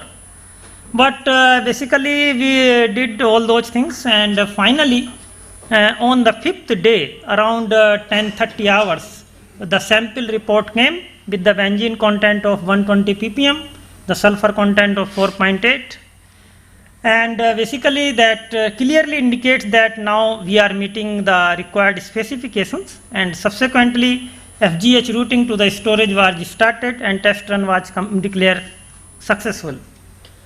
Later on, basically CPCL presented one paper in RTM with what are the saving we got from this study, and they mentioned that they are getting around 109 lakhs per annum due to the reduction in steam consumption and makeup solvent.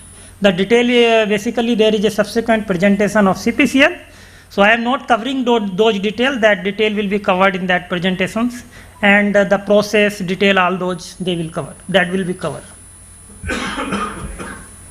If we look in this technology, basically we have developed a new solvent extractive process for simultaneous production of polymer grade hexane, the benzene content less than 10 ppm, the food grade hexane, benzene content less than 100 ppm, and pure, almost pure benzene having the purity of 99.8%.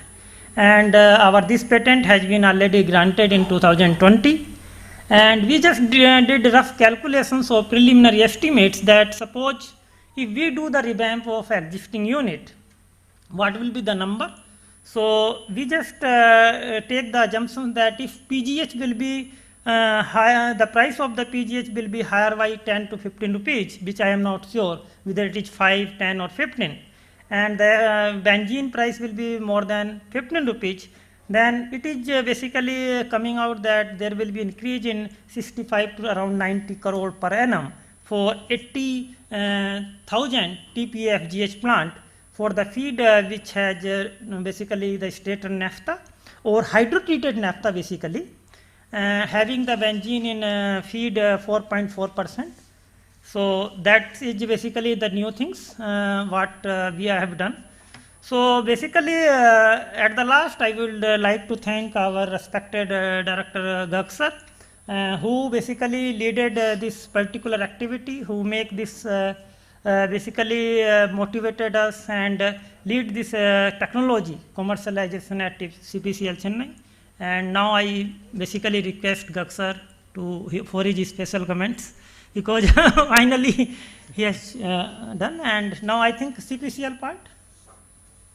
Okay, thank you sir, thank you all. So thank you Dr. Sunil for giving a nice presentation, and now I request Chandra Prakash Reddy ji from the CPCL to give a presentation. Virtual? Okay. Can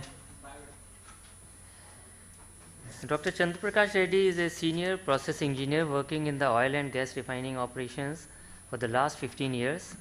He has experience in the successful commissioning of the delayed coking unit at the CPCL refinery. Also, he has wide experience in oil and movement operations and other plants like propane deasphalting, NMP extraction unit, MEK toluene dewaxing unit, and food grade hexane unit. Currently, he is working in the technical department assisting the delayed coking unit and sulfur recovery unit operation along with PDA, NMP, MEK, food grade hexane unit operations. He is a chemical engineer from the PITS Pilani, Rajasthan. So now I request to connect this link for the online presentation. So I request Prakash Reddy ji to give the online presentation or sharing your views.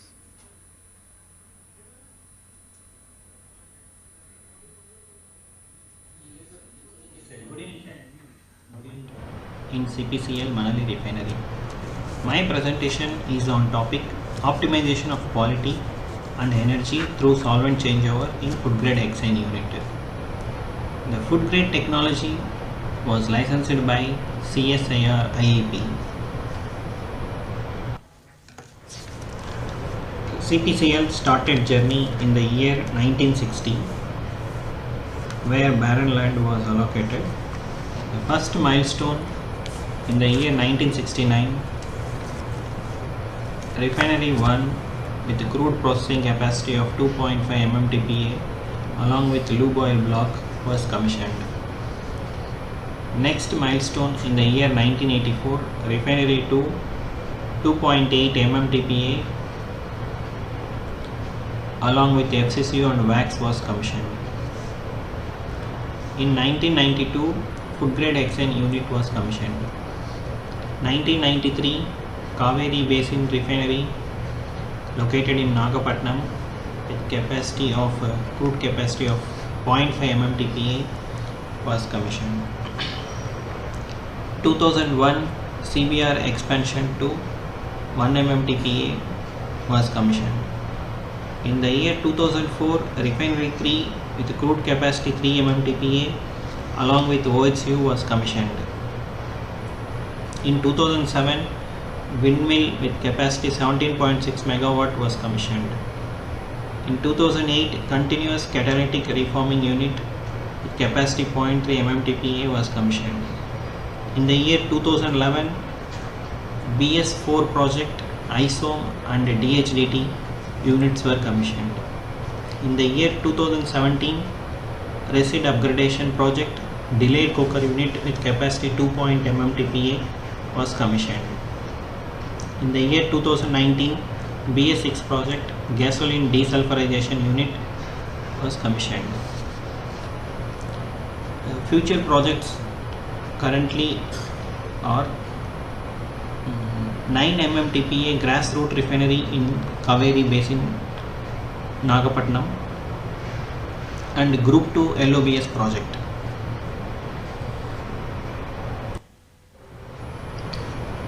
This is the CPCL refinery integration chart. Major products are listed here. Among them, CPCL marketing products are hexane, sulfur, coke, propylene, polybutylene feedstock and MEK feedstock. Rest of the products LPG, MS, naphtha, diesel, ATF, kerosene, Group 1 LOBS, FO, asphalt will be marketed by IOC. Food grade hexane. How it is produced? Full range naphtha from crude 1 is routed to naphtha splitter. From the naphtha splitter overhead stream, which is C5 minus and less than 90-degree cut, further routed to Marox unit for mercaptan removal. Again it is routed to splitters 1 and 2 where raw hexane is produced. Raw hexane further sent to aromatics extraction section where food grade hexane is produced. Why food food grade hexane is produced. It's high priced product used as solvent in edible oil industry and in paint, rubber and pharmaceutical industries. Food grade hexane is value added product from naphtha. Price difference between naphtha and FGH is 2000 rupees per metric ton, and it is a valuable revenue generator. Food grade hexane unit design capacity 25,000 tons per annum of FGH production. It's commissioned in the year 1992. There are two sections, splitter section and dearomatization section. Splitter section is open art technology and dearomatization section, it is IIP technology using sulfolane. Feed specification: sulfur less than 75 ppm, aromatics 5%. Product specification: food grade hexane specification, sulfur less than 75 and aromatic 1%. FGH unit process flow diagram. Merox treated light straight run gasoline is received in feed surge drum and then pumped to first splitter, where less than 63 is collected from overhead and will be sent to naphtha pool, and first splitter bottom is pumped to splitter 2, second splitter, where greater than 70 is pumped to naphtha pool, and raw hexane will be collected 63 to 70 degree cut and received in raw hexane surge drum. The raw hexane is then sent to dearomatization section. Dearomatization section consists of extractor, raffinate wash column and solvent recovery section. Raw hexane is sent to bottom of the extractor and solvent comes to top of the extractor.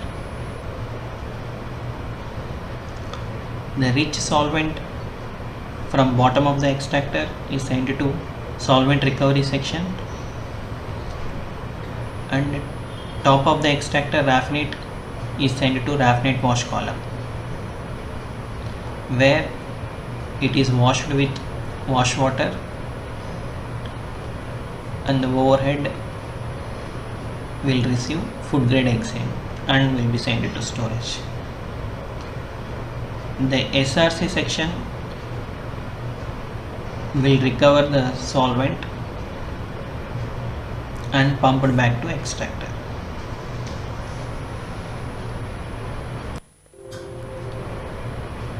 Food grade hexane specification: previous 1966 and existing BIS spec 2002. The major difference is aromatics came down to 1% to 0.05, which is 500 ppm.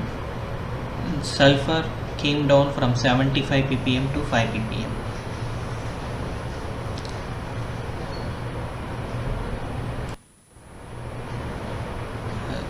Challenges using sulfolane. Post 2002, food grade hexane was just meeting the benzene and sulfur spec, and the sulfolane solvent contains 25% weight sulfur. Any traces of solvent carryover throws off sulfur in food grade hexane, and there is a frequent downgrading of the product to naphtha pool. If deeper removal of benzene is there, it helps in reducing sulfur. International standard for benzene in food grade hexane is less than 100 ppm. When we are adjusting parameters for achieving lower benzene, it is causing solvent carryover. It is also increasing operating cost because of higher solvent ratio. solvent to feed ratio.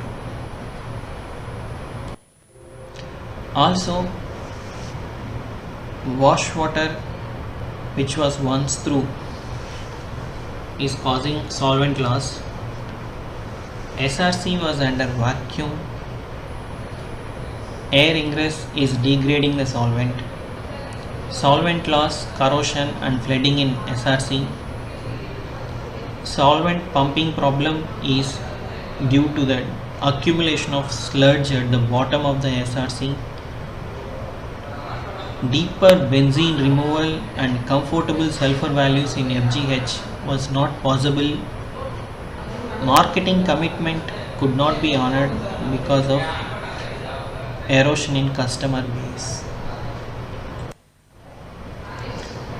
Other alternatives were hydro treatment feed, surplus NHT capacity for treating LSRG, additional energy to be spent.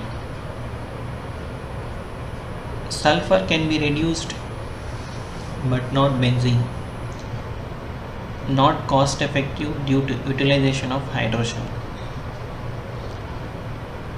Other alternative is using N-methylpyrrolidone NMP as solvent.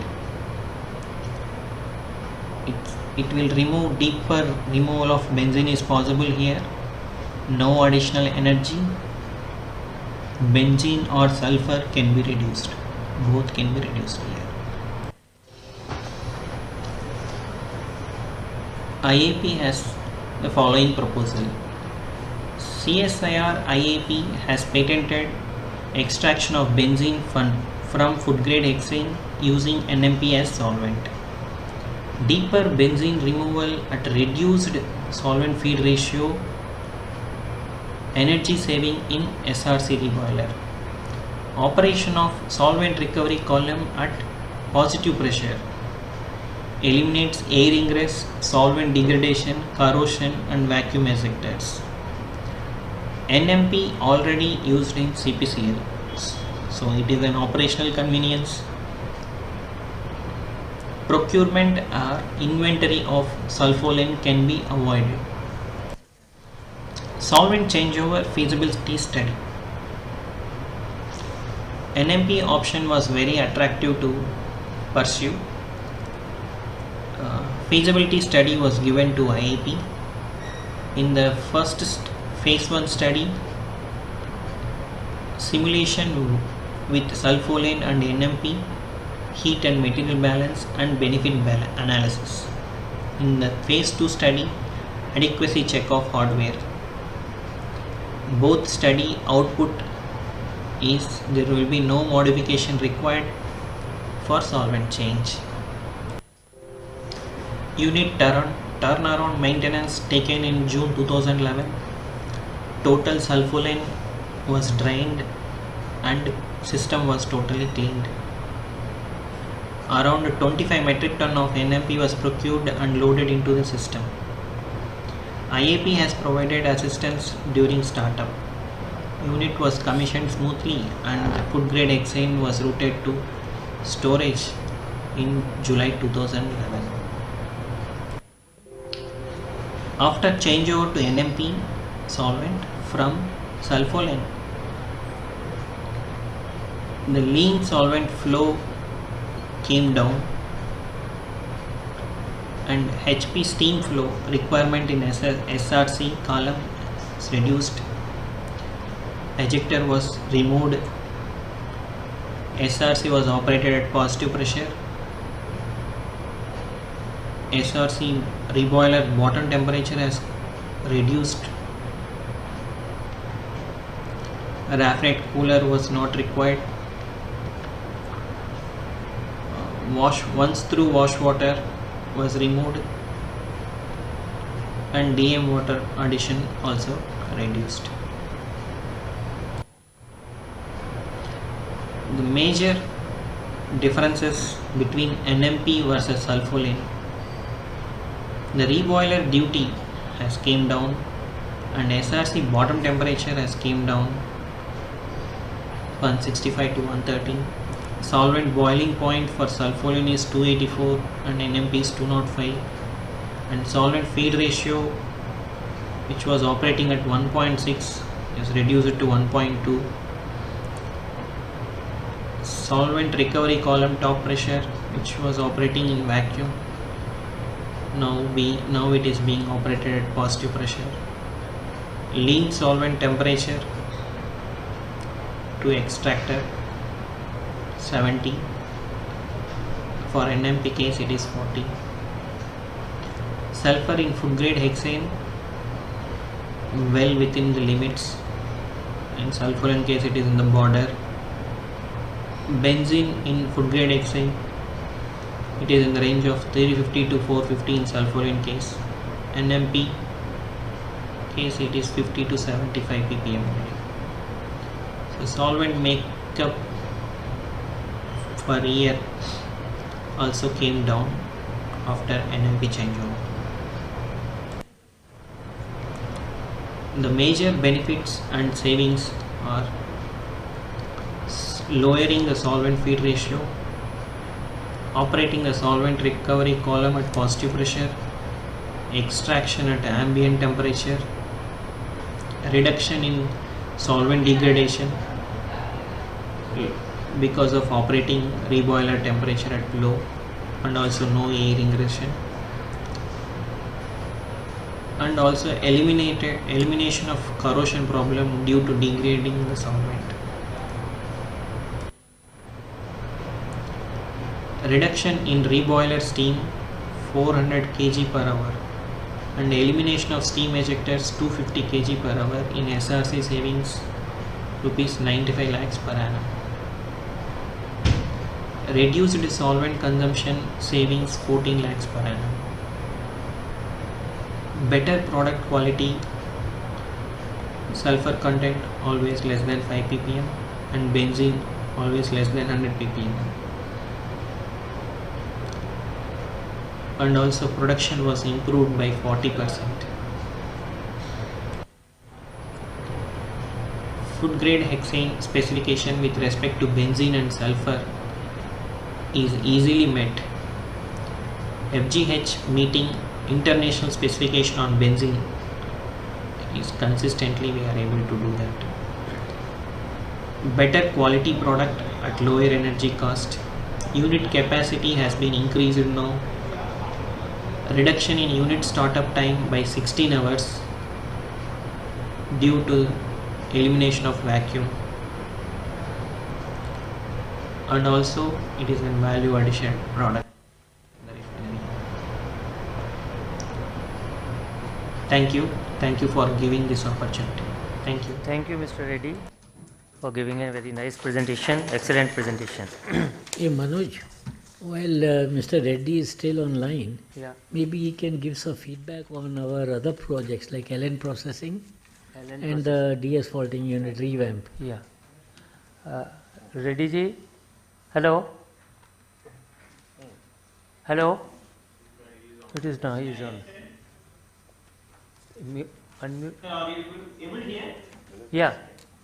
Yeah. उसको बोलो. LN processing. Tell him, ask him. Mr. Reddy, hello. Yes, sir. Can you give your feedback on the LN processing And DS faulting. and DS faulting unit process? Two other projects we have done with IEP. One is light neutral processing in NMP unit. Previously we used to process light neutral in perforal extraction unit. So we have removed perforal, we have almost dismantled it, perforal extraction unit, and we adopted for the operation of light neutral processing in NMP unit, which was successful, and we used to run at higher throughput also. We are running around 68 to 70 meter per hour. So we started with 50 meter per hour. Now we are able to run consistently at higher throughput. That is one of the project, light neutral processing in NMP extraction unit. Another thing is PDA pinch technology, which was given by IIP. Then we have engineered with Kevin engineering team. We have commissioned in 2019, which is very good. Previously, we are unable to achieve design throughputs. Now we are crossing that. We are able to run at 120% of the design throughputs. Our design initially it is 70. We are running at 85 to 86 meter cube feed rate. We have throughputs. So it is a great successful technology in PDA pinch is great successful here in CPCL and also LM processing. Both were good projects. Thank you, Reddy ji, for giving the very good feedback on IIP's processes and technologies. So once again, I am thankful to you, sir. Thank you.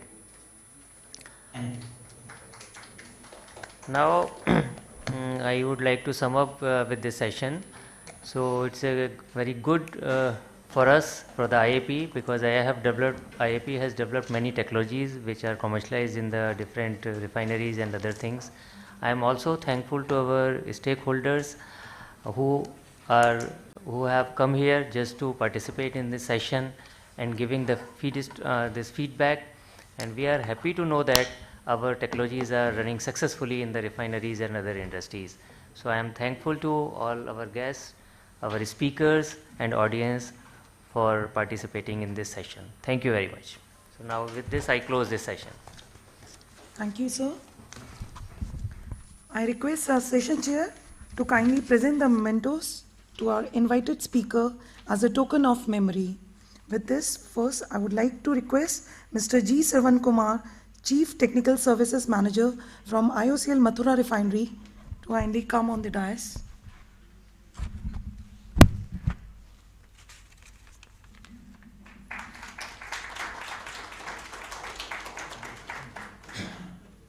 Mr. A. Sudhi, Senior Manager, Technical, HPCL, Vizag Refinery.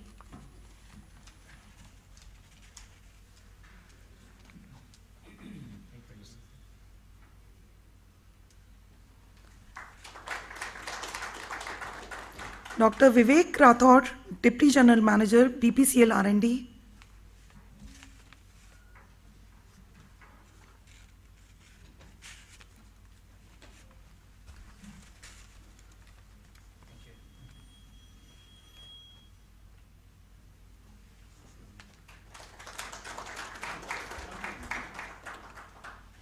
Mr. T. M. Sawant, Manager, Lona Industries Limited.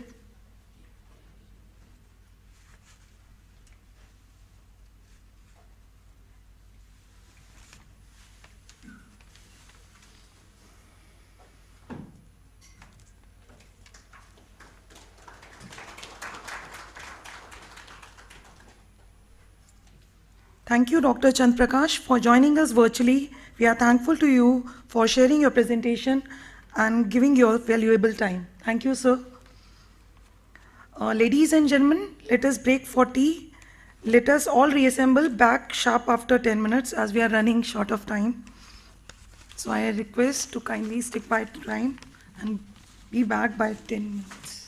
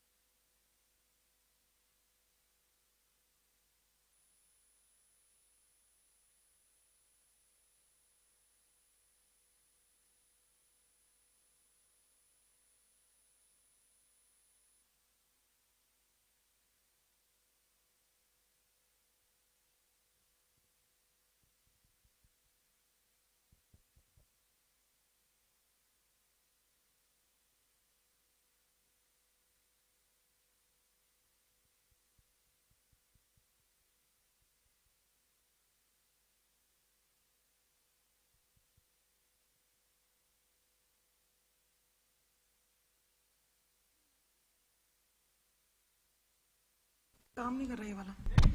अच्छा.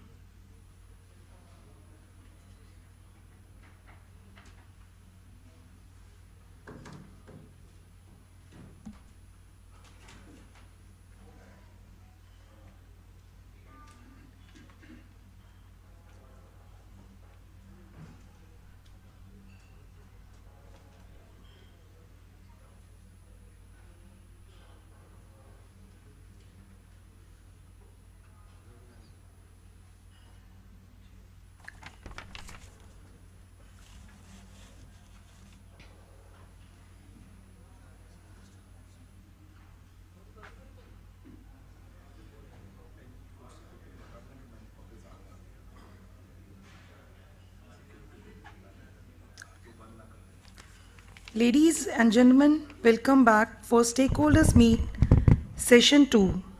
We are having a very important session where we are having a panel discussion with leading luminaries of oil and gas industry. The topic for today's discussion is regarding requirements, expectations from CSIR-IIP and path forward.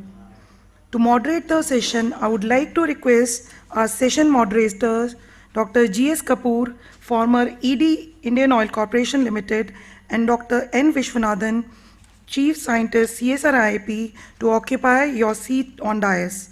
I would like to give a brief about our moderators. Dr. G.S. Kapoor is a consultant energy transition and petrochemical with more than 35 years of research career. Dr. G.S. Kapoor has recently retired as Executive Director in charge Chemical Technology and Technology Promotion and Forecasting, and the head Indian Oil Technology Development and Deployment Center at IOCL.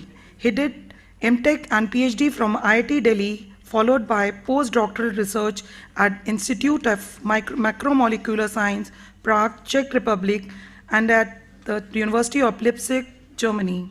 Dr. Kapoor is a recipient of many prestigious international fellowships like Alexander von Humboldt, Germany, and UNESCO.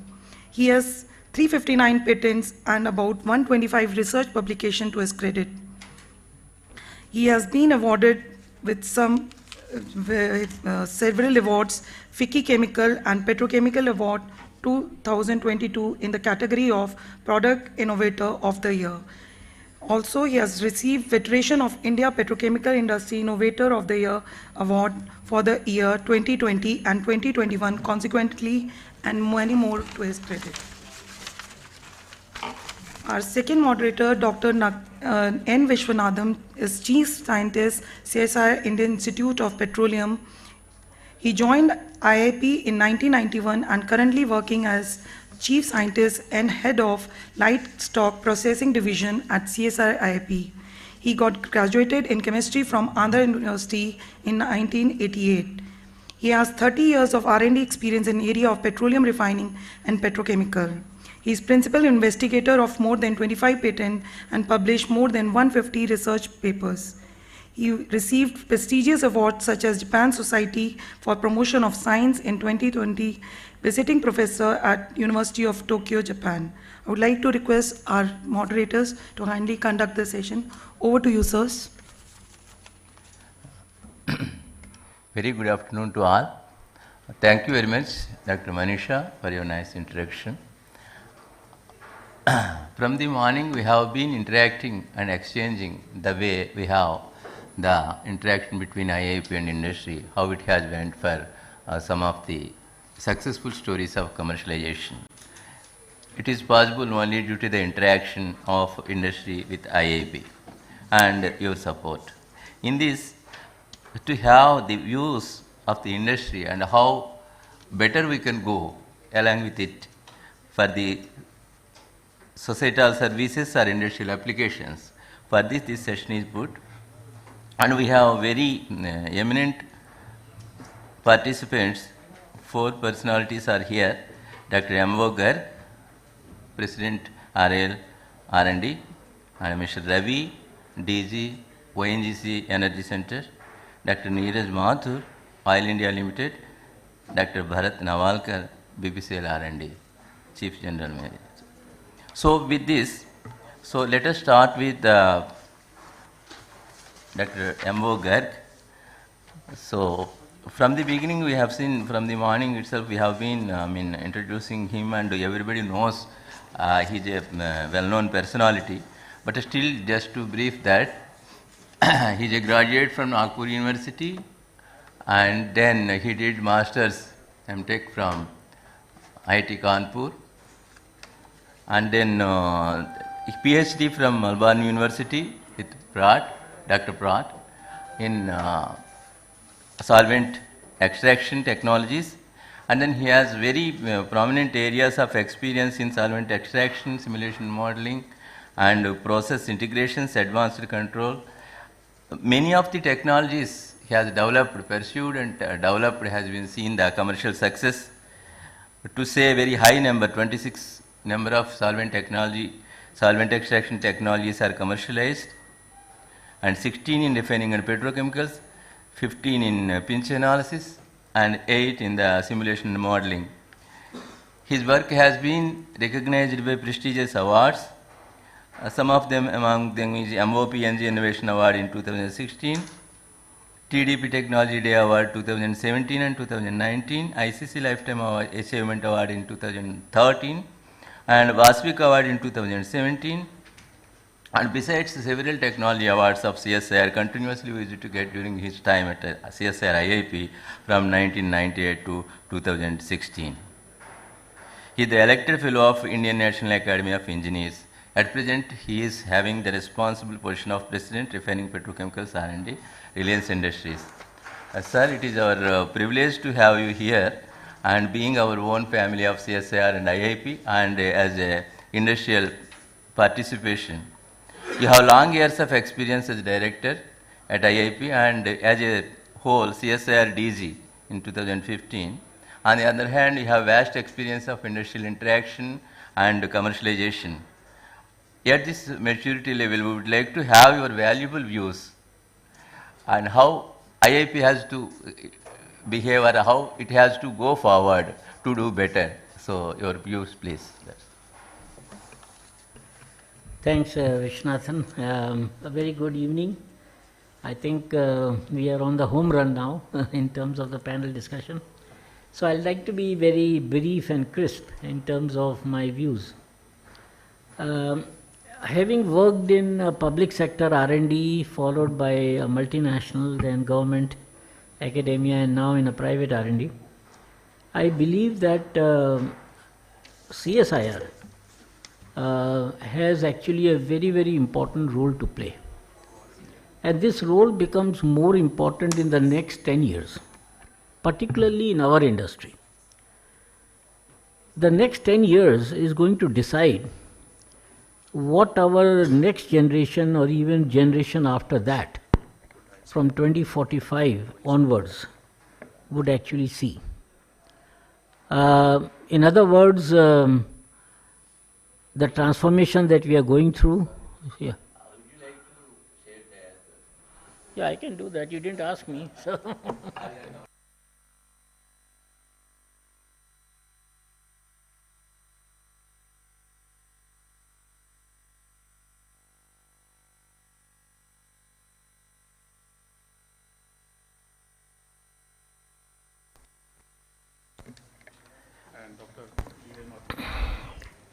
Are you able to hear me? Yeah, okay. So let me continue from where I was. As you know, the industry is going through unprecedented transformation. Every oil major in the world, including Reliance, has announced net carbon zero. Net carbon zero, as far as Reliance is concerned, is scheduled in 2035. What it means is that we have to actually not reduce but eliminate scope 1 and scope 2 emissions. As you know, the total carbon emission from any operations come in 3 categories. Scope 1 relates to the emissions that you produce while converting feed to product. So in our industry, whatever you emit in terms of converting crude to products, generally around at an average of around 0.4 tons of CO2 per ton of crude processing. That's a general thumb rule. So that is scope 1 emission. Scope 2 is related to the emission that your supplier produces in order to supply you the chemicals or power. So if you're taking the power from the grid, the scope 2 emissions include the CO2 emitted by your supplier. That also belongs to you, because if you wouldn't have used that product in the first place, your supplier would not have produced that CO2. And the third and the most important for our industry is the CO2 emitted by the user of our products. So people who are burning LPG at home for cooking, jet fuel being burnt in the jet engines, gasoline and diesel. So those are also producing CO2. So in the first place, if we wouldn't be producing those, our end user would not be producing CO2. Now it might look a bit difficult to understand this, but this is how it is.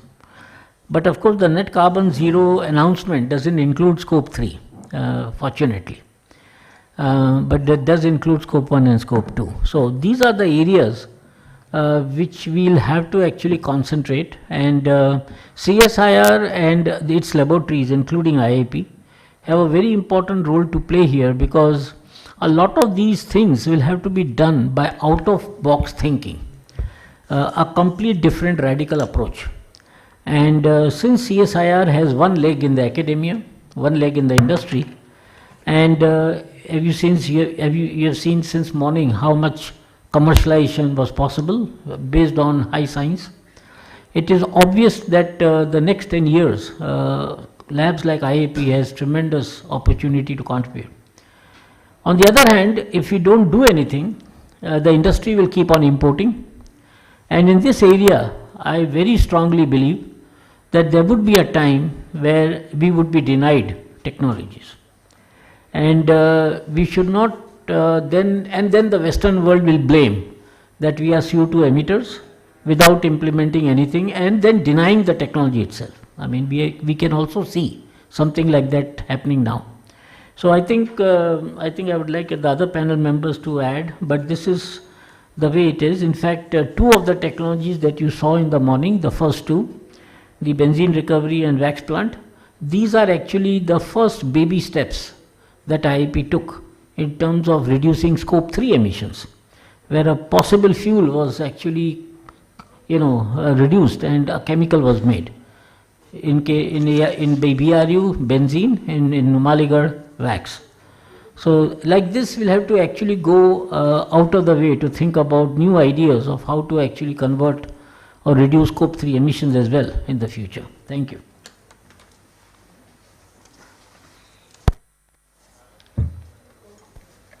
Thank you very much, sir, for your valuable suggestions. We definitely look into that. And the next. Yeah, so good afternoon. And our next panelist is Mr. Ravi. I'm pleased to introduce him briefly for the benefit of the time. He is Director General ONGC Energy Center, B Mechanical from BIT Sindri, and Operational Research from IGNU. Of course, he has tremendous experience, very vast experience of upstream industry, and prior to joining DG Energy Center, he has served as Eastern Offshore Asset, as construction manager onshore in the ONGC flagship project KG. They were 98/2 responsible for FPSO, a very important area, and onshore terminal and consultancy services package. So without wasting much time, over to you, Mr. Ravi, for your comments. Thank you, and good evening to all my co-panelists over here, and on the dais, and my moderator over there, and my all dear colleagues, young minds, sitting off the dais.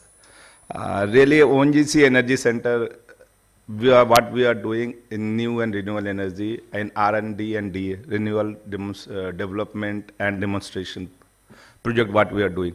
We basically upstream company, mainly doing this hydrocarbon exploitation, exploration and production. Now we have added our, in the kitty, HPCL, MRPL and a small refinery at Tatipaka. So we have a now mixed, you can say, a portfolio with exploration, E&P and downstream, up and downstream both we have. But we are not very much concerned because my background is from this exploration and drilling and development. Just we are producing crude, not we are in the downstream refining and all. So we are now in ONGC Energy Center. When we have joined recently, 7-8 months back, then I came to know that we are also working in the renewable area also. Because when you tell anybody about ONGC, they will say, okay, upstream company producing crude and all this. But we are also working in new and renewable area where we are producing hydrogen. We are working on geothermal. We are working on some other areas like biochemicals process for coal methanation, CO2 valorization, and you can see we are working on producing or enhance oil recovery from a well which has depleted or matured. So we are working on that through biochemical process, etc., etc. Now IIP. IIP, I think when I came to Dehradun for the first time in 1988, or 87 I should say, since then I came to know that, okay, somebody till there you are going to give the interview, so you are going to IIP only. First time I heard the name at Dehradun station, you are going to IIP there. No, I am going to ONGC for interview and all. And then I came to know that many projects are there with IIP, we are working. And in ONGC Energy Center, we are also we have two projects we have working on with IIP. One is iodine sulfur cycle, where we are producing hydrogen as well as sulfuric acid, because in that it's a tailor-made cycle that we have developed for our MRPL refinery, where H2SO4 will be the main product and hydrogen will be the byproduct. Because already we have developed one cycle, iodine sulfur cycle is a closed loop cycle with IIT Delhi. But it is a little tailor-made and modified cycle which we have developed with the help of IIP. And also we are working with one more very important, national important project, I should say, the extraction of rare gas from natural gas. That we have also working with IIP and EIL and ONGC Energy Center. And we have come across a very long distance, I should say, but still a few more steps to be taken. Already the MOU has been signed between all three parties, and we are working on that. So IIP already associated with our ONGC, and many projects have been done with the help of IIP. But what we have to do, because what I feel, the best can be done further improved. Even the best can be improved. Not the best is the limit that it is over. And what I feel from the academia, that we have to run, not walk. because you know the time is essence. And sir already, Garg Sahab already told you that, okay, if you are not going to sink yourself and come along with this will think whatever you are going to develop in some time, that will maybe obsolete, and industry has to purchase or buy from somewhere else. So that is very, very important from our academics or this institute or CSIR, that you have to have this kind of feeling that we have to complete or work in certain period of time. There is no margin for any delay and all. So we have to complete this within short period of time. We know that we have to come out of this AC room. You have to, because we are in the industry, we know how we work. Especially anybody who was there from the oil industries, they know every time you are there at the risk. But risk brings opportunity, challenge brings opportunity as well. And that's why ONGC, you know, from where we have started and from where we are. So we can understand that, okay, challenge is there, fire has happened, this setback has happened, this has happened, no problem. We have lost life, no problem, but it's not going to stop you. Life has to move on. And so this our academia and everybody has to understand this, that time is very, very essence, and they have to do this in certain period of time, so that when it is come to the proof of concept or in the commercialization level, that time it is not obsolete, it is as fresh as what we are supposed to be. So this is our main, I think, our request, I should say, to our all the CSI or any academia regarding that, that industry is looking towards you, because we cannot work without you.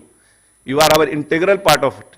But the industry has to, what we are looking towards you, that you have to fulfill us. So this is only, I should say, this is my submission to you all, that come along with us, because we cannot live without you. We have to work with us, but you have to understand our position as well, that we are not going to complete any project in time. This is become obsolete and of no use. So this is the only I want to submit. Thank you.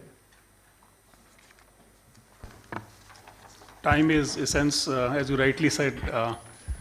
Thank you very much, Mr. Ravi, for your comments. Our next panelist is Dr. Neeraj Mathur. Dr. Neeraj Mathur is currently ED R&D at Oil India. He is MSc Chemistry from IIT Delhi and PhD in Petroleum Geochemistry from Guwahati University. Extensive experience of more than 35 years, and he is currently working in the area of geothermal energy, green hydrogen, biohydrogen, etc. And he has several patents to his credit. So, Dr. Neeraj Mathur, all yours. Yeah. Thank you. Thank you. Good afternoon, everyone. So I would quickly like to share my views from the industry point of view regarding, and that's more to do with the interaction between industry and the research institutes and the academia. So over the years, what we have seen in upstream industry particularly, we are dependent on consultants, foreign consultants for getting new technology or for getting some work done. So wherever we are facing challenges, we take the help of foreign consultants for this. So now, as Dr. Garg rightly pointed out, we may soon be denied technology. So we have to work together to develop indigenous technology. Now the problem that we face, of course I have not come to IIP as yet. I am talking about academia and many other research institutes. They are more focused on the study part of a problem, but not on the implementation and taking it to the field. Whereas, since for the challenges that we face in the field, already solutions are available or they can be modified through maybe external consultants, that appears to be an easy way out, although it is very expensive and we do not get the technology with us. That seems to be an easy way out to hire and get an immediate solution. But if we have to develop the solution in-house within the country, then we have to work together and take it forward so that once the some solution is found, it is also implemented in the field. But that is where we face the challenge, and some of our people in the field, like I am in R&D, so we act as a bridge between the academia and our people who are working in the field. But what they really want is a ready-made solution which can be immediately implemented. If that is not the case, then people get frustrated and say, oh, no, there's no point working with the academic and research institute, it doesn't really help. But now is the time that if we do some study, we take it forward, develop the technology, and maybe take the help of another, another institute or a company which can design and take it to the field and implement it. So that is something really important, and that is a challenge that we face in using the indigenous innovative new technology which has not been tried earlier. So if we are interacting with any of the CSIR lab or academic institutes, then the solutions that are developed, if they are only at the study stage and a report is submitted to us or some solution is suggested, then that may or may not be enough for us to really use it in the fields.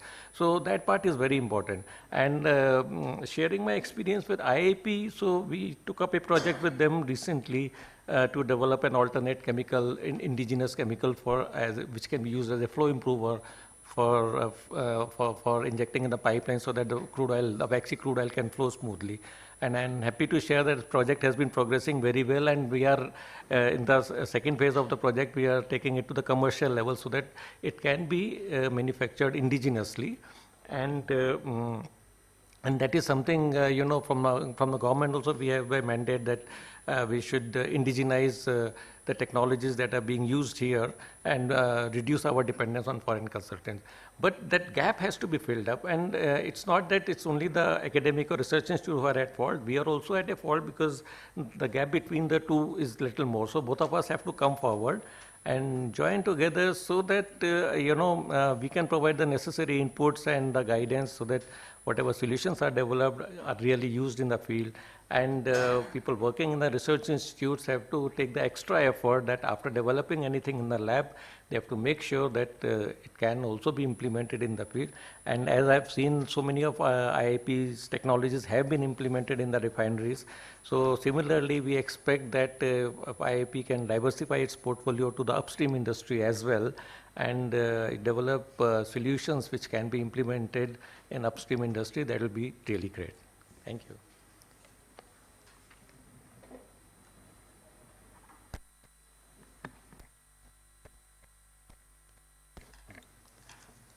Thank you very much, sir, for your valuable suggestions. Our next panelist is Dr. Bharat Navelkar. He is Chief General Manager R&D, BPCL. So he is prior to this, he worked 20 years, more than 20 years at BPCL. And prior to that, he did his MSc from Vadodara MS University, Baroda, and then doctoral at Pennsylvania State University under Professor Chunsan Sang. And then afterwards he joined BPCL. His areas of interest is mainly material science and its applications to catalysis, petroleum refining and petrochemicals, storage, adaptive separations, like that, several applications.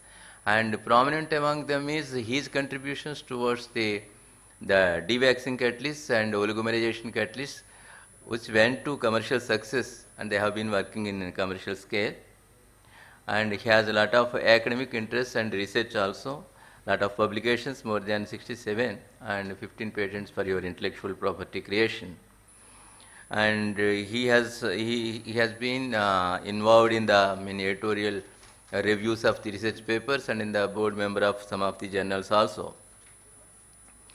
So with this experience, so I would like to ask his views on, so how as a material chemist, a catalysis or petrochemicals or whatever upcoming process like crude to chemicals, carbon dioxide conversions, hydrogen, lot of unconventional treatments and processes are demanding the catalyst development. And as a separation, as a adjuvants, how the materials, what is the responsibility and which direction we can go. Maybe he can give some of the suggestions for our R&D inspiration. Over to Dr. Bharat Navelkar. Good evening to my co-panelists and moderators and all of the dais. It is indeed a challenging scenario emerging now we are moving towards now energy transition. As a BPCL, we are committed for net zero 2040. And as Gag Sahab has already mentioned, scope 1, scope 2 emissions which have to be controlled to achieve net zero emission program for any refiners. At the same time, we are also looking into hydrogen economy, wherein we have to look into hydrogen value chain. It is not only the hydrogen production, but storage and transportation and utilization. So if you look at this hydrogen value chain also, I feel that there are a lot of efforts have been gone in and already achieved certain level of maturity at the level of hydrogen production, especially green hydrogen and utilization. However, there is a certain gap is there wherein the storage and transportation and dispensing. That is where the crux is, and we need to develop India-centric solutions for this. There are solutions available abroad, but if we are looking into hydrogen economy down the line, say 20 years down the line, we may have to develop materials which are compatible for Indian context. And because right now the dispensing is happening at cryo conditions. So how do you look at hydrogen handling in Indian context? Therein material science may play a big role. So how do we adapt that material, how to develop materials? Those are the areas where one can focus. At the same time, when you look at the other side of the net zero, CO2.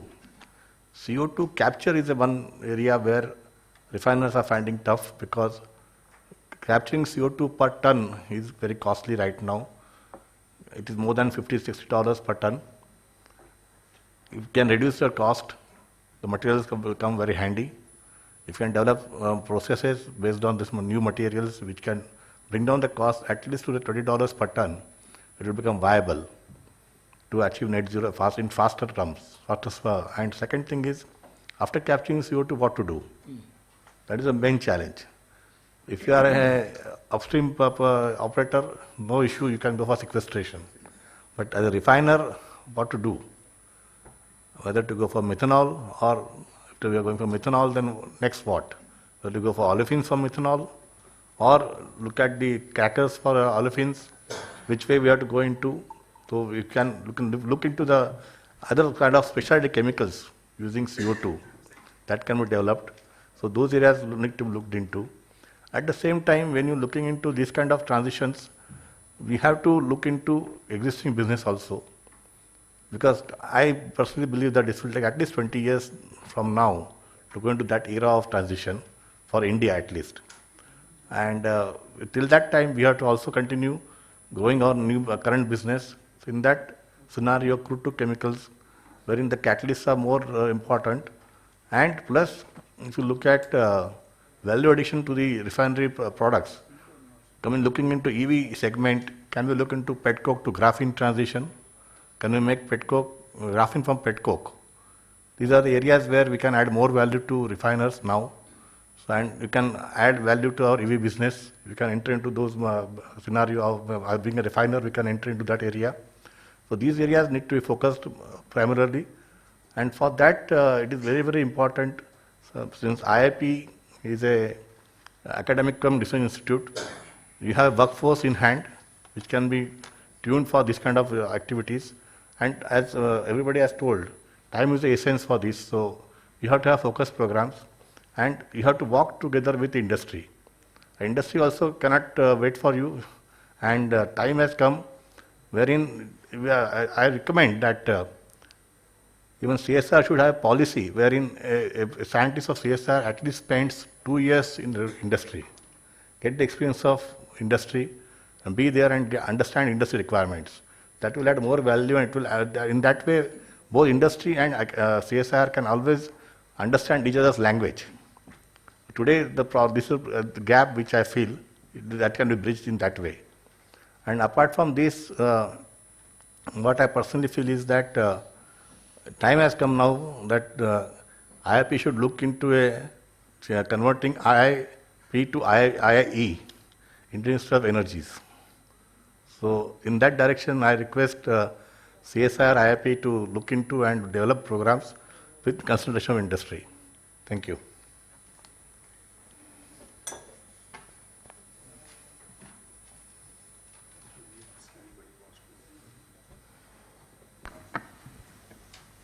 Now, we open the session very briefly for 1 or 2 questions in case anybody want to ask the panelists. We have a shortage of time and we have to close. But in case anybody has some specific query. No, specific because you see, nature, beauty of the nature. So now everybody talking about the carbon free. But if you see periodic table, carbon is everywhere. Wood, first come wood, then come coals, then come petrol. Of course, there is also gases, methane or whatever it is. So now today, if we use any material, if we want to carbon dioxide free, that means there should not be any carbon. But in nature is the abundance of carbon. Even you see that when we produce the carbon dioxide, it is so tough. The two sides is the oxygen bond, not only single bond, double bond. And breaking is so difficult. So there is a lot of challenges. Even if you consider also carbon dioxide to methanol, only 12 to maximum 15% conversion is there today at this moment. So obviously there is the challenges. Yeah. But I don't know whether it is possible to totally carbon free energy, then when it will become. So what we say is normally carbon as input should not be banned, carbon as output should be banned. This is what we say in industry because you can't work without carbon. Yes.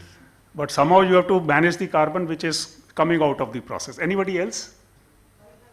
Yeah, last one, but sorry.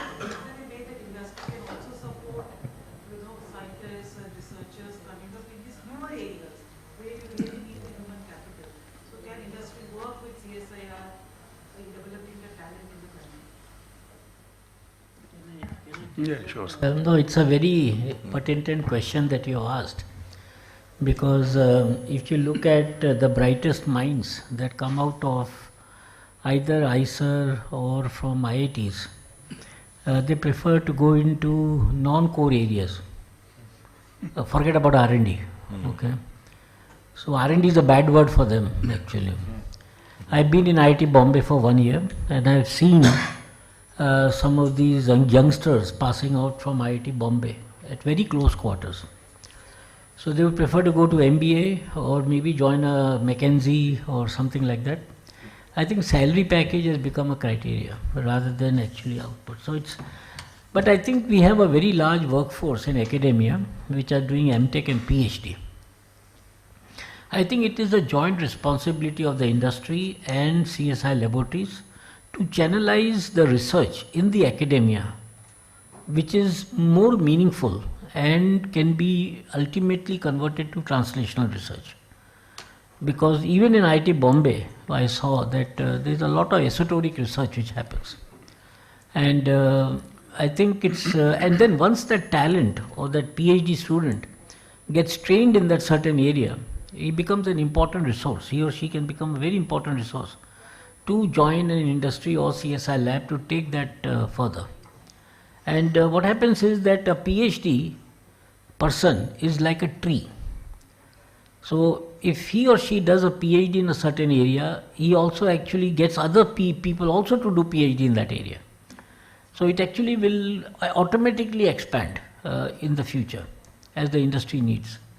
So that is perhaps, to my mind, the only way to be able to channelize PhD work in our premier institutes which are relevant to the industry, the work which is relevant.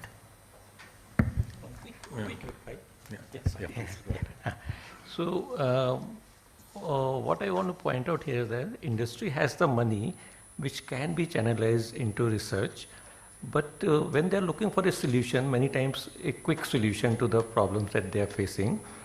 So at that time, so I think there is a kind of trust deficit. If CSIR laboratories or academic institutes can provide quick solutions to at least some of the problems, then the trust will build up. And then they will realize that, okay, if we support these institutes, and in the long term, they are going to be very helpful to us. But what happens is that immediately if you ask for money to fund a PhD student and you don't know what will come out of it after 5 years, nobody is going to support. That's the problem. So if initially by taking small projects, we can build the trust between the industry and the research institutes, then we can build it on further, and then I think money will not be so much of a problem, because we are spending so much money, we are ready to pay to the foreign consultants. Why not spend a part of it or half of it here or fraction of it here in supporting the research? But if it so happens that the research with no end to it comes up, then the management and other people will not be so much interested. So that if the trust is built up, then it will become easier. One more. I completely agree with industry academic interactions and CSIR labs and translation. That's absolutely no doubt about that. But what I am trying to say, political stuff is not for a quick solution. This is your future training force. You don't know 20 years down the what technologies are going to come. And the industry also should put the money, not just the academic labs. That's what I'm talking about, not tomorrow's solution. No, in fact, tomorrow's solution. No, you have to invest in the basic R&D. No, in fact, abroad, in the US, research happens in the industry. No, I'm talking about that fundamental research. Yeah, I got your point, ma'am. In fact, oil industry has already put up money and formed Center of Excellence at IIT Bombay. Yeah, so something like that. Let me add to it. Indian Oil, I come from Indian Oil, so my former organization. We had an umbrella pan CSIR agreement with IOC and pan CSIR for joint PhD students. You are aware of that. But what Bharat said, the gap between what industry wants and what CSIR labs deliver or can deliver, so there's a mismatch. And I agree with his suggestion that CSIR scientists and from industry also, people should spend sufficient time in each other's labs so that we understand each other. I'm telling you, I don't wanted to say this thing in this forum. At least the time I left in November, I was the architect of that this thing, and DG CSR has started that time. Not even one project has come. I don't know what is now situation in last 5 months, because it's already 5 months I've retired. So that's the kind of, the money is no problem.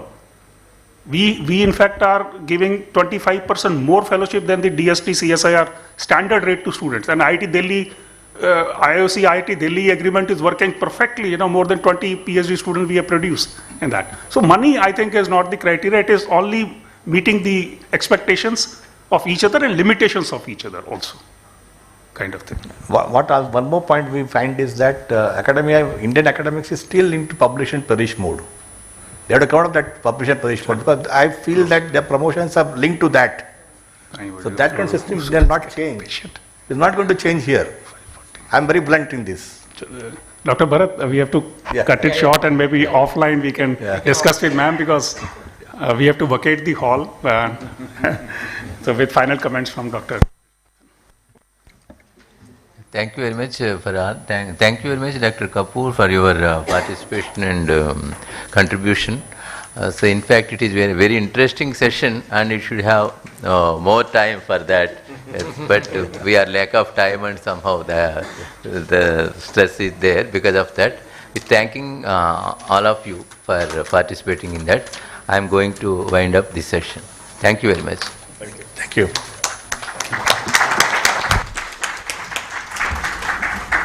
Thank you. I would like to thank our moderators for conducting the panel discussion. I thank our esteemed panelists for enlightenment and guidance. At CSIR-IIP, we will try to meet the industry expectation and follow the path guided by you. Now moving on, as a token of gratitude to our esteemed panelists, I would like to request Dr. G.S. Kapoor to present memento to Dr. M.O. Garg, President RIL, former DG CSIR, former Director CSIR-IIP Dehradun. Request loud round of applause.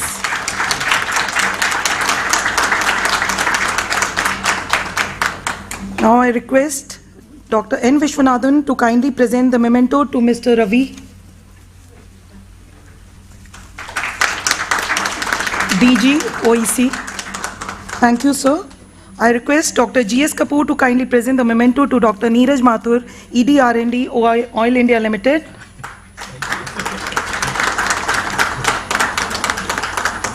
I would like to request Dr. N. Vishwanathan to kindly present the memento to Mr. Bharat Navelkar, CGM, BPCL R&D.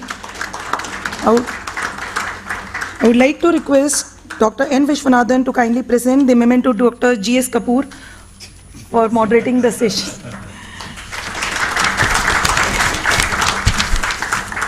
Thank you all.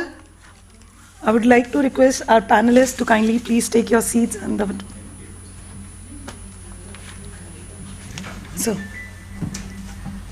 our moderators to take the seat in the hall. Thank you, sir. Moving on to the end of the stakeholder meet, now I would like to call upon Mr. Avinash Mehtre, convener stakeholders meet, for his vote of thanks. Avinash, over to you. Thank you.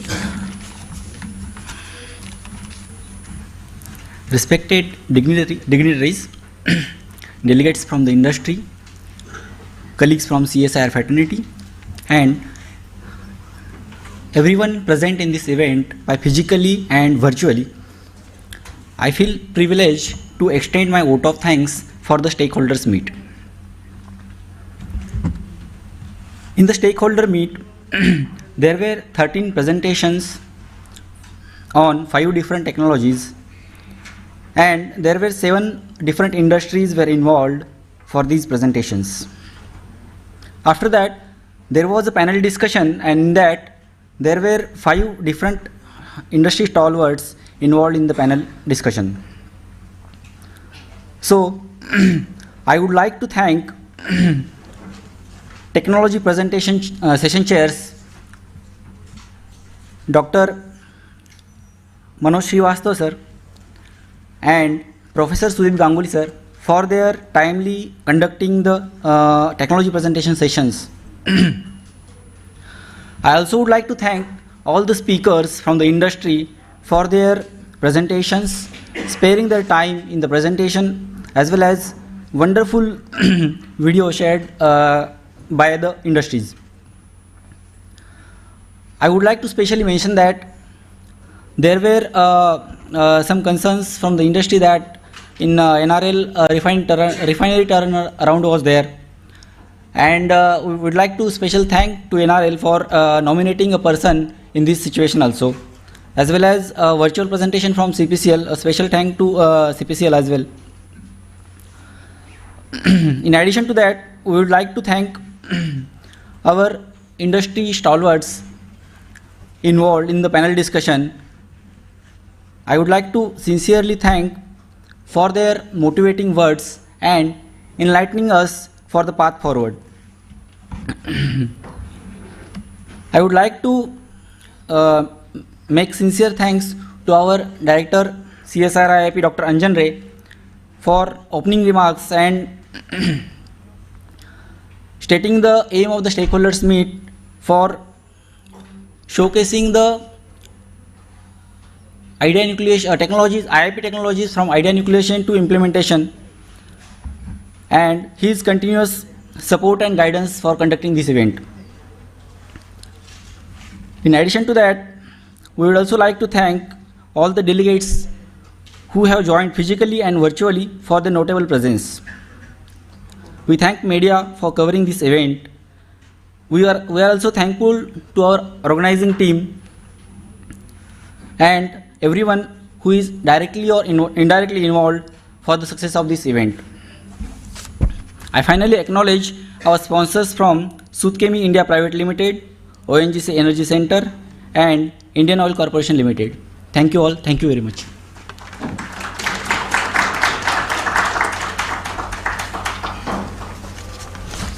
Thank you all, ladies and gentlemen, for joining us today. A very good evening. Thank you. Jai Hind.